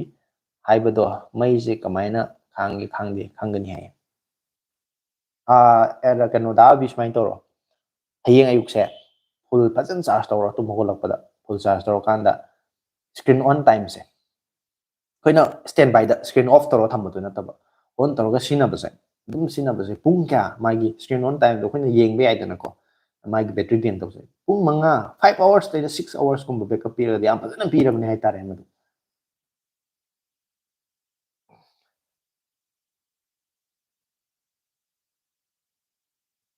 mayamna sei haijalak ngasi di sei padam ta tum da yaroi dori tum da sei ta da di ngasi di yaroi dori ngasi di kok sei rom da lei re sei rom da kok se parang ngam ta ma lei re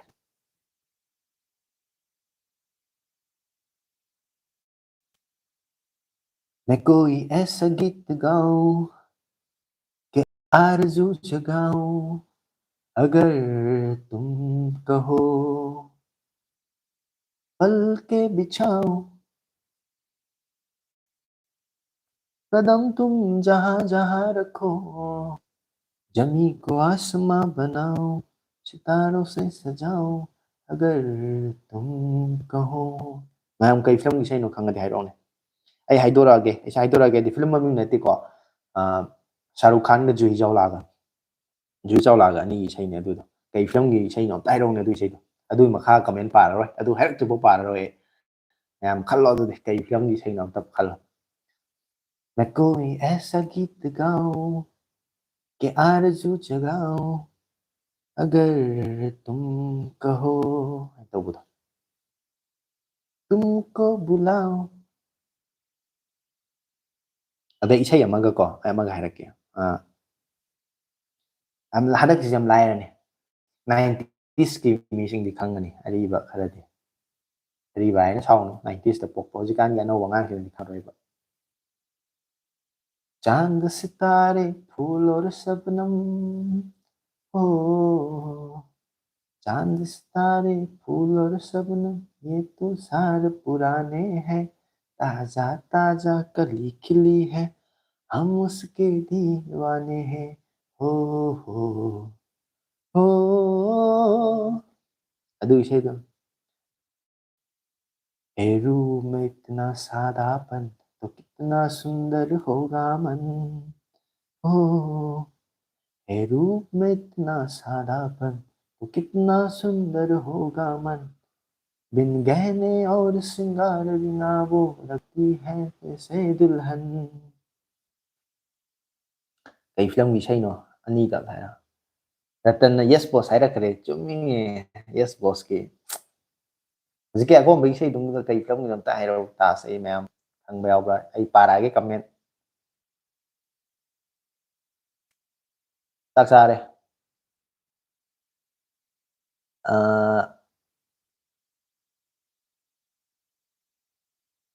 Sohail हैमा याद्रब्रो हायरे bro अभी मई खांदे हायरदि net use तौबिगनु हायरे थादोय नुपादा करन तौको यामबगी मांगदा इरांग तौबजु नुंगाइदे हायरे मानी अई लई लेना नबानीगी romance चथरादि बेरा कारद्रो bro नंग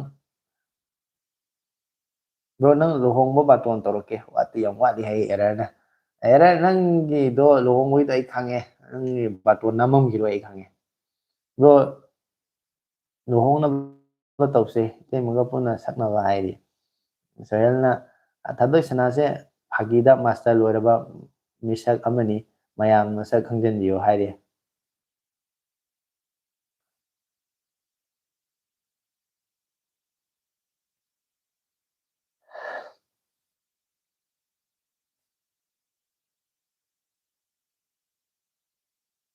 ब्रोगी फजबा इसेना हौखिबा याम निंगसिंग हले हायरी करम इसेना नोने अनिल आइदि खंगो खंगद्रे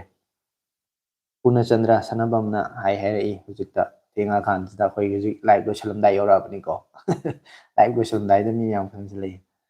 नैसा अखोयना इरान तौलुसे नाम थीबनी नाम चुम्मे चुम्मे नाम थीबनी नाम खता लई यादबनिना जुरा सेमनबा थीबनी मदु मयाम वारौबिरुनु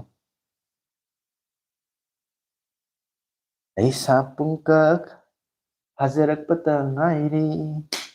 nungsiba karino खंजद्री ऐदी हंदकता लैसा फजरकपनी चमचमना ngौजरकपनी तौबम सेम लैदाय दुनी थादोय चनाना हायसे थादोय एबी पाइब्रो हाय एबी पाइबनी ꯑꯩꯗꯤ ꯈꯪꯉꯤ ꯃꯌꯥꯝꯗ ꯍꯥꯏꯗꯣꯛꯑꯔ ꯃꯁꯥꯅ ꯍꯥꯏꯔꯛꯄ꯭ꯔꯥ ꯌꯦꯡꯉꯣ ꯁꯣꯍꯦꯜ ꯀꯟꯅ ꯀꯧꯔꯤ ꯈꯣꯏꯍꯦꯜ ꯂꯣꯠꯈ꯭ꯔꯕ ꯀꯩꯅꯣ ꯈꯨꯝꯃꯛꯇ꯭ꯔꯦ ꯉꯁꯥꯏꯒꯤ ꯏꯁꯩꯗꯣ ꯈꯪꯗ꯭ꯔꯕꯣ ꯃꯌꯥꯝ ꯑꯩꯅ ꯍꯧꯖꯤꯛ ꯇꯞꯅ ꯁꯛꯈꯤꯕꯗꯣ ꯍꯤꯟꯗꯤꯒꯤ ꯀꯩꯅꯣꯒꯤ ꯏꯁꯩꯗꯣ चांद सितारे फूल और शबनम फूल और खुशबू है ये तो सारे पुराने हैं ताजा ताजा कली खिली है हम उसके दीवाने हैं हो हो हो ला ला ला ला ला ला ला ला ला ला ला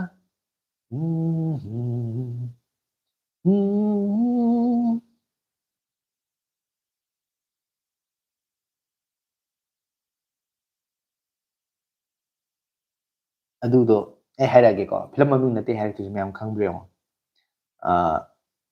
ꯀꯩ ꯍꯥꯏꯈꯔꯦ ꯔꯤꯇꯤꯛ ꯔꯣꯁꯟꯒ ꯑꯃꯤꯁꯥ ꯄꯇꯦꯜꯒ ꯃꯥꯜꯂꯦ ꯍꯥꯏꯗꯣꯔꯛꯑꯒꯦ ꯌꯥꯝ ꯂꯥꯏꯅ ꯈꯪꯅꯕ ꯔꯤꯇꯤꯛ ꯔꯣꯁꯟꯒꯤ ꯑꯍꯥꯟꯕ ꯐꯤꯂꯝꯅꯤ ꯑꯗꯨꯒꯤ ꯏꯁꯩꯅꯤ ꯏꯁꯩꯅꯣ ꯃꯌꯥꯝ ꯑꯗꯨ ꯏꯁꯩ ꯐꯤꯂꯝ ꯃꯃꯤꯡ ꯍꯥꯏꯔꯛꯇ꯭ꯔꯗꯤ ꯑꯃꯨꯛ ꯀꯃꯦꯟ ꯁꯨꯝ ꯈꯇꯪ ꯄꯥꯕ ꯂꯦꯞꯈꯤꯒꯦ ꯐꯤꯂꯝ ꯃꯃꯤꯡꯗꯣ ꯉꯥꯏꯒꯦ ꯍꯥꯏꯔꯛꯄ꯭ꯔꯦꯡꯒꯤ ꯀꯅꯥ ꯈꯪꯕ ꯌꯥꯎꯕꯅꯣ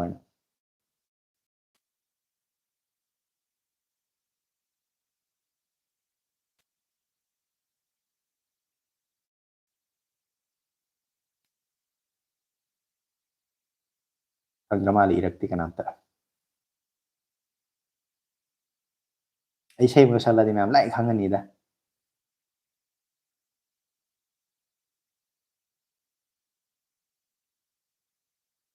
होना प्यार है यार चुम्मे होना प्यार है कि नहीं दिल मेरा तबुदा अरमान ये सुनने को बेकरार है कहो ना प्यार है ꯑꯗꯨꯗꯣ ꯅꯍꯥꯟꯋꯥꯏ ꯑꯩꯈꯣꯏꯒꯤ ꯃꯃꯥꯡꯉꯩꯗꯗꯤ ꯑꯩꯈꯣꯏꯒꯤ ꯌꯨꯝ ꯑꯩꯈꯣꯏ ꯂꯩꯀꯥꯏꯗꯒ ꯑꯉꯥꯡꯒ ꯄꯣꯛꯄꯒꯤ ꯁꯣꯁꯇꯤꯒꯨꯝꯕꯗꯒ ꯐꯤꯂꯝꯒ ꯀꯥꯞꯄ ꯁꯤꯅꯦꯃꯥꯒ ꯀꯥꯞꯅꯩꯗꯅꯀꯣ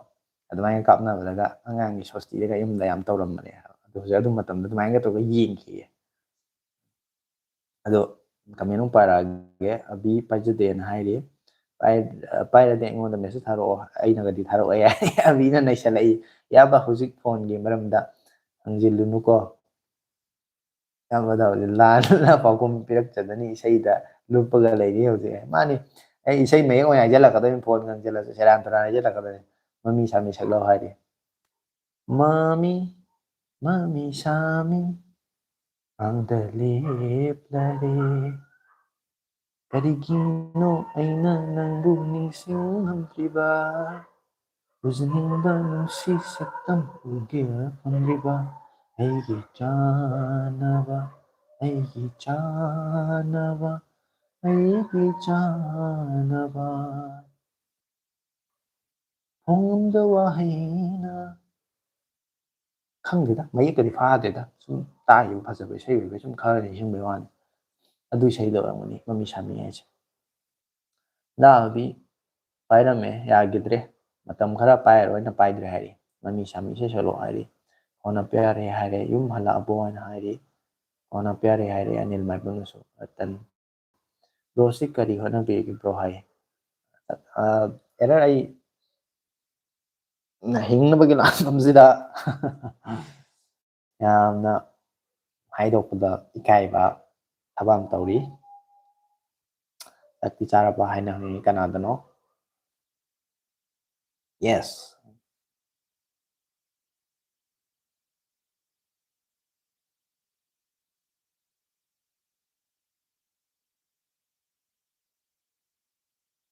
ꯔꯇꯟꯅ ꯀꯟꯅ ꯏꯁꯩꯒꯤ ꯀꯩꯅꯣꯝꯃ ꯃꯣꯖꯤꯝ ꯊꯥꯔꯛꯑꯦ बाहों में चले आओ ओ हमसे सनम क्या पर्दा ओ हमसे सनम क्या पर्दा ये आज का नहीं मिलन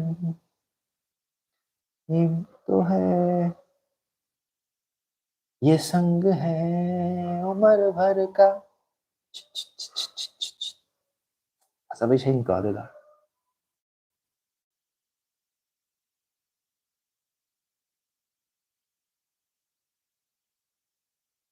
ꯁꯨꯃꯥꯡꯗ ꯌꯦꯡꯉꯕꯣ ꯍꯥꯏꯔꯤ ꯀꯔꯤꯅꯣ ꯒ꯭ꯌꯥꯟ ꯇꯥꯗ꯭ꯔꯦ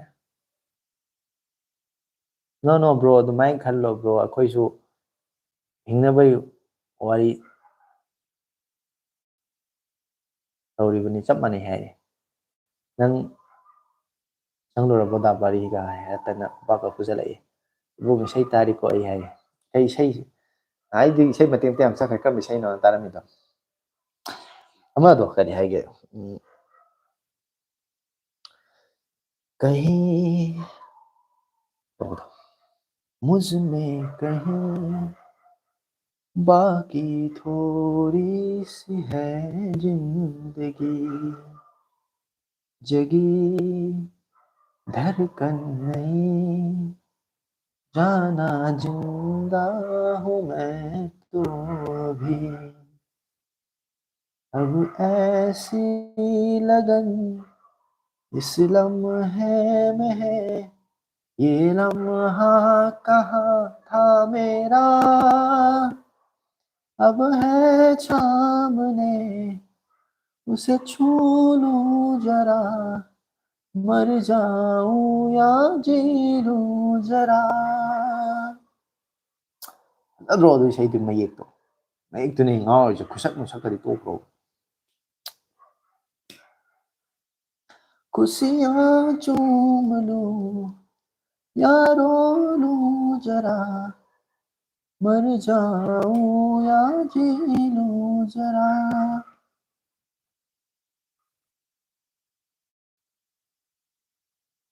इसꯩ ꯁꯛꯄꯤꯔꯛꯑꯣ ꯍꯥꯏꯔꯤꯅꯦ. ꯑꯩꯗꯤ ꯏꯁꯩ ꯁꯛꯄ ꯃꯤꯗꯤ ꯅꯠꯇꯦꯀꯣ. ꯏꯕꯨꯡ ꯏꯁꯩ ꯇꯥꯔꯛꯑꯦꯅ ꯍꯥꯏꯔꯦ. ꯑꯗꯨꯒ ꯏꯕꯨꯡ ꯀꯥꯎꯔꯒꯦꯗꯣ. ꯐꯖꯕꯅꯦꯍꯦ ꯑꯗꯨ ꯏꯁꯩꯗꯨꯗꯤ. ꯀꯥꯎꯔꯒꯦ ꯈꯟꯈ꯭ꯔꯕ ꯑꯩꯒꯤ ꯄꯨꯟꯁꯤꯗ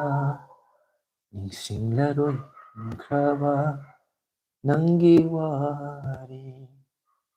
ꯀꯥꯎꯕ ꯉꯝꯗꯅ ꯂꯩꯔꯤ ꯉꯁꯤꯁꯨ ꯀꯥꯎꯕ ꯉꯝꯗꯅ ꯄꯨꯟꯁꯤꯁꯤꯅ ꯄꯨꯟꯁꯤꯁꯤꯅ ꯈꯜꯂꯦ ꯀꯞꯂꯔꯣꯏ ꯑꯃꯨꯛ ꯅꯪꯒꯤꯗꯃꯛ ꯂꯤꯔꯔꯣꯏ ꯀꯅꯥꯗꯁꯨ ꯅꯨꯡꯁꯤ ꯋꯥꯔꯤ ꯑꯗꯨꯕꯨ ꯄꯤꯔꯥꯟꯇꯅ ꯆꯨꯠꯍꯜꯂꯦ ꯊꯃꯣꯏ ꯈꯥꯡꯕ ꯉꯝꯗ꯭ꯔꯕ ꯑꯩꯉꯣꯟꯗ. ꯐꯖꯗ꯭ꯔꯣ ꯃꯌꯦꯛꯇꯨꯗꯤ ꯃꯩ ꯇꯥꯕꯅꯤ. ꯑꯗꯨꯝꯕ ꯏꯁꯩ ꯈꯔ ꯑꯩꯅ ꯁ꯭ꯇꯦꯇꯁꯁꯦ ꯊꯝꯃꯨꯔꯦ. ꯑꯗꯨꯏꯅꯤ ꯃꯌꯥꯝ ꯉꯁꯥꯏ ꯇꯛꯅꯔꯛꯏꯗꯣ. ꯏꯁꯩ ꯐꯖꯩꯌꯦꯅ, ꯃꯌꯦꯛ ꯐꯖꯩꯌꯦꯅ ꯑꯩꯅ ꯏꯁꯩꯗꯤ ꯁꯛꯄ ꯍꯩꯇꯕꯅꯤ, ꯏꯁꯩꯗꯤ ꯄꯥꯝꯖꯕꯅꯤꯅ ꯁ꯭ꯇꯦꯇꯁ ꯊꯝꯃꯨꯕ ꯍꯥꯏꯇꯥꯔꯦ ꯋꯥꯆꯞꯇ. ꯃꯗꯩꯗꯤ ꯂꯣꯏꯈ꯭ꯔꯦ. ꯑꯗꯨꯃꯥꯏꯅ ꯈꯟꯒꯅꯨ ꯍꯥꯏꯕꯅꯤ ꯕ꯭ꯔꯣ. ꯆꯞ ꯃꯥꯟꯅꯩ ꯑꯩꯈꯣꯏꯁꯨ. ꯑꯩꯒꯤ ꯇꯥꯏꯄꯤꯡꯁꯤ ꯈꯔ ꯅꯨꯡꯉꯥꯏꯇ꯭ꯔꯦ. ꯍꯣꯏ. ꯔꯇꯟꯅ ꯀꯜꯍꯣꯅꯥꯒꯤ ꯏꯁꯩ ꯃꯇꯦꯛ ꯑꯝꯇ ꯁꯛꯄꯤꯔꯛꯑꯣ. ꯀꯜꯍꯣꯅꯥꯒꯤ ꯀꯔꯝꯕ ꯏꯁꯩꯅꯣ? हर घड़ी बदल रही है रूप जिंदगी, छाँव है कभी कभी है धूप जिंदगी, हर पल यहाँ जी भर जियो वो है समा कल हो ना हो. ꯑꯗꯨꯒ ꯏꯁꯩꯗꯣ ꯀꯜ ꯍꯣ ꯅꯥ ꯍꯣ ꯍꯥꯏꯕ ꯀꯩꯅꯣꯝ ꯍꯥꯏꯗꯥꯏ.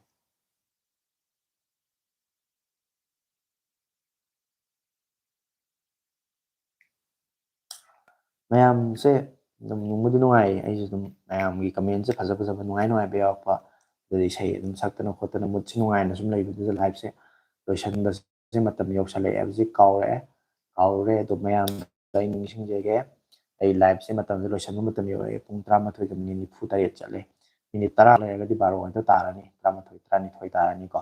ꯑꯗꯨꯗꯗꯤ ꯑꯩ ꯁꯣꯏꯗꯅ ꯂꯣꯏꯁꯤꯟꯖꯔꯒꯦ. ꯉꯁꯤꯁꯦ ꯉꯥꯏꯍꯥꯛꯇꯪ ꯇꯧꯔꯒ ꯀꯨꯏꯅ ꯇꯧꯔꯣꯏꯒꯦꯅ ꯈꯟꯕꯅꯦ. ꯑꯗꯣ ꯄꯨꯡ 2ꯕꯨ ꯐꯥꯖꯤꯜꯂꯛꯑꯦ ꯑꯩꯅ ꯂꯥꯏꯚ ꯇꯧꯔꯛꯏꯁꯦ. ꯑꯗꯨꯅ ꯃꯤꯅꯤꯠ 10ꯒꯤ ꯃꯇꯨꯡꯗꯗꯤ ꯑꯩ ꯂꯥꯏꯚꯁꯦ ꯂꯣꯏꯁꯤꯟꯖꯒꯦꯅ ꯈꯜꯂꯤ. ꯑꯗꯨꯅ ꯂꯥꯏꯚ ꯌꯦꯡꯕꯤꯕ ꯃꯌꯥꯝꯅ ꯀꯃꯦꯟ ꯇꯧꯁꯟꯕꯤꯔꯛꯑꯒꯗꯤ ꯑꯗꯨꯝ ꯋꯥꯔꯤ ꯅꯨꯡꯉꯥꯏꯕ ꯐꯖꯕ ꯋꯥꯔꯤ ꯃꯌꯥꯝ ꯁꯥꯔꯒ ꯑꯗꯨꯝ ꯉꯥꯏꯍꯥꯛ ꯃꯤꯅꯤꯠ 5-10ꯁꯦ ꯍꯧꯈꯤꯕ ꯈꯪꯍꯧꯔꯣꯏꯗꯣꯏꯅꯦ. ꯑꯗꯨ ꯅꯠꯇꯕꯤꯗ ꯃꯌꯥꯝꯅ ꯀꯃꯦꯟ ꯇꯧꯕ ꯂꯦꯞꯈꯤ ꯇꯥꯔꯗꯤ ꯑꯃꯨꯛ ꯑꯩꯁꯨ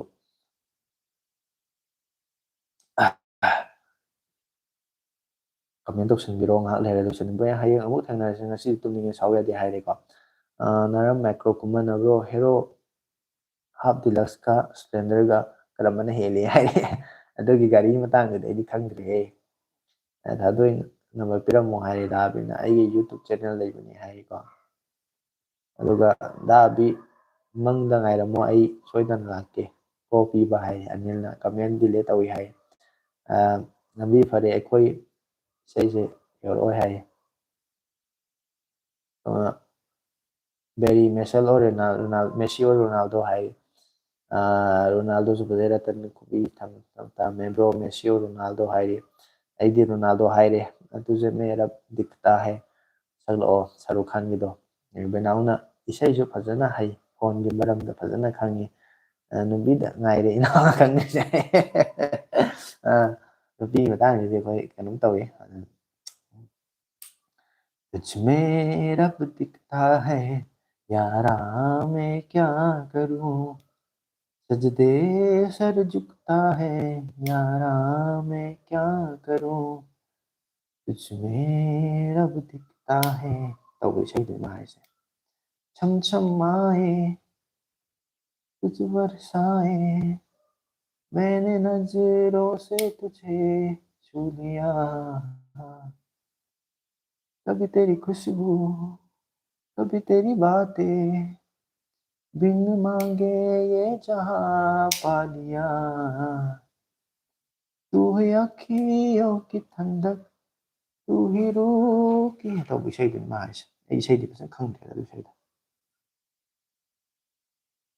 ꯃꯣꯏ ꯕꯣꯗꯤꯒꯥꯔꯗꯀꯤ ꯏꯁꯩ ꯑꯃ ꯂꯩꯕꯗꯣ दिल का ये क्या राज है जाने क्या कर गए जैसे अंधेरों में तुम चांदनी भर गए कर चांद तारों को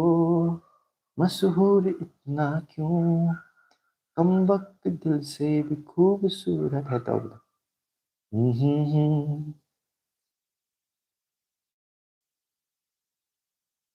ibung ay hayengdi hꯧꯕꯗꯒꯤ ꯌꯥꯎꯅ ꯌꯥꯎꯕ ꯉꯝꯕ ꯑꯣꯏꯒꯦ ꯍꯦꯛꯇ ꯉꯝꯗꯕ ꯍꯥꯏ ꯍꯣꯏ ꯍꯌꯦꯡꯗꯒꯤ ꯍꯧꯕꯗ ꯌꯥꯎꯔꯛꯑꯣ ꯑꯗꯨꯒ ꯃꯣꯏꯅꯥꯎꯅ ꯔꯨꯞꯀꯨꯃꯥꯔ ꯔꯥꯊꯣꯔ ꯍꯥꯏꯅ ꯍꯥꯏꯔꯤ ꯔꯕꯅꯦꯝꯒꯅꯥꯗꯤ ꯖꯣꯔꯤꯒꯤ ꯐꯤꯂꯝ ꯅꯠꯇ꯭ꯔꯣ ꯃꯥꯅꯤ ꯐꯔꯦ ꯄꯥꯏꯗ꯭ꯔꯕꯅꯤꯅ ꯑꯩ ꯅꯪ ꯋꯥꯔꯧꯔꯦ ꯍꯥꯏ ꯀꯔꯤꯒꯤ ꯋꯥꯔꯧꯗꯣꯏꯅꯣ ꯋꯥꯔꯧꯅꯨ ꯋꯥꯔꯧꯅꯨ ꯌꯨꯇ꯭ꯌꯨꯕꯇꯁꯨ ꯂꯥꯏꯚꯇ ꯊꯦꯡꯅꯩꯁꯤꯗꯤ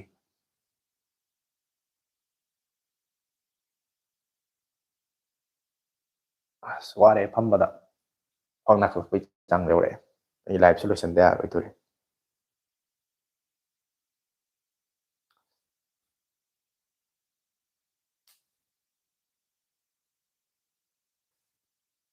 ꯀꯩꯅꯣ ꯐꯤꯂꯝ ꯃꯃꯤꯡꯗꯣ ꯀꯥꯎꯔꯦꯅꯦ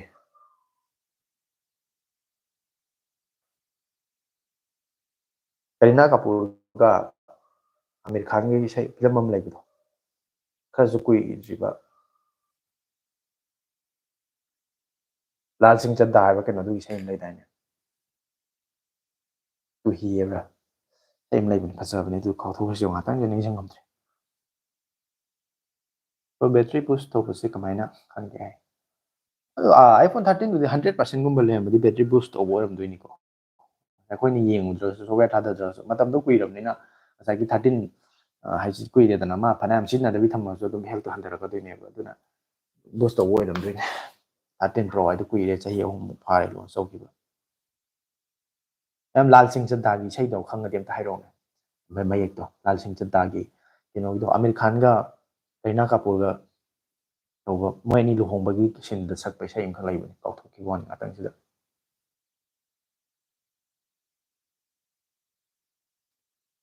आंखों में तेरी अजब सी अदाएं हैं ओ आंखों में तेरी अजब सी अदाएं हैं दिल को बना दे वो पता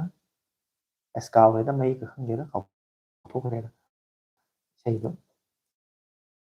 ꯍꯣꯏ ꯏꯁꯩ ꯁꯛꯄ ꯃꯤ ꯅꯠꯇꯕꯅꯤꯅꯀꯣ ꯉꯥꯏꯍꯥꯛ ꯐꯖꯩꯌꯦꯅ ꯇꯥꯔꯝꯕꯅꯤ ꯑꯗꯨꯝ फा लेबꯗꯤ नत्तबनी आई ऐसी रात है जो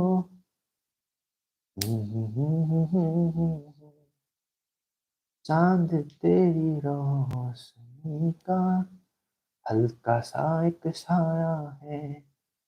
तेरी नजरों ने दिल को किया जो असर असर ये हुआ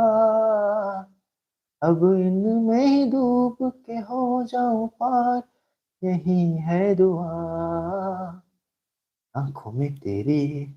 अजब सी अदाएं हैं फजबने जो सही जो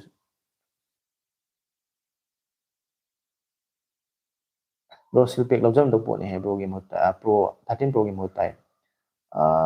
ꯍꯣꯏ ꯁꯤꯜꯄꯦꯛ ꯑꯣꯏꯔꯝꯃꯒꯗꯤ ꯍꯣꯏ ꯈꯔꯕꯨꯗꯤ ꯐꯅꯤ 13ꯗꯩ 13 ꯄ꯭ꯔꯣꯗꯨꯅ ꯐꯩꯗ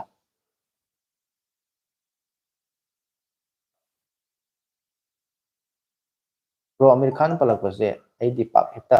ꯅꯤꯡꯁꯤꯡꯂꯛꯏ ꯍꯥꯏ ꯑꯃꯤꯔ ꯈꯥꯟꯒꯤꯗꯣ ꯀꯩꯅꯣꯗꯣ ꯃꯥꯒꯤ ꯍꯧꯖꯤꯛꯀꯤ ꯂꯥꯜ ꯁꯤꯡ ꯆꯗꯥꯒꯤ ꯏꯁꯩꯗꯣ ꯑꯩ ꯀꯥꯎꯔꯦ ꯃꯃꯤꯡꯗꯣ ꯑꯩ ꯏꯁꯩꯗꯣ ꯃꯌꯥꯝ ꯑꯝꯇ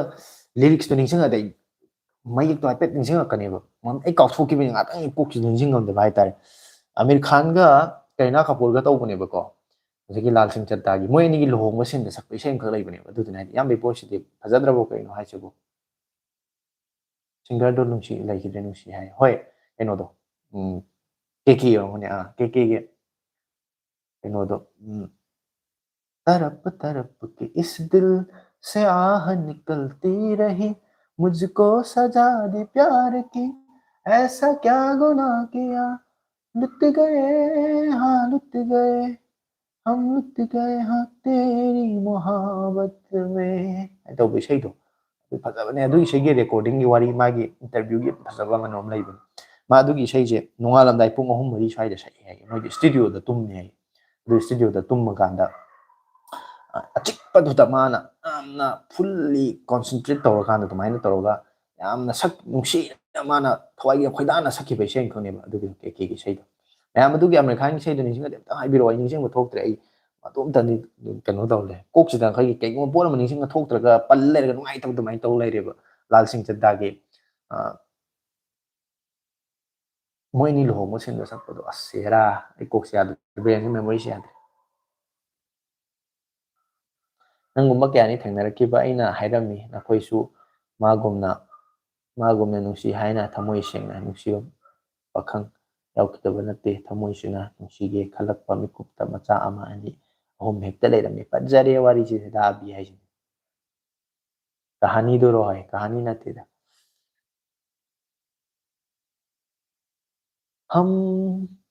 दिल दे चुके सनम तेरे हो गए हैं हम तेरी कसम आ हा हा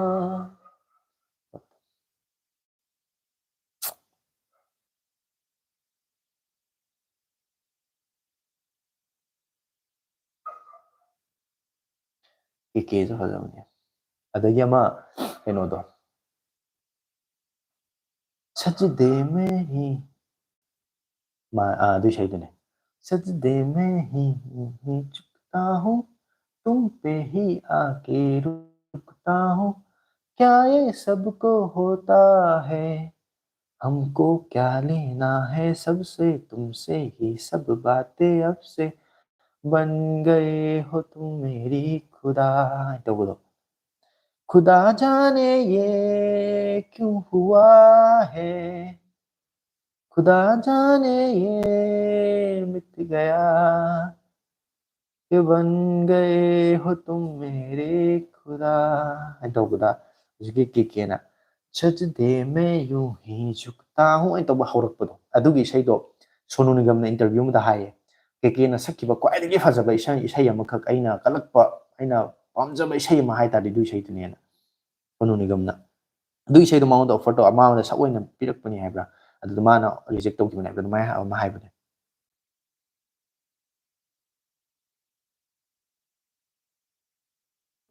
ꯁ꯭ꯂꯦꯞ ꯊꯥꯕꯁꯤꯅ ꯀꯩꯅꯣ ꯒꯨꯗ ꯅꯥꯏꯠ ꯍꯥꯏꯔꯝꯃꯦꯀꯣ ꯑꯗꯨꯒ बचना ए हसीनो तꯧꯕ ꯑꯗꯨꯒꯤ ꯂꯝꯗꯨꯒꯤꯅꯦ ꯃꯥꯅꯦ ꯏꯕꯨꯡꯗ ꯑꯕꯤꯗꯣ ꯏꯁꯩ ꯁꯛꯄꯅꯤꯀꯣ ꯍꯥꯏ ꯑꯣ ꯃꯥ ꯍꯣꯏ ꯑꯗꯨꯅꯤ ꯃꯣꯏ ꯑꯍꯩ ꯑꯍꯩꯕ ꯃꯌꯥꯝꯁꯤ ꯃꯃꯥꯡꯗ ꯏꯀꯥꯏꯗ꯭ꯔꯣ ꯑꯩꯅ ꯉꯁꯥꯏꯗꯒꯤ ꯉꯪꯉꯤꯗꯣ ꯑꯗꯨꯅꯅꯦ ꯑꯩꯅ ꯁꯨꯡꯁꯛ ꯁꯛꯇ꯭ꯔꯤꯗꯣ ꯃꯤ ꯃꯁꯤꯡꯗꯤ ꯈꯟ ꯍꯟꯊꯔꯛꯄꯁꯤ ꯎꯔꯦꯗꯅ ꯑꯩ ꯁꯛꯇꯦ ꯅꯍꯥꯟꯒꯩ ꯅꯣꯡꯐꯥꯎ ꯁꯛꯑꯝꯃꯣꯏꯗ ꯇꯥꯔꯝꯃꯣꯏ ꯑꯩ ꯁꯨꯝ ꯉꯁꯤꯗꯤ ꯑꯗꯨꯝ ꯋꯥꯈꯜꯁꯦ ꯅꯨꯡꯉꯥꯏꯊꯣꯛꯀꯦꯅꯀꯣ ꯋꯥꯈꯜꯁꯦ ꯑꯩꯅ ꯍꯥꯏꯕꯗꯣ ꯉꯁꯥꯏꯒꯤ ꯊꯋꯥꯏ ꯌꯥꯝ ꯅꯨꯡꯉꯥꯏꯔꯗꯤ ꯏꯁꯩ ꯇꯥꯏ ꯏꯁꯩ ꯁꯛꯏ ꯊꯋꯥꯏ ꯌꯥꯝ ꯅꯨꯡꯉꯥꯏꯇ꯭ꯔꯗꯤ ꯏꯁꯩ ꯇꯥꯏ ꯏꯁꯩ ꯁꯛꯏ ꯑꯗꯣ ꯑꯩ ꯉꯁꯤꯁꯦ ꯅꯨꯡꯉꯥꯏꯇꯕ ꯑꯃ ꯂꯩꯕ ꯑꯗꯨꯒꯤ ꯅꯨꯡꯉꯥꯏꯊꯣꯛꯀꯦꯅ ꯏꯁꯩ ꯁꯨꯝ ꯉꯪꯕꯩ ꯋꯥꯅꯤꯗ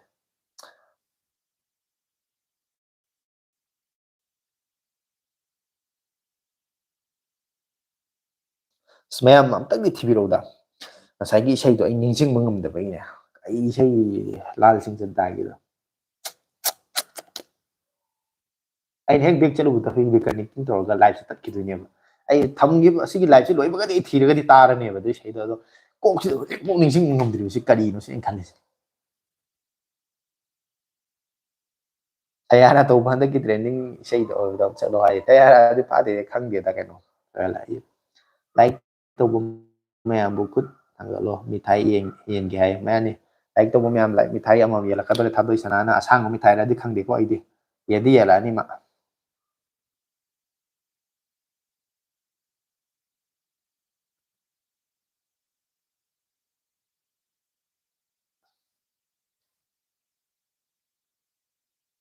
ꯃꯑꯣꯡ ꯆꯨꯝꯅ ꯀꯃꯦꯟ ꯆꯨꯝꯅ ꯄꯥꯗꯕ ꯍꯥꯏꯔꯤꯌꯦ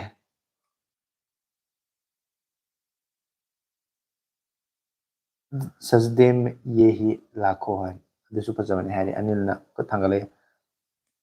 ꯑꯩ ꯑꯗꯨꯒꯤ ꯏꯁꯩꯗꯨꯃꯗꯤ ꯑꯩ ꯅꯤꯡꯁꯤꯡꯕ ꯊꯣꯛꯇ꯭ꯔꯦ ꯑꯩ ꯂꯥꯏꯚꯁꯦ ꯂꯣꯏꯔꯒ ꯑꯩ ꯃꯗꯨ ꯏꯁꯩꯗꯨꯃꯗꯤ ꯑꯩ ꯊꯤꯔꯒ ꯇꯥꯔꯒ ꯇꯨꯝꯃꯅꯤ ꯌꯥꯔꯣꯏ ꯑꯗꯨ ꯍꯦꯛ ꯇꯥꯗꯕꯗ ꯑꯩ ꯉꯁꯤ ꯂꯩꯐꯝ ꯆꯥꯐꯝ ꯈꯪꯉꯔꯣꯏ ꯑꯩ ꯈꯪꯉꯦ ꯑꯗꯨ ꯑꯩ ꯃꯌꯥꯝꯅ ꯅꯤꯡꯁꯤꯡꯕꯤꯔꯛꯑꯗꯤ ꯑꯩ ꯉꯥꯛꯇꯪ ꯂꯥꯏꯚ ꯊꯥꯔꯤꯉꯩꯁꯤꯗ ꯍꯥꯏꯅ ꯈꯟꯕꯅꯦ ꯑꯗꯣ ꯃꯌꯥꯝ ꯉꯁꯥꯏꯗꯩ ꯑꯩꯅ ꯍꯥꯏꯔꯤꯁꯦ ꯅꯤꯡꯁꯤꯡꯕꯤꯔꯛꯇ꯭ꯔꯦ ꯂꯥꯜ ꯁꯤꯡ ꯆꯠꯗꯥꯒꯤꯗꯣ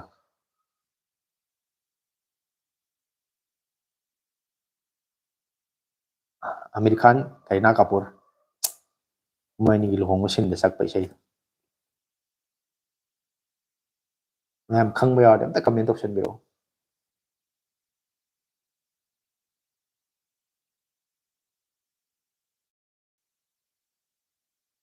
ꯑꯗꯣ ꯑꯩ ꯀꯩꯝꯇ ꯍꯥꯏꯖꯔꯣꯏ ꯏꯕꯨꯡ ꯑꯕꯤ ꯏꯁꯩ ꯁꯛ ꯍꯥꯏꯕ ꯅꯠꯇꯦ ꯑꯩꯅ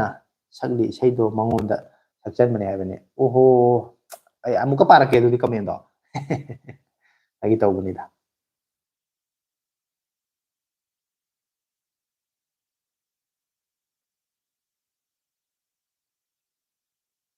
ꯐꯤꯜꯝ ꯃꯃꯤꯡ ꯍꯥꯏꯔꯛꯑꯣ ꯍꯥꯏꯌꯣ ꯍꯧꯖꯤꯛꯀꯤꯗꯣ ꯂꯥꯜ ꯁꯤꯡ ꯆꯠꯗꯥ ꯍꯥꯏꯗꯣ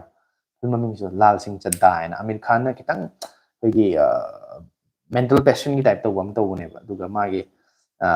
ꯀꯔꯤꯅꯥ ꯀꯥꯄꯨꯔꯒ ꯃꯥꯁꯦ ꯍꯅꯨꯔꯀꯥꯟꯗ ꯂꯨꯍꯣꯡꯕꯅꯦꯕ ꯃꯣꯏ ꯑꯅꯤꯁꯦ ꯅꯨꯡꯁꯤꯅꯕꯒꯤ ꯑꯗꯨꯒꯤ ꯐꯤꯂꯝꯗꯨꯒꯤ ꯏꯁꯩ ꯑꯃꯈꯛ ꯃꯣꯏ ꯑꯅꯤꯒꯤ ꯂꯨꯍꯣꯡꯕ ꯏꯁꯤꯡꯗꯨꯗ ꯁꯛꯄ ꯏꯁꯩ ꯑꯃꯈꯛ ꯂꯩ ꯃꯃꯤꯡꯗꯨꯇꯪ ꯍꯥꯏꯔꯛꯄꯗ ꯑꯩ ꯅꯤꯡꯁꯤꯡꯉꯛꯀꯗꯕꯅꯤ ꯇꯨꯍꯤ ꯍꯥꯏꯕ꯭ꯔꯥ ꯀꯩꯅꯣꯝ ꯍꯥꯏꯕꯅꯦꯕꯀꯣ ꯑꯗꯨ ꯃꯌꯦꯛꯇꯣ ꯑꯩꯁꯨ ꯀꯥꯎꯈ꯭ꯔꯕ ꯍꯥꯏꯇꯥꯔꯦ ꯏꯁꯩꯗꯣ ꯑꯩ ꯂꯥꯏꯚ ꯂꯣꯏꯔꯒꯕꯨꯗꯤ ꯑꯩ ꯁꯣꯏꯗꯅ ꯇꯥꯔꯒ ꯇꯨꯝꯃꯅꯤꯗ ꯇꯦꯔꯦ ꯍꯋꯥꯂꯦꯗ ꯆꯨꯝꯃꯦ ꯇꯦꯔꯦ ꯍꯋꯥꯂꯦꯁꯦ ꯀꯩꯗꯧꯔꯤꯕꯅꯣ ꯀꯩꯗꯧꯔꯤꯕ꯭ꯔꯣ ꯍꯥꯏ ना हो के भी करीब तू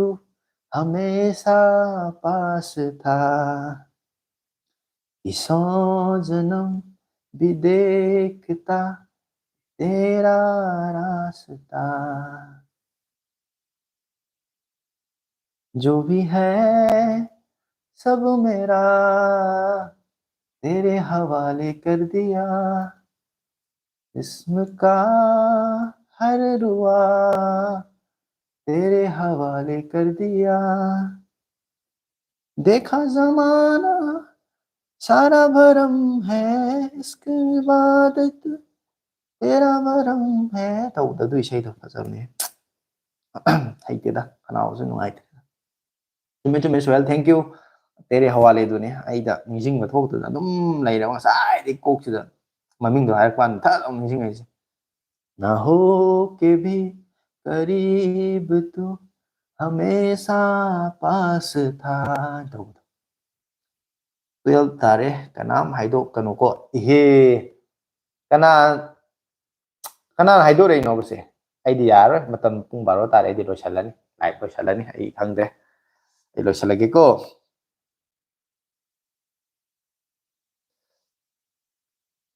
ꯑꯗꯒꯤ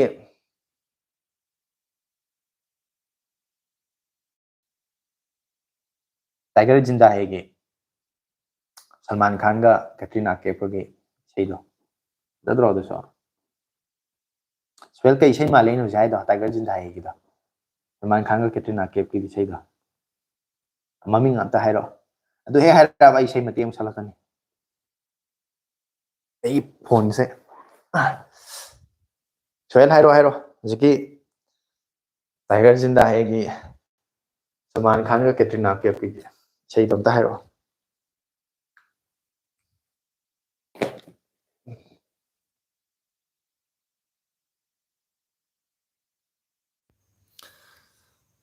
बॉर्डर पार से उस शम्स आलम का मैं फरमान आया है उसके बेगम साहिबा नाराज है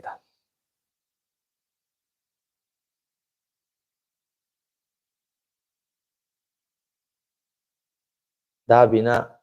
हयेंग लाइव थारइबा अई हाय हयेंग लाइव थारके बै हायरेको कुचन हाइब्रा कइनो कुंचन अदु नते बोनाव हेंग यामना तेरे हवा तौबदरा तेरे हवाले होय अदु तवय अदुजुनी सही दा इन साइड सकपु सकतोखरे आइदि इसै लाइव ओंथोके हाय आय यामसु यंगो हायदि फजै तौसे यंगके अदो हजिकी टाइगर जिंदाएगी सैदो करी सैनो थाइरो सोयल निजिंग मंगब्रे मैं हायरके सलमान खान का कैटरीना कैफ ना तुम होगलकपदा सलमान खान कोई चागा ꯁꯦꯝ ꯁꯥꯔꯒ ꯊꯧꯔꯥꯡ ꯇꯧꯔꯒ ꯂꯩꯔꯀꯥꯟꯗ ꯀꯇ꯭ꯔꯤꯅꯥ ꯀꯦꯞꯅ ꯀꯨꯝꯊꯔꯛꯄꯗ ꯃꯈꯨꯠꯅ ꯁ꯭ꯂꯥꯏꯠ ꯇꯧꯕꯗ ꯇꯔꯒ ꯀꯩꯅꯣ ꯇꯥꯔꯛꯄꯗꯣ. ꯆꯨꯝꯃꯦ ꯆꯨꯝꯃꯦ. दिल दिया गल्ला तꯧꯕꯗꯣ. रंगी राज रोज के अखियां तꯧꯕꯗो.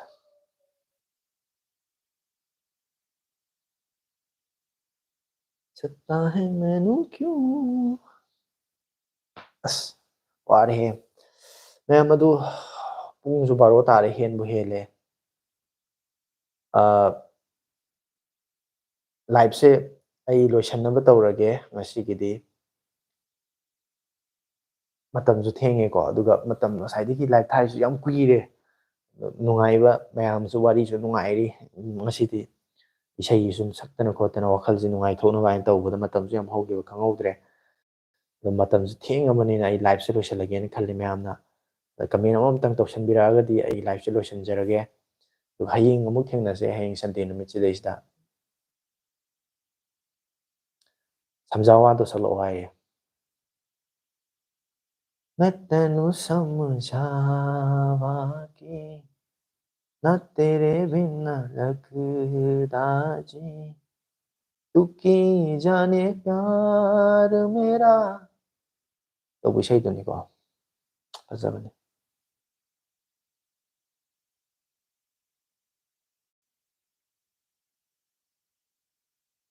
इसैदी अरीबना हेलिदा फजबा हाय. चुम्मे अरीबना याम फजैदा. अरीसु अरीबा खत्ता ताइदा यामना. मीनगा तारादि नोकनिंगे चही मतांगसि अरीबा इसै ताइ कायनागा. अदो अꯩꯗꯤ ꯑꯁꯦꯡꯕꯩꯗꯤ ꯇꯥꯏ ꯇꯥꯕꯗꯤ अरीबा इसै ngतने हान ताइ. देखो मैंने देखा है एक सपना फूलों के शहर में है घर अपना क्या समा है तू कहाँ है मैं आई आई आई आजा काई तꯧꯕꯗꯣ. ꯑꯗꯩꯗꯤ ꯑꯃ ꯀꯩꯅꯣꯒꯤ SP बालासुब्रमण्यमꯒꯤ अमा तेरे मेरे बीच में कैसा है ये बंधन अनजाना मैंने नहीं जाना तूने नहीं जाना मैंने नहीं जाना तूने नहीं जाना एक दूर खींचे दूजा दौरा चलाए कच्चे धागे में बांधा चलाए ऐसे जैसे कोई हो ऐसे जैसे कोई परवाना. फजद्रो ꯑꯗꯨ ꯏꯁꯩꯗꯨꯅ ꯐꯖꯕꯗꯤ. आहा एप्परिया काई तꯧꯕꯗꯣ.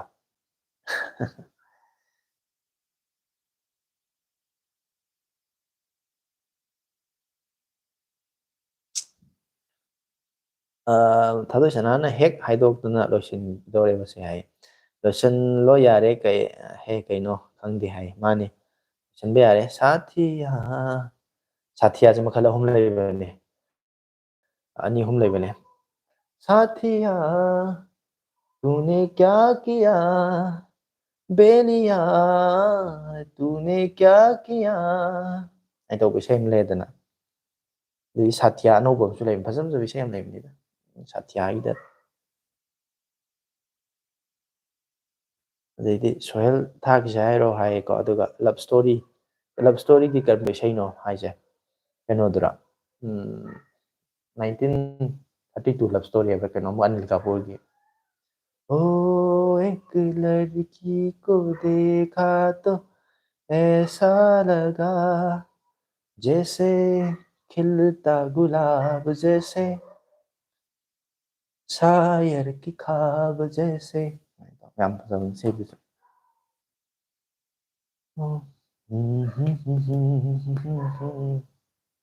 ꯊꯥꯗꯣꯏ ꯇꯥꯕꯤ ꯆꯦꯅꯦꯜꯗ ꯂꯥꯏꯚ ꯚꯤꯗꯤꯑꯣ ꯑꯃꯗ ꯊꯥꯒꯠꯄꯅꯦ ꯑꯗꯨ ꯀꯃꯦꯟ ꯄꯥꯔꯛꯑꯣ ꯍꯧꯖꯤꯛ ꯍꯥꯏꯀꯣ. ꯑꯗꯨꯒ ꯃꯇꯝ ꯈꯔ ꯏꯊꯣꯛꯈꯤꯅꯤ ꯂꯣꯏꯁꯤꯟꯈꯤꯔꯣꯏ ꯍꯥꯏꯔꯤꯌꯦ. ꯗꯥꯕꯤ ꯍꯣꯏ ꯍꯥꯏꯔꯤꯌꯦ ꯕꯅꯣꯅ. ꯊꯥꯗꯣꯏ ꯂꯝ ꯍꯦꯟꯒꯅꯨ ꯍꯥꯏꯔꯤꯀꯣ. ꯑꯗꯩꯗꯤ ꯊꯥꯔꯛꯀꯦ ꯑꯩ ꯁꯥꯏꯗꯒꯤ ꯊꯥꯔꯛꯄ ꯌꯥꯒꯅꯤ ꯍꯥꯏ. ꯎꯅꯁꯤꯀꯣ ꯍꯌꯦꯡ ꯑꯩꯈꯣꯏ ꯑꯅꯤ ꯅꯪ ꯂꯥꯛꯎꯀꯣ ꯃꯐꯝꯁꯤꯗ ꯅꯪꯅ ꯍꯟꯈ꯭ꯔꯕ ꯇꯨꯡꯗ ꯅꯨꯡꯉꯥꯏꯅ ꯂꯩꯍꯧꯅꯕ ꯑꯃꯨꯛꯇꯪꯗꯤ ꯅꯣꯛꯂꯝꯃꯣꯏꯗ. Manipuri isaiduni ma haise thadoina haise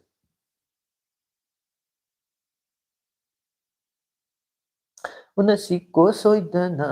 haisu ai mo mai bani nang la u ko mapam sida nang han krab tungda nungaina nai hona ba amuk tang di no plamu ana du sai din mai thadusna nang loisandri pau loisandri pau thokkiba yaroi hek thokraba nupa kanaba oiroi fajari ne comment jide sohelna nai salai ne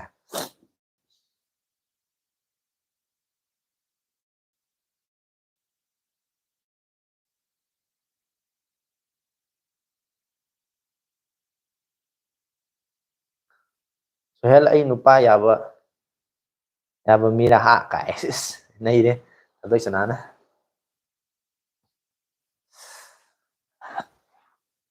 live solution ba yare chalase matam jam thing sang changjala ya ai solution ni ya thing amdina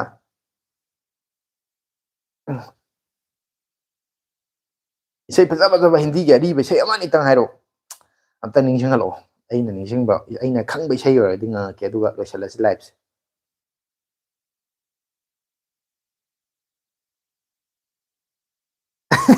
bro ji bi tumbi ro koi di tum kira live thabiramo ai khoi comment paina ugi ge nai re anila du mak tausi kana de ponde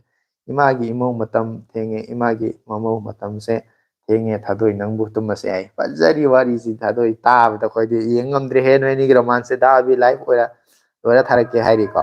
fai hairi sohel na jo kanna law ori ari ba sai amani tang abi hoi sohel na di khang roi mai di ari ba su taram moi hindi gi sai pasa yam lai bani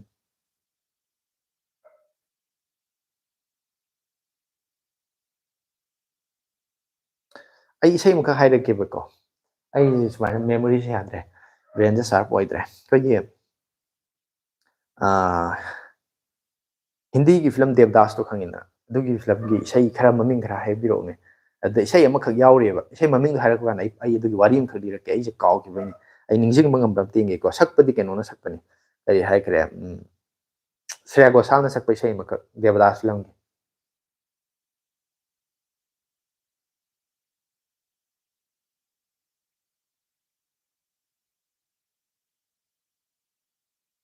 ai kuch hota hai ai zari wari jide kitang su lap na phamuba mi gi mamang di kai ba mafam se life ne kaungnuba dabi ai fazari thadai sana akhoi di kitang lap leirage asidi mai smai leitho leirage taba yengma ngamaktre koi noi ani gi romance ubada koi kai chale ai lam hindi hai thadoi sana thadoi sana abi natragana sohel hauji comment tori besing ji maming ja hai rege ko to pasing di anil to pasing di kya torok trem ni na moi maming kama hai ni aduga yambu bena wa hengba aina ji hai ji ba keno to sei do amtang thibiro Shreya Ghoshal na sakpani hindi film devdas ki sei ne adu isai do isai devdas film ki sei dum thi list maming thi kan maming yam thola maming jing do happet palo adu maming ju da dum yawra ne du ai hairake silsilaye chahat ka adu do nate adu isai du nate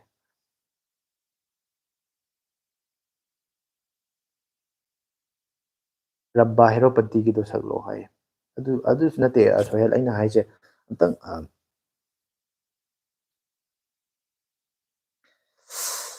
Shreya Ghoshal sakpai sai am khani jing am da leire ba isu pok se ngasai gi dumaina kaw ban basina yadre kok se sohel ai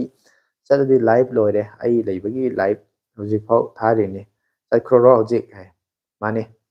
tawna dum bado ai hojik baro da lo sang ya de minute 10 hem chon thara bani khango tawna ko dum bado chanda noi hauno sohel adu sarku dai na bi sai do dolare do sunte dola mandola dil dola hai dola दिल जाने को दरिया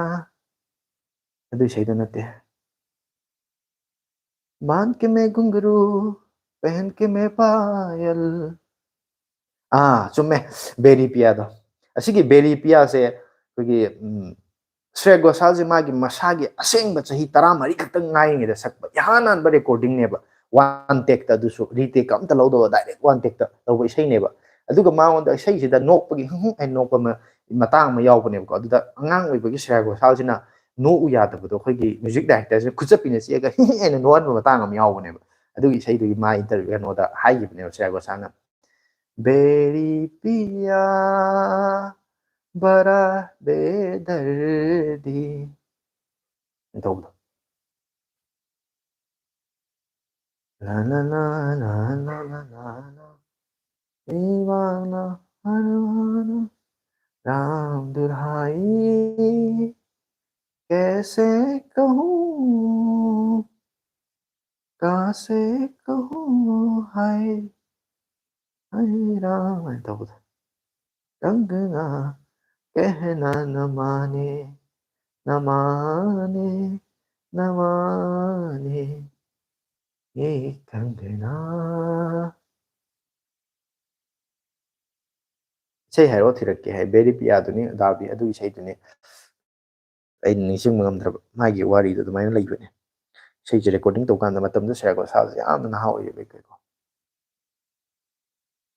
ꯍꯥꯏ ꯂꯣꯏꯁꯤꯟꯗ꯭ꯔꯤ ꯍꯥꯏꯔꯦ ꯑꯗꯨꯒ ꯁꯣꯍꯦꯜꯅ ꯊꯥꯗꯣꯏꯁꯅꯥ ꯍꯦꯛꯅ ꯆꯅꯤ ꯍꯦꯛ ꯊꯣꯛꯄꯗ ꯍꯥꯏꯈ꯭ꯔꯅꯤ live ꯑꯣꯏꯈꯤꯔꯣꯏ ꯅꯪꯁꯨ ꯊꯣꯛꯄ ꯌꯥꯈꯤꯔꯣꯏ ꯍꯦꯛ ꯊꯣꯛꯑꯕ ꯍꯌꯦꯡ ꯑꯣꯏꯅ ꯑꯦꯕꯁꯦꯟ ꯄꯥꯜꯂꯦ ꯍꯥꯏꯔꯤ ꯄꯤꯌꯥ ꯑꯣꯔꯦ ꯄꯤꯌꯥ ꯇꯧꯕꯗꯣ ꯍꯥꯏꯕ पिया ओरे पिया पिया पिया रे पिया ꯑꯗꯨ ꯏꯁꯩꯗꯣ ꯑꯣꯏꯔꯝꯒꯅꯤ ꯑꯩ ꯐꯖꯅ ꯐꯥꯗꯦꯗ ꯑꯗꯨ ꯏꯁꯩ ꯄꯥꯝꯖꯕꯩ ꯋꯥꯅꯤ ꯑꯗꯣ ꯑꯩꯅ ꯀꯩꯅꯣ ꯑꯗꯨꯝ ꯇꯣꯏꯅ ꯇꯥꯕ ꯈꯔ ꯑꯗꯨꯝ ꯃꯌꯦꯛ ꯈꯔ ꯐꯥꯕ ꯋꯥꯅꯤ ꯏꯁꯩ ꯂꯣꯏꯅꯃꯛꯇꯤ ꯐꯥꯕ ꯅꯠꯇꯦꯗ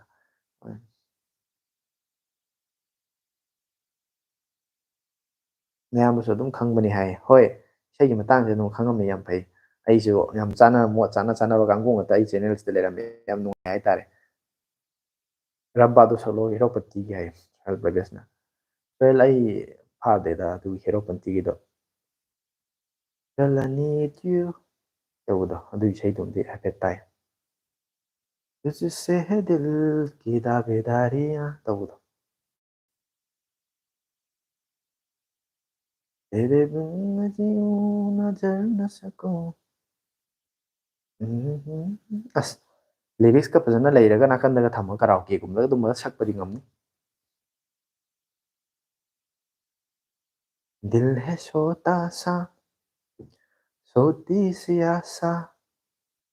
मस्ती भरे मन की गहरी सी आशा चांद तारों को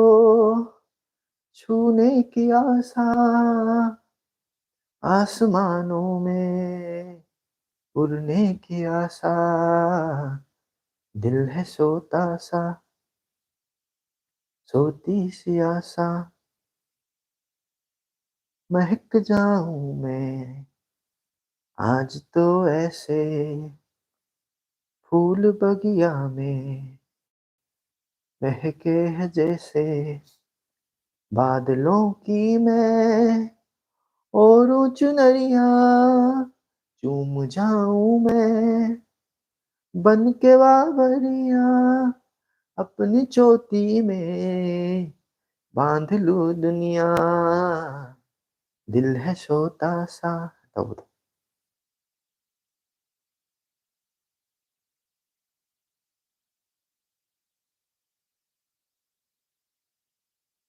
रुम झुम भीगी भीगी रुत में हम तुम आ हैं चलते हैं जलता है चलता है जलता रंग टीन की छत पे हम पानी बरसे तꯧꯕ ꯏꯁꯩ ꯑꯃꯈꯛ ꯑꯩꯈꯣꯏꯒꯤ कविता कृष्णमूर्तिꯒ ꯀꯔꯤ ꯍꯥꯏꯈꯔꯦ कुमार सानूꯒ सꯛꯄ ꯏꯁꯩꯅꯤ बूंदों की ये घड़ी लाई है वो घड़ी जिसके लिए हम तरसे Ha ha ha rim jim rum झुम भीगी भीगी रुत में हम तुम चलते हैं चलते हैं.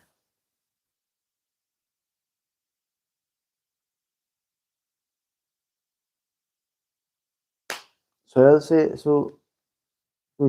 ꯌꯦꯡꯉꯣ ꯁꯤ ꯑꯩꯒꯤ ꯈꯣꯟꯁꯦ ꯍꯦꯛ ꯃꯁꯤ ꯂꯦꯡꯗꯕ ꯂꯥꯏꯞ ꯂꯣꯏꯔꯦ ꯍꯥꯏꯔꯤ. ꯗꯨꯡ ꯏꯁꯩ ꯑꯃ ꯁꯛꯂꯣ.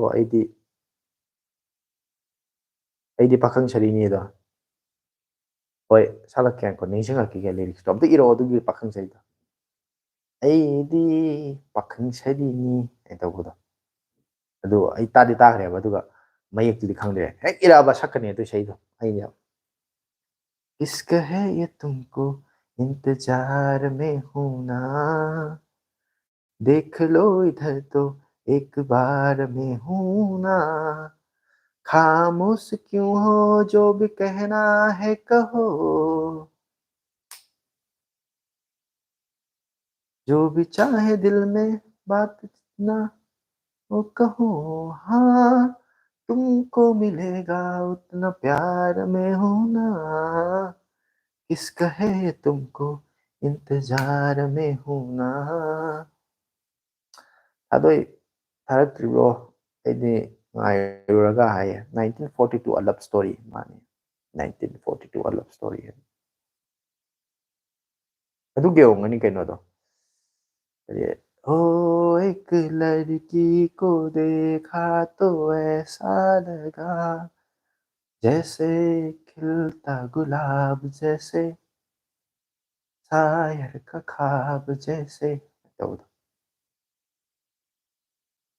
जैसे मंदिर में हो एक जलता दिया तꯧꯕꯗꯣ. ꯃꯌꯦꯛꯇꯨ ꯂꯣꯏ ꯐꯥꯗꯦ. ꯑꯗꯨꯒꯤ ꯏꯁꯩꯗꯨ ꯐꯖꯕꯅꯦ. ꯏꯁꯩꯁꯦ ꯑꯩꯁꯨ ꯑꯔꯤꯕ ꯌꯥꯝ ꯇꯥꯏ. ꯑꯗꯩꯗꯤ ꯈꯔ ꯅꯧꯇ ꯅꯧꯔꯒ ꯍꯥꯏꯔꯒ 90sꯀꯤ ꯏꯁꯩ ꯈꯔ ꯇꯥꯏ. ꯑꯗꯨꯒ ꯑꯅꯧꯕ ꯏꯁꯩꯗꯀꯣ ꯃꯌꯥꯝꯅ ꯁꯣꯍꯦꯜ ꯍꯣꯏ ꯀꯩ ꯍꯣꯏ ꯊꯥꯗꯣꯛꯏꯕ ꯑꯕꯤ ꯍꯣꯏ ꯈꯪꯉꯝꯒꯅꯤ. ꯅꯝ ꯇꯦरी कसम हाले दिल मेरा पूछो ना सनम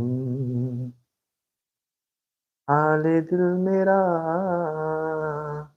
पूछो ना सनम जब शाम आए तुम याद आए तूफान लाए यादों में तुम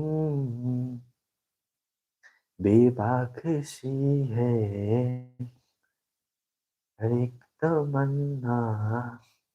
गुस्ताखियों में. अदुगी इसैदो फजबने.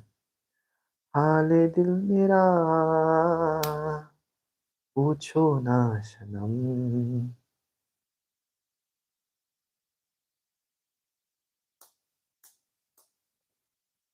ꯑꯗꯣ ꯃꯌꯥꯝꯁꯦ ꯂꯥꯏꯚꯁꯨ ꯌꯦꯡꯉꯤ. ꯂꯥꯏꯚꯀꯤꯁꯤꯗ ꯑꯩ ꯈꯨꯗꯣꯡꯆꯥꯕ ꯂꯧꯔꯒ ꯑꯩ ꯀꯩꯅꯣꯝꯇꯪ ꯍꯥꯏꯖꯍꯧꯒꯦ. ꯃꯃꯥꯡꯗꯁꯨ ꯍꯥꯏꯈ꯭ꯔꯕꯅꯦ. ꯑꯩꯈꯣꯏꯒꯤ ꯑꯩꯅ ꯆꯦꯅꯦꯜꯗ ꯚꯤꯗꯤꯑꯣ ꯊꯥꯒꯠꯂꯛꯄ ꯃꯇꯝꯗ ꯑꯩꯈꯣꯏꯒꯤ ꯚꯤꯗꯤꯑꯣꯁꯤ ꯌꯦꯡꯀꯥꯟꯗ ꯂꯥꯏꯛ ꯃꯌꯥꯝꯅ ꯂꯥꯏꯛ ꯅꯝꯕꯤꯕꯗꯣ ꯂꯥꯏꯛꯇ ꯅꯝꯕ ꯀꯥꯟꯗꯀꯣ ꯂꯥꯏꯛ ꯍꯦꯛ ꯅꯝ ꯂꯣꯏꯔꯀꯥꯟꯗ ꯅꯥꯀꯟꯗ ꯍꯥꯏꯞ ꯍꯥꯏꯅ ꯑꯃ ꯊꯣꯛꯂꯛꯀꯅꯦꯕ. HYPE ꯍꯥꯏꯞ ꯍꯥꯏꯅ. ꯑꯗꯨꯒꯤ ꯍꯥꯏꯞꯇꯣ ꯅꯝꯕꯤꯕ ꯀꯥꯎꯕꯤꯒꯅꯨ. ꯑꯩ ꯔꯤꯀ꯭ꯋꯦꯁ ꯇꯧꯖꯕꯅꯦ ꯁꯤꯝꯇꯪꯗꯤ ꯃꯌꯥꯝꯅ ꯂꯥꯏꯛ ꯇꯧꯕꯤꯕ ꯑꯗꯨꯃꯥꯏꯅ ꯍꯥꯏꯞ ꯇꯧꯕꯗꯨꯁꯨ ꯑꯩꯈꯣꯏꯗ ꯌꯥꯝ ꯀꯥꯟꯅꯕ ꯄꯣꯠ ꯑꯃꯈꯛ ꯑꯣꯏꯌꯦꯕꯀꯣ. ꯑꯗꯨꯗꯨꯅ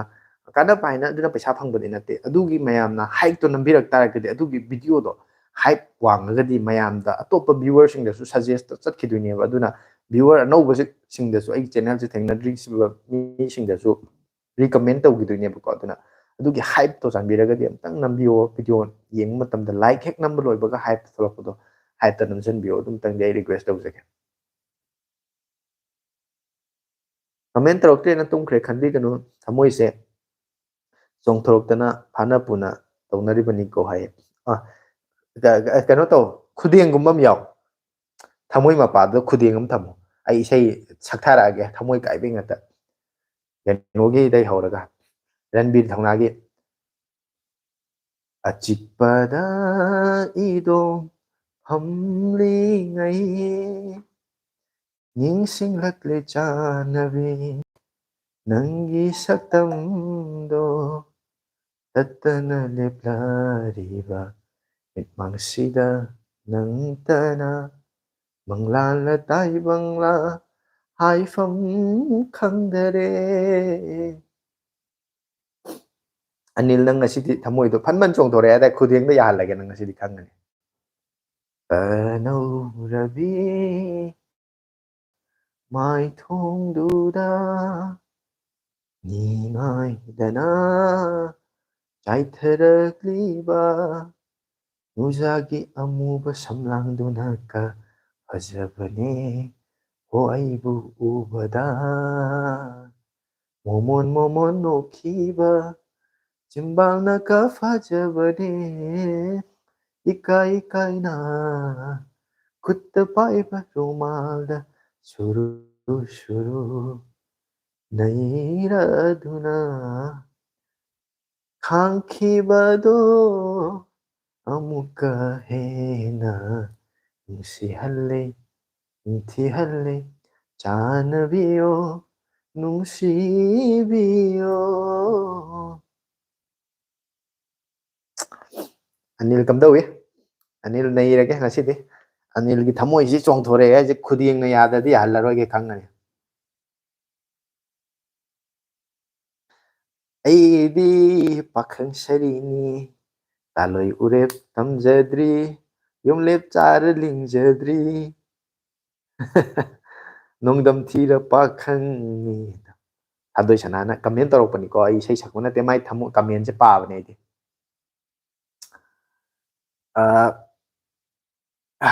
ꯃꯌꯥꯝ ꯑꯗꯣ ꯍꯥꯏꯁꯨ ꯍꯥꯏꯕꯅꯤ ꯃꯇꯝꯗꯤ ꯌꯥꯝ ꯊꯦꯡꯉꯦ, ꯄꯨꯡ 12:13 ꯆꯠꯂꯦ. ꯑꯩ ꯂꯥꯏꯚꯁꯦ ꯂꯣꯏꯁꯤꯟꯖꯔꯒꯦ, ꯃꯤꯅꯤꯠ 4 ꯈꯤꯇꯪ ꯉꯥꯏꯔꯒꯀꯣ ꯂꯥꯏꯚꯁꯦ ꯄꯨꯡ 12:13ꯁꯦ 12:30ꯗ ꯂꯣꯏꯁꯤꯟꯖꯔꯒꯦ. ꯃꯌꯥꯝ ꯌꯥꯕ꯭ꯔꯥ ꯌꯥꯗ꯭ꯔꯒꯁꯨ ꯌꯥꯕꯤꯔꯣ. ꯑꯩ ꯅꯤꯡꯉꯤꯁꯦ ꯀꯩꯅꯣ ꯍꯥꯏꯗꯤ ꯑꯩ ꯐꯣꯟꯁꯦ ꯕꯦꯇ꯭ꯔꯤꯁꯦ ꯉꯁꯥꯏꯗꯒꯤ ꯂꯥꯏꯚ ꯊꯥꯕꯗ ꯑꯩ ꯆꯥꯔꯖ ꯇꯧꯍꯧꯗ꯭ꯔꯦꯕ, ꯑꯗꯣ ꯕꯦꯇ꯭ꯔꯤꯁꯦ ꯌꯥꯝꯅ ꯍꯟꯊꯔꯦ, 10% ꯃꯨꯛꯇ ꯉꯥꯏ ꯂꯩꯔꯝꯃꯦ. ꯑꯗꯨꯅ ꯐꯣꯟꯁꯦ ꯕꯦꯇ꯭ꯔꯤ ꯁꯨꯃꯥꯏꯅ ꯌꯥꯝ ꯗꯥꯎꯟ ꯑꯣꯏꯅ ꯁꯤꯖꯤꯟꯅꯕꯁꯤ ꯐꯠꯁꯨ ꯐꯠꯇꯦ. ꯑꯗꯨꯏ ꯃꯊꯛꯇ ꯃꯇꯝꯁꯨ ꯊꯦꯡꯉꯦ, ꯑꯗꯣ ꯕꯦꯇ꯭ꯔꯤꯁꯦ ꯁ꯭ꯋꯤꯆ ꯑꯣꯐ ꯇꯥꯒꯗꯧ ꯃꯥꯟꯕ ꯍꯥꯏꯇꯥꯔꯦ ꯂꯥꯏꯚ ꯊꯥꯅ. ꯑꯗꯨꯅ ꯋꯥꯔꯧ ꯌꯥꯗ꯭ꯔꯦ ꯃꯌꯥꯝ, ꯑꯩ ꯐꯣꯟ ꯄꯥꯏꯔ ꯍꯧꯒꯠꯂꯛꯑꯁꯤꯅꯦ. ꯃꯌꯥꯝ ꯋꯥꯔꯧꯕꯤꯅꯣ, ꯍꯌꯦꯡ ꯑꯃꯨꯛ ꯐꯖꯅ ꯊꯦꯡꯅꯔꯁꯦ, ꯅꯨꯡꯉꯥꯏ ꯅꯨꯡꯉꯥꯏꯕ ꯀꯃꯦꯟ ꯋꯥꯔꯤ ꯃꯌꯥꯝ ꯁꯥꯟꯅꯔꯁꯦ. ꯑꯗꯨꯒ ꯐꯣꯟꯁꯦ ꯕꯦꯇ꯭ꯔꯤ ꯁ꯭ꯋꯤꯆ ꯑꯣꯐ ꯇꯥꯈ꯭ꯔꯅꯦꯅ ꯑꯩ ꯄꯥꯈꯠꯂꯛꯑꯕ ꯍꯥꯏꯇꯥꯔꯦ. ꯂꯥꯏꯚ ꯊꯥꯕꯁꯤꯗ ꯑꯩꯁꯦ ꯉꯁꯥꯏ ꯆꯥꯔꯖ ꯇꯧꯍꯧꯗ꯭ꯔꯦꯕ ꯀꯥꯎꯗꯅꯀꯣ. ꯑꯗꯣ ꯄꯨꯡ 2:30 ꯐꯥꯖꯜꯂꯛꯑꯦꯗꯅ. ꯑꯗꯨꯅ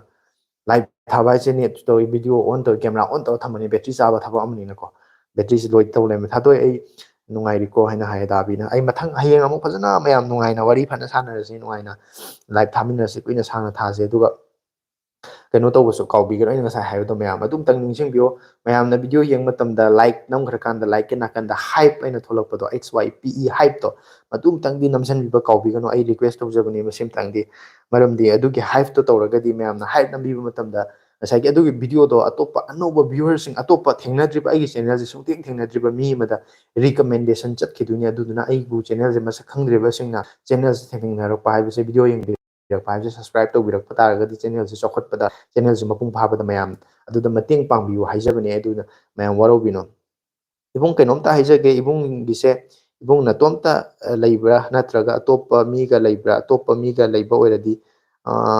ꯃꯇꯝꯅ ꯊꯦꯡꯕꯁꯤꯗ ꯃꯤꯒꯤꯁꯨ ꯈꯔ ꯈꯟꯗ ꯌꯥꯗꯦ, ꯑꯗꯨꯒꯤ ꯍꯪꯖꯕꯅꯦ.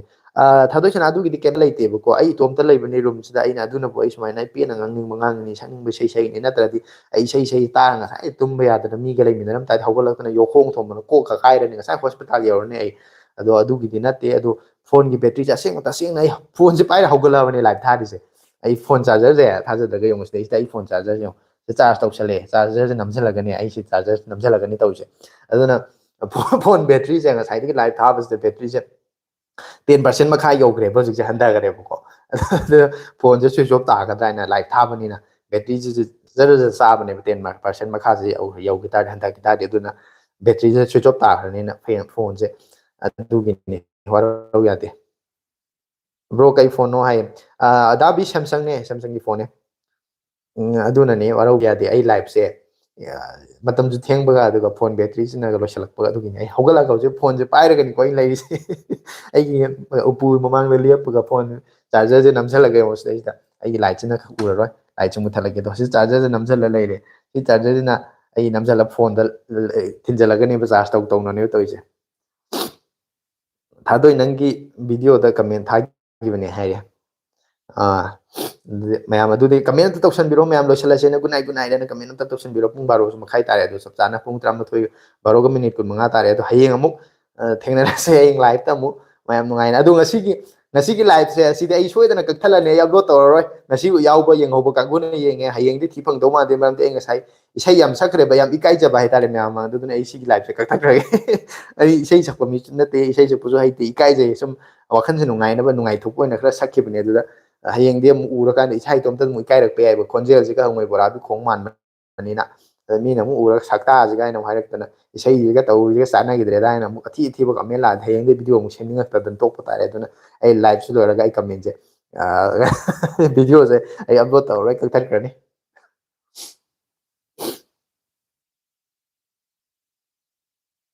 ꯏꯕꯨꯡ ꯊꯦꯡꯉꯦ ꯒꯨꯗ ꯅꯥꯏꯠ ꯑꯣꯏꯔꯣ ꯍꯌꯦꯡꯁꯨ ꯂꯩꯔꯤ ꯍꯣꯏ ꯍꯌꯦꯡꯁꯨ ꯂꯩꯔꯤ ꯀꯛꯄꯤꯒꯅꯧꯔꯣ ꯍꯥꯏꯔꯤ ꯌꯦꯡꯉꯁꯤ ꯑꯅꯤꯜ ꯑꯗꯨ ꯃꯌꯥꯝ ꯒꯨꯗ ꯅꯥꯏꯠ ꯑꯝꯇꯪ ꯇꯧꯁꯟꯕꯤꯔꯣ ꯒꯨꯗ ꯅꯥꯏꯠ ꯑꯝꯇ ꯀꯃꯦꯟ ꯑꯃꯇꯪ ꯇꯧꯁꯟꯕꯤꯔꯣ ꯃꯌꯥꯝ ꯃꯊꯪ ꯑꯗꯨꯒ ꯂꯥꯏꯚꯁꯦ ꯂꯣꯏꯁꯤꯜꯂꯒꯦ ꯑꯩ ꯐꯣꯟꯒꯤ ꯕꯦꯇ꯭ꯔꯤꯁꯤ ꯌꯥꯎꯗꯕꯒꯤꯅꯤ ꯋꯥꯔꯧꯕꯤ ꯌꯥꯗꯦ ꯍꯧꯖꯤꯛ ꯇꯁꯦꯡꯅ ꯍꯥꯏꯔꯕꯗꯤ ꯐꯣꯟꯒꯤ ꯕꯦꯇ꯭ꯔꯤꯁꯤ ꯍꯧꯖꯤꯛ 5% ꯈꯛꯇ ꯉꯥꯏꯈ꯭ꯔꯦ ꯆꯥꯔꯖꯔ ꯅꯝꯁꯤꯜꯂꯁꯨ 5%ꯗꯒꯤ ꯍꯦꯟꯒꯠꯄ ꯉꯝꯗ꯭ꯔꯦ ꯉꯁꯥꯏ ꯆꯥꯔꯖ ꯇꯧꯅ ꯁꯤꯖꯤꯟꯅꯕꯁꯦ ꯐꯣꯟꯗꯁꯨ ꯐꯠꯇꯦ ꯑꯗꯨꯒ ꯕꯦꯇ꯭ꯔꯤꯁꯤꯁꯨ ꯂꯥꯏꯚ ꯊꯥꯔꯤꯕꯅꯤ ꯕꯦꯇ꯭ꯔꯤ ꯀꯟꯖꯨꯝ ꯇꯧꯕ ꯄꯣꯠꯅꯤꯅꯀꯣ ꯃꯥꯒꯤ ꯕꯦꯇ꯭ꯔꯤꯁꯦ ꯍꯦꯟꯒꯠꯄ ꯉꯝꯗ꯭ꯔꯦ 5% ꯑꯗꯨꯝ ꯂꯩꯔꯦ ꯍꯥꯏꯇꯥꯔꯦ ꯒꯨꯗ ꯅꯥꯏꯠ ꯍꯥꯏꯔꯦ ꯗꯥ ꯑꯕꯤꯅꯁꯨ ꯊꯥꯗꯣꯏ ꯆꯠꯄ ꯌꯥꯗꯦ ꯍꯥꯏ ꯒꯨꯗ ꯅꯥꯏꯠ ꯍꯥꯏꯔꯦ ꯊꯥꯗꯣꯏꯁꯅꯥꯁꯨ ꯃꯌꯥꯝꯗ ꯍꯥꯏꯔꯦ ꯑꯗꯨꯒ ꯃꯌꯥꯝ ꯑꯇꯩꯁꯨ ꯒꯨꯗ ꯅꯥꯏꯠ ꯀꯃꯦꯟ ꯃꯊꯪ ꯇꯧꯁꯤꯟꯕꯤꯔꯣ ꯑꯩ ꯂꯣꯏꯁꯤꯟꯖꯔꯒꯦ ꯃꯌꯥꯝ ꯄꯨꯝꯅꯃꯛ ꯀꯥꯏꯅꯔꯁꯦ ꯑꯗꯨꯗꯤ ꯕꯥꯏ ꯒꯨꯗ ꯅꯥꯏꯠ ꯍꯌꯦꯡ ꯑꯃꯨꯛ ꯂꯥꯏꯚ ꯊꯦꯡꯅꯔꯁꯦ ꯍꯌꯦꯡ ꯄꯨꯡ 9:30 ꯑꯗꯨꯋꯥꯏꯗꯒꯤ ꯑꯃꯨꯛ ꯊꯥꯔꯛꯀꯦ ꯑꯗꯨ ꯑꯃꯨꯛ ꯊꯦꯡꯅꯔꯒꯦ ꯅꯨꯡꯉꯥꯏꯕ ꯋꯥꯔꯤ ꯃꯌꯥꯝ ꯁꯥꯔꯁꯦ ꯑꯗꯣ ꯉꯁꯤꯒꯤ ꯑꯣꯏꯅꯗꯤ ꯂꯣꯏꯁꯤꯜꯂꯒꯦ ꯐꯣꯟ ꯕꯦꯇ꯭ꯔꯤꯁꯤ ꯌꯥꯎꯗꯕꯅ ꯑꯩ ꯎꯄꯥꯏ ꯀꯔꯤꯝꯇ ꯂꯩꯇ꯭ꯔꯦ ꯉꯁꯤꯗꯤ ꯋꯥꯔꯧꯕꯤꯔꯅꯨ ꯃꯌꯥꯝ ꯄꯨꯝꯅꯃꯛ ꯀꯥꯏꯅꯕ ꯌꯥꯊꯪ ꯅꯤꯖꯔꯤ ꯉꯁꯤ ꯍꯌꯦꯡ ꯒꯨꯗ ꯅꯥꯏꯠ ꯍꯌꯦꯡ ꯑꯃꯨꯛ ꯂꯥꯏꯚꯇ ꯊꯦꯡꯅꯔꯁꯦ ꯑꯗꯨꯒ ꯃꯊꯪ ꯚꯤꯗꯤꯑꯣ ꯊꯥꯒꯠꯂꯛꯄꯗꯗꯤ ꯑꯃꯨꯛꯀꯁꯨ ꯍꯟꯅ ꯍꯥꯏꯖꯍꯧꯒꯦ ꯂꯥꯁ ꯑꯣꯏꯅ ꯍꯌꯦꯡ ꯚꯤꯗꯤꯑꯣ ꯊꯥꯒꯠꯂꯛꯄꯗꯗꯤ ꯃꯊꯪ ꯚꯤꯗꯤꯑꯣ ꯊꯥꯒꯠꯂꯛꯄꯗꯗꯤ ꯂꯥꯏꯛꯇ ꯅꯝꯃꯀꯥꯟꯗ ꯍꯥꯏꯞꯇꯣ ꯅꯝꯕ ꯀꯥꯎꯕꯤꯒꯅꯨ ꯄ꯭ꯂꯤꯖ ꯑꯁꯤꯃꯇꯪꯗꯤ ꯔꯤꯀ꯭ꯋꯦꯁ ꯇꯧꯖꯕꯅꯦ ꯑꯁꯤꯃꯇꯪꯗꯤ ꯃꯌꯥꯝ ꯒꯨꯗ ꯅꯥꯏꯠ ꯑꯗꯨꯗꯤ ꯂꯣꯏꯁꯤꯟꯖꯔꯒꯦ ꯃꯌꯥꯝ ꯄꯨꯝꯅꯃꯛꯕꯨ ꯀꯃꯦꯟ ꯇꯧꯕꯁꯨ ꯇꯧꯗꯕꯁꯨ ꯃꯌꯥꯝ ꯄꯨꯝꯅꯃꯛ ꯒꯨꯗ ꯅꯥꯏꯠ